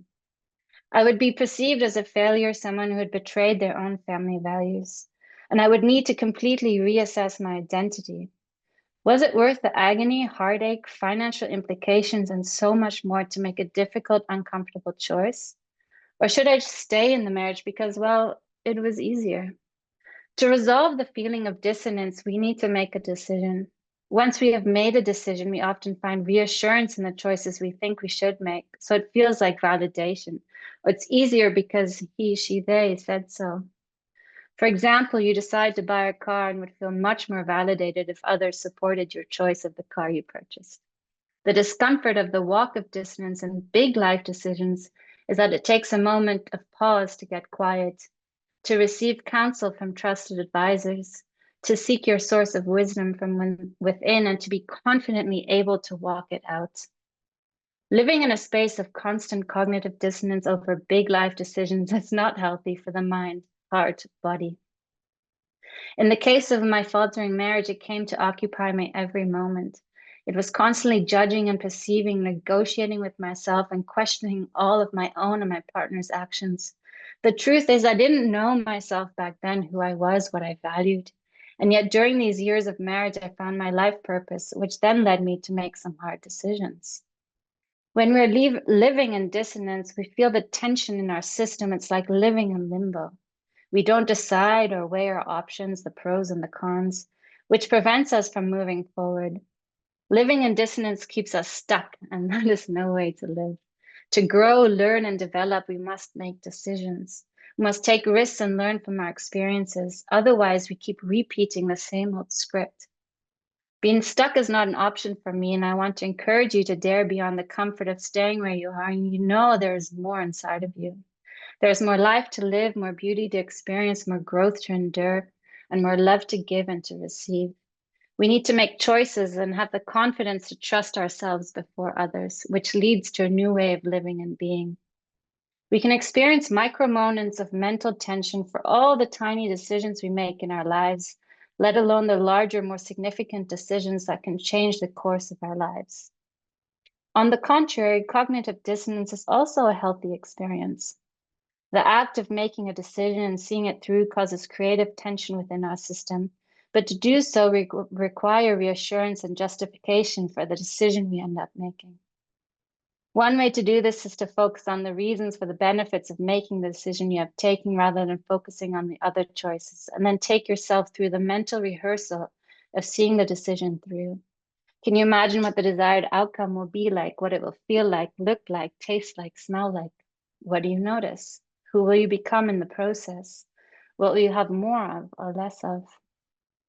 Ultimately, choosing to resolve dissonance requires a decision to be made, and we can't exactly know what the outcome will be until we start to walk it out. That being said, we can have faith that everything is always working out for us. So in the end, after a few short years of marriage and many months of dissonance, after receiving counsel from those in favor of abiding by religious rules and the influence of close friends, I chose to have the courage to live out my values, which meant choosing against a deep-rooted belief I held against being divorced and what I'd always thought that meant about my relationship with God. You can choose courage or you can choose comfort, but you can't have both. You're the anchor in the decision-making process. So what is most important to you? I could no longer stay in the so-called comfort of the dissonance that was hurting me. What was in front of me? This is not comfort, I used to think. The deciding factor in resolving the dissonance in the case of my marriage was to look inward and recognize what I stood for. What values represent the guiding principles of my life? It's only here in this deep reflection that I was able to identify my values, learn what behaviors would affirm these values, and align them to my goals and aspirations in life. I'd been living in conflict for more than 15 months before I had a revelation about which direction I wanted my life to take. This was difficult. Was I being selfish by staying true to my values? What was this process of aligning values within partnerships? Why had I never previously had determined what my values were? You see, when we're in a committed relationship, for example, romantic, friendship, family, a working partnership, there will undoubtedly come to a point of pain or conflict. At that point, it will be our guiding principles, our values, which will determine the quality of that connection and whether or not we can continue to walk together towards the same goals. Neither outcome is right or wrong. However, we can look at the decisions we make in our lives as neutral and then shape our decisions based on our values and visions. We can free ourselves from what society, family, and culture expect of us, and that is power. The man who interrupted my story turned out to be one of the king's advisors, a position which is highly regarded in the nation. I have since excused his slouchy demeanor and late arrival. After the comment he made, he became actively engaged in the workshop, even to the point of sitting at the front of the room. It was a transformational experience for me and us. Oh, Laura, that is so powerful. I can't think of anything else to say that could at all reverence your work properly. That is absolutely beautiful. Thank you. Thank you for having the courage to step into your book too, to writing that. Really appreciate it. Thank you. It felt nervous to read it out loud for the first time. So thank you for creating the platform to read that out loud. Thank you. Yeah, I appreciate it. You're so welcome. I know I've been there, and I've felt that nervousness, anxiety around reading it. It's so true, but it's a gift to everyone listening. So we really honor you for stepping into that. Thank you so much. Thank you. Thank you. And thank you for making time to be with us today. This has been absolutely spectacular to spend time with you, to hear more about your perspective on leadership and creating harmony and authenticity. I'm just so pleased to know you and to be looking forward to my own signed copy of your book and being able to point to that book on my bookshelf and say, Laura Dowling wrote that one. It's going to be a wonderful moment. Thank you, Susan. And thank you for being who you are and creating this space for all of us, from the sound bowls to the wisdom shared. Like, it's truly been a transformational day, just witnessing the good work. So thank you and congratulations to Thank you. you. Appreciate that very much. And so grateful that you've been able to spend time here today too. Well, let's all breathe.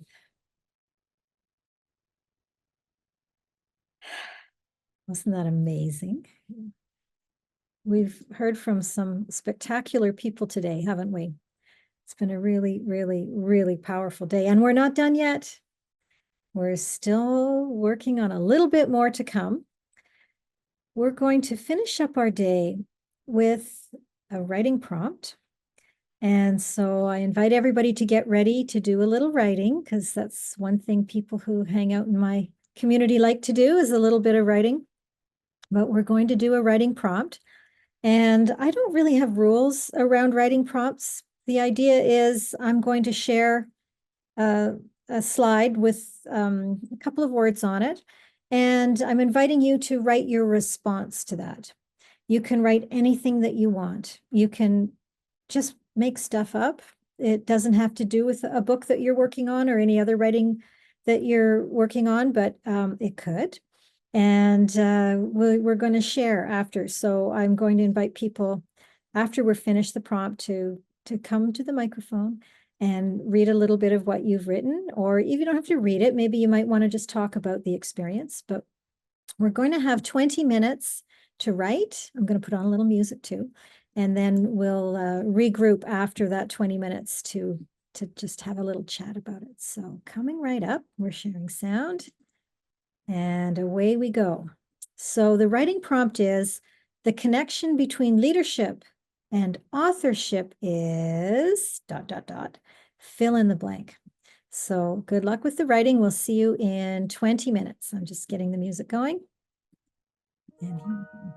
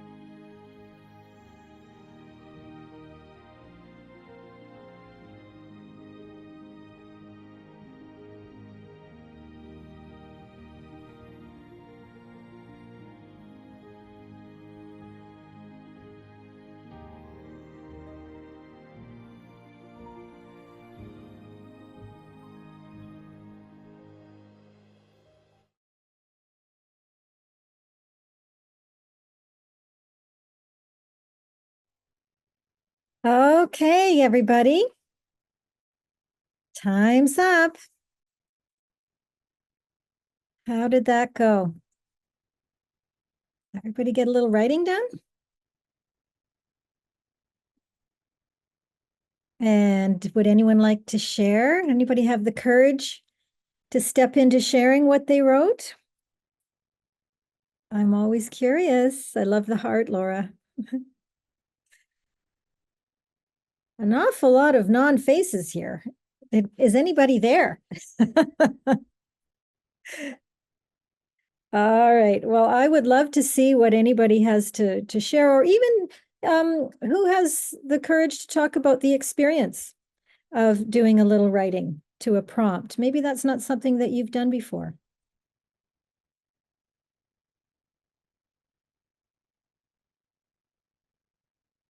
Laura, you're on camera. Does that mean you're willing to share? Or you have something to share? The host has to unmute you. I think if you'd like to say something, probably a good idea to put your hand up, and you can find your raise hand button at the bottom where the reactions button is. If you just click on the reactions button, one of those options should be to raise your hand, if that's what you would like to do. So, oops.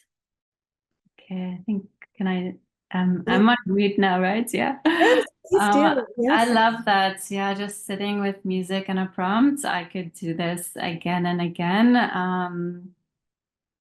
It's interesting after speaking about leadership and then authorship and how they blend. Yeah, just so much about your truth and your perspective and just like let it out.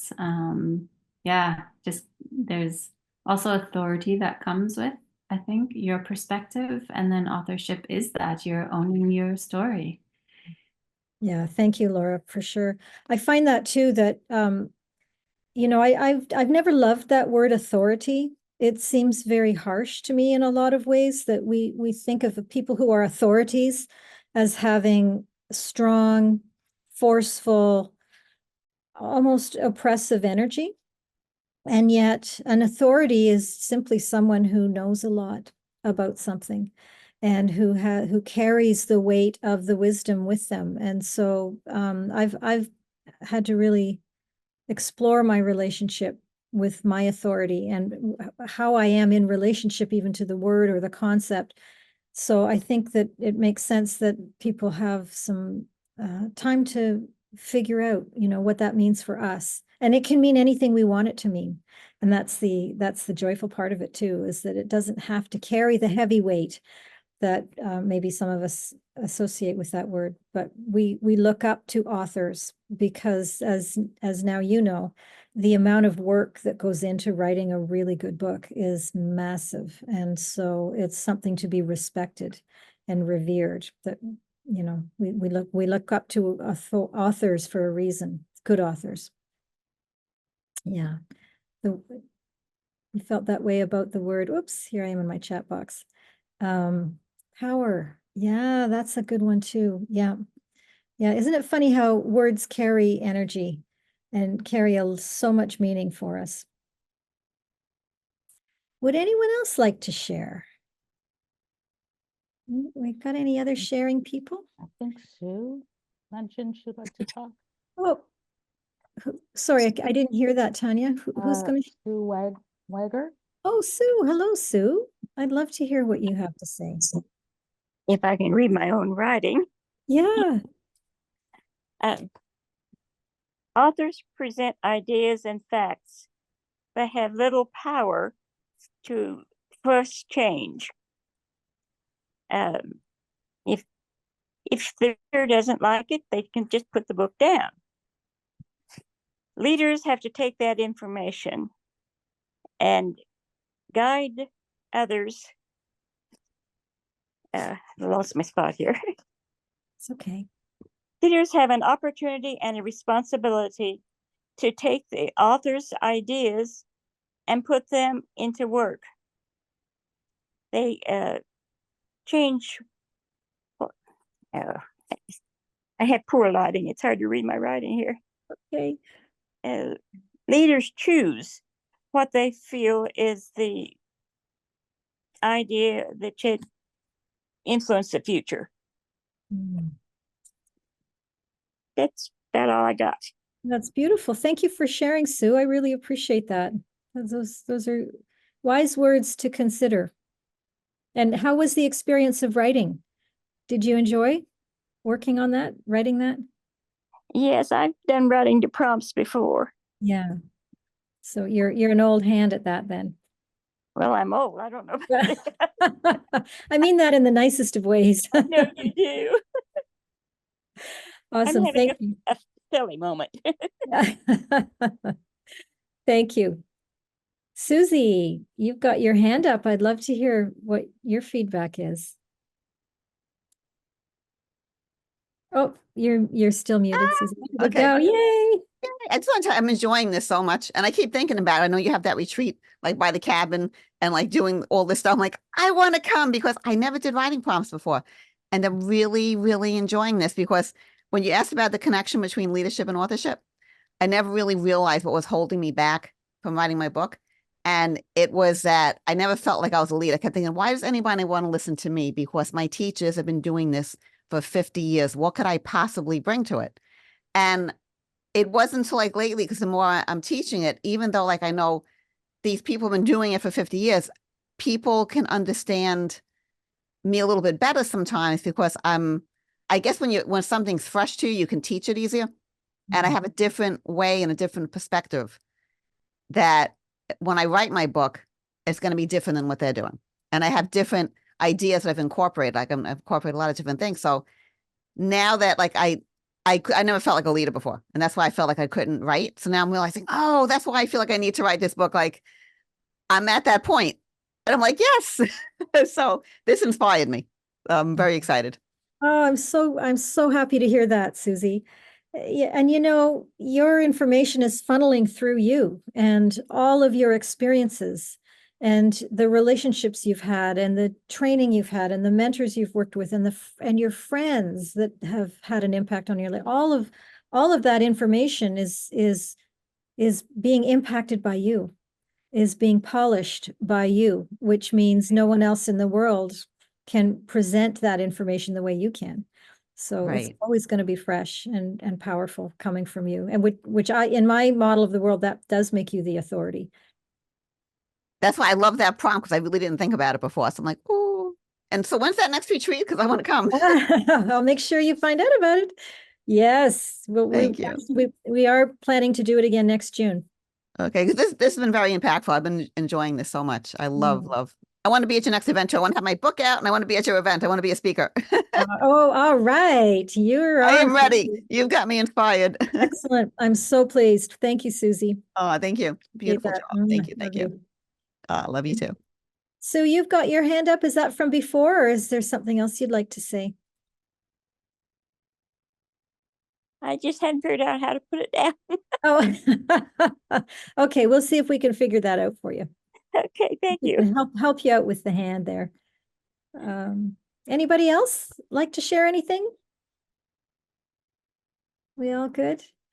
All right. Well, thank you everyone for showing up today, for being part of our adventure today. I am so grateful to everyone for being here and bringing your best self to the most remarkable talks that we've had from our speakers. We are just so blessed to have such wise people in our midst, people who know so much and who are so willing to share so generously of what they know.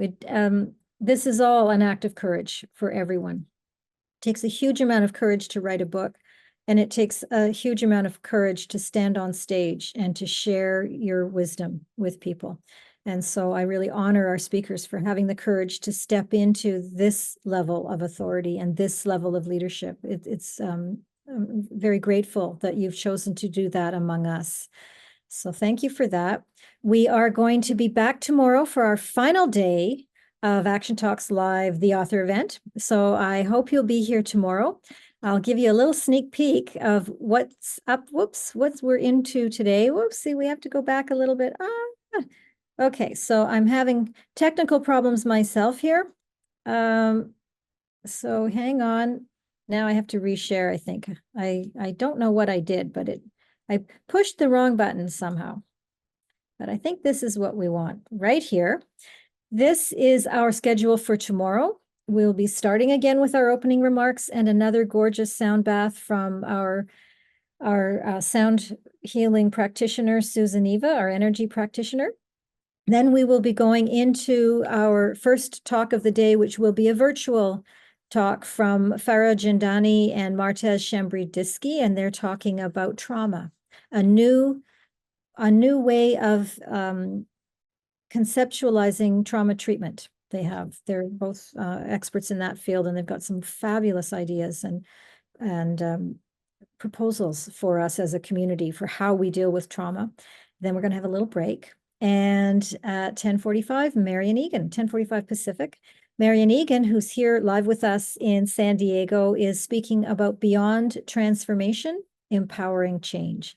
And so she's going to be our second speaker of the day. Then I'm going to be coming on stage after Marian to answer any questions you might have about writing a book and publishing and marketing. It's going to be a little bit of a free for all. So if you have questions about, what's happening with your book or where you think you should take it next, or indeed about the program that I've offered today for our Inspired Author Academy, that's a good time to come. And we're going to just have a little open mic time and then lunch.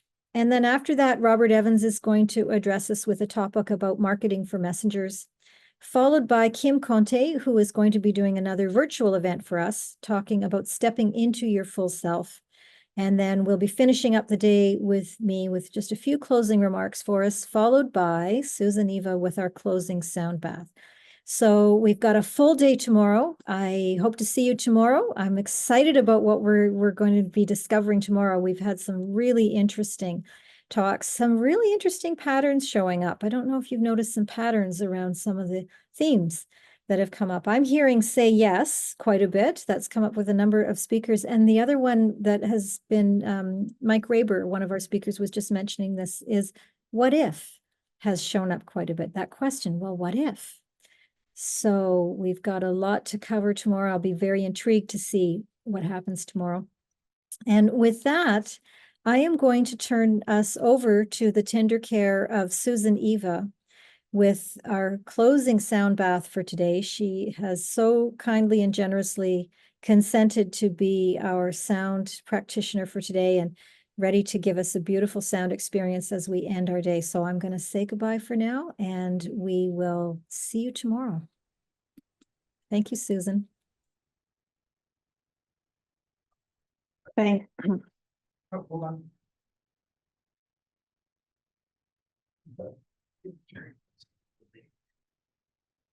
Special button.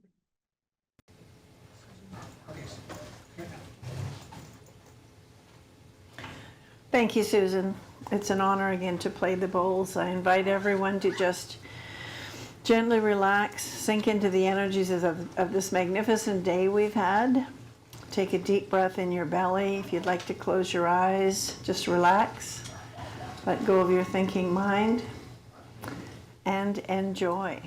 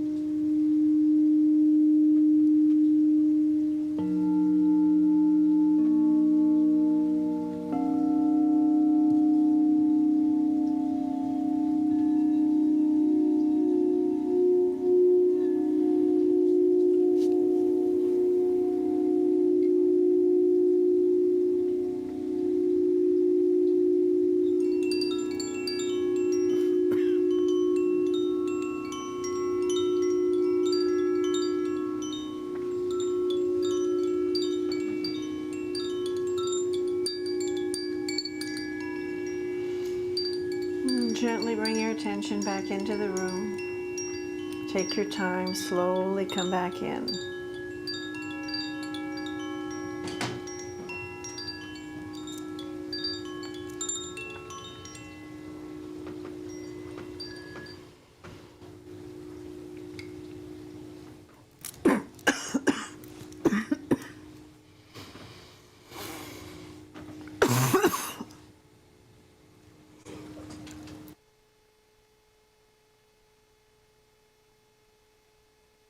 Thank you, Susan, for yet another beautiful experience for us.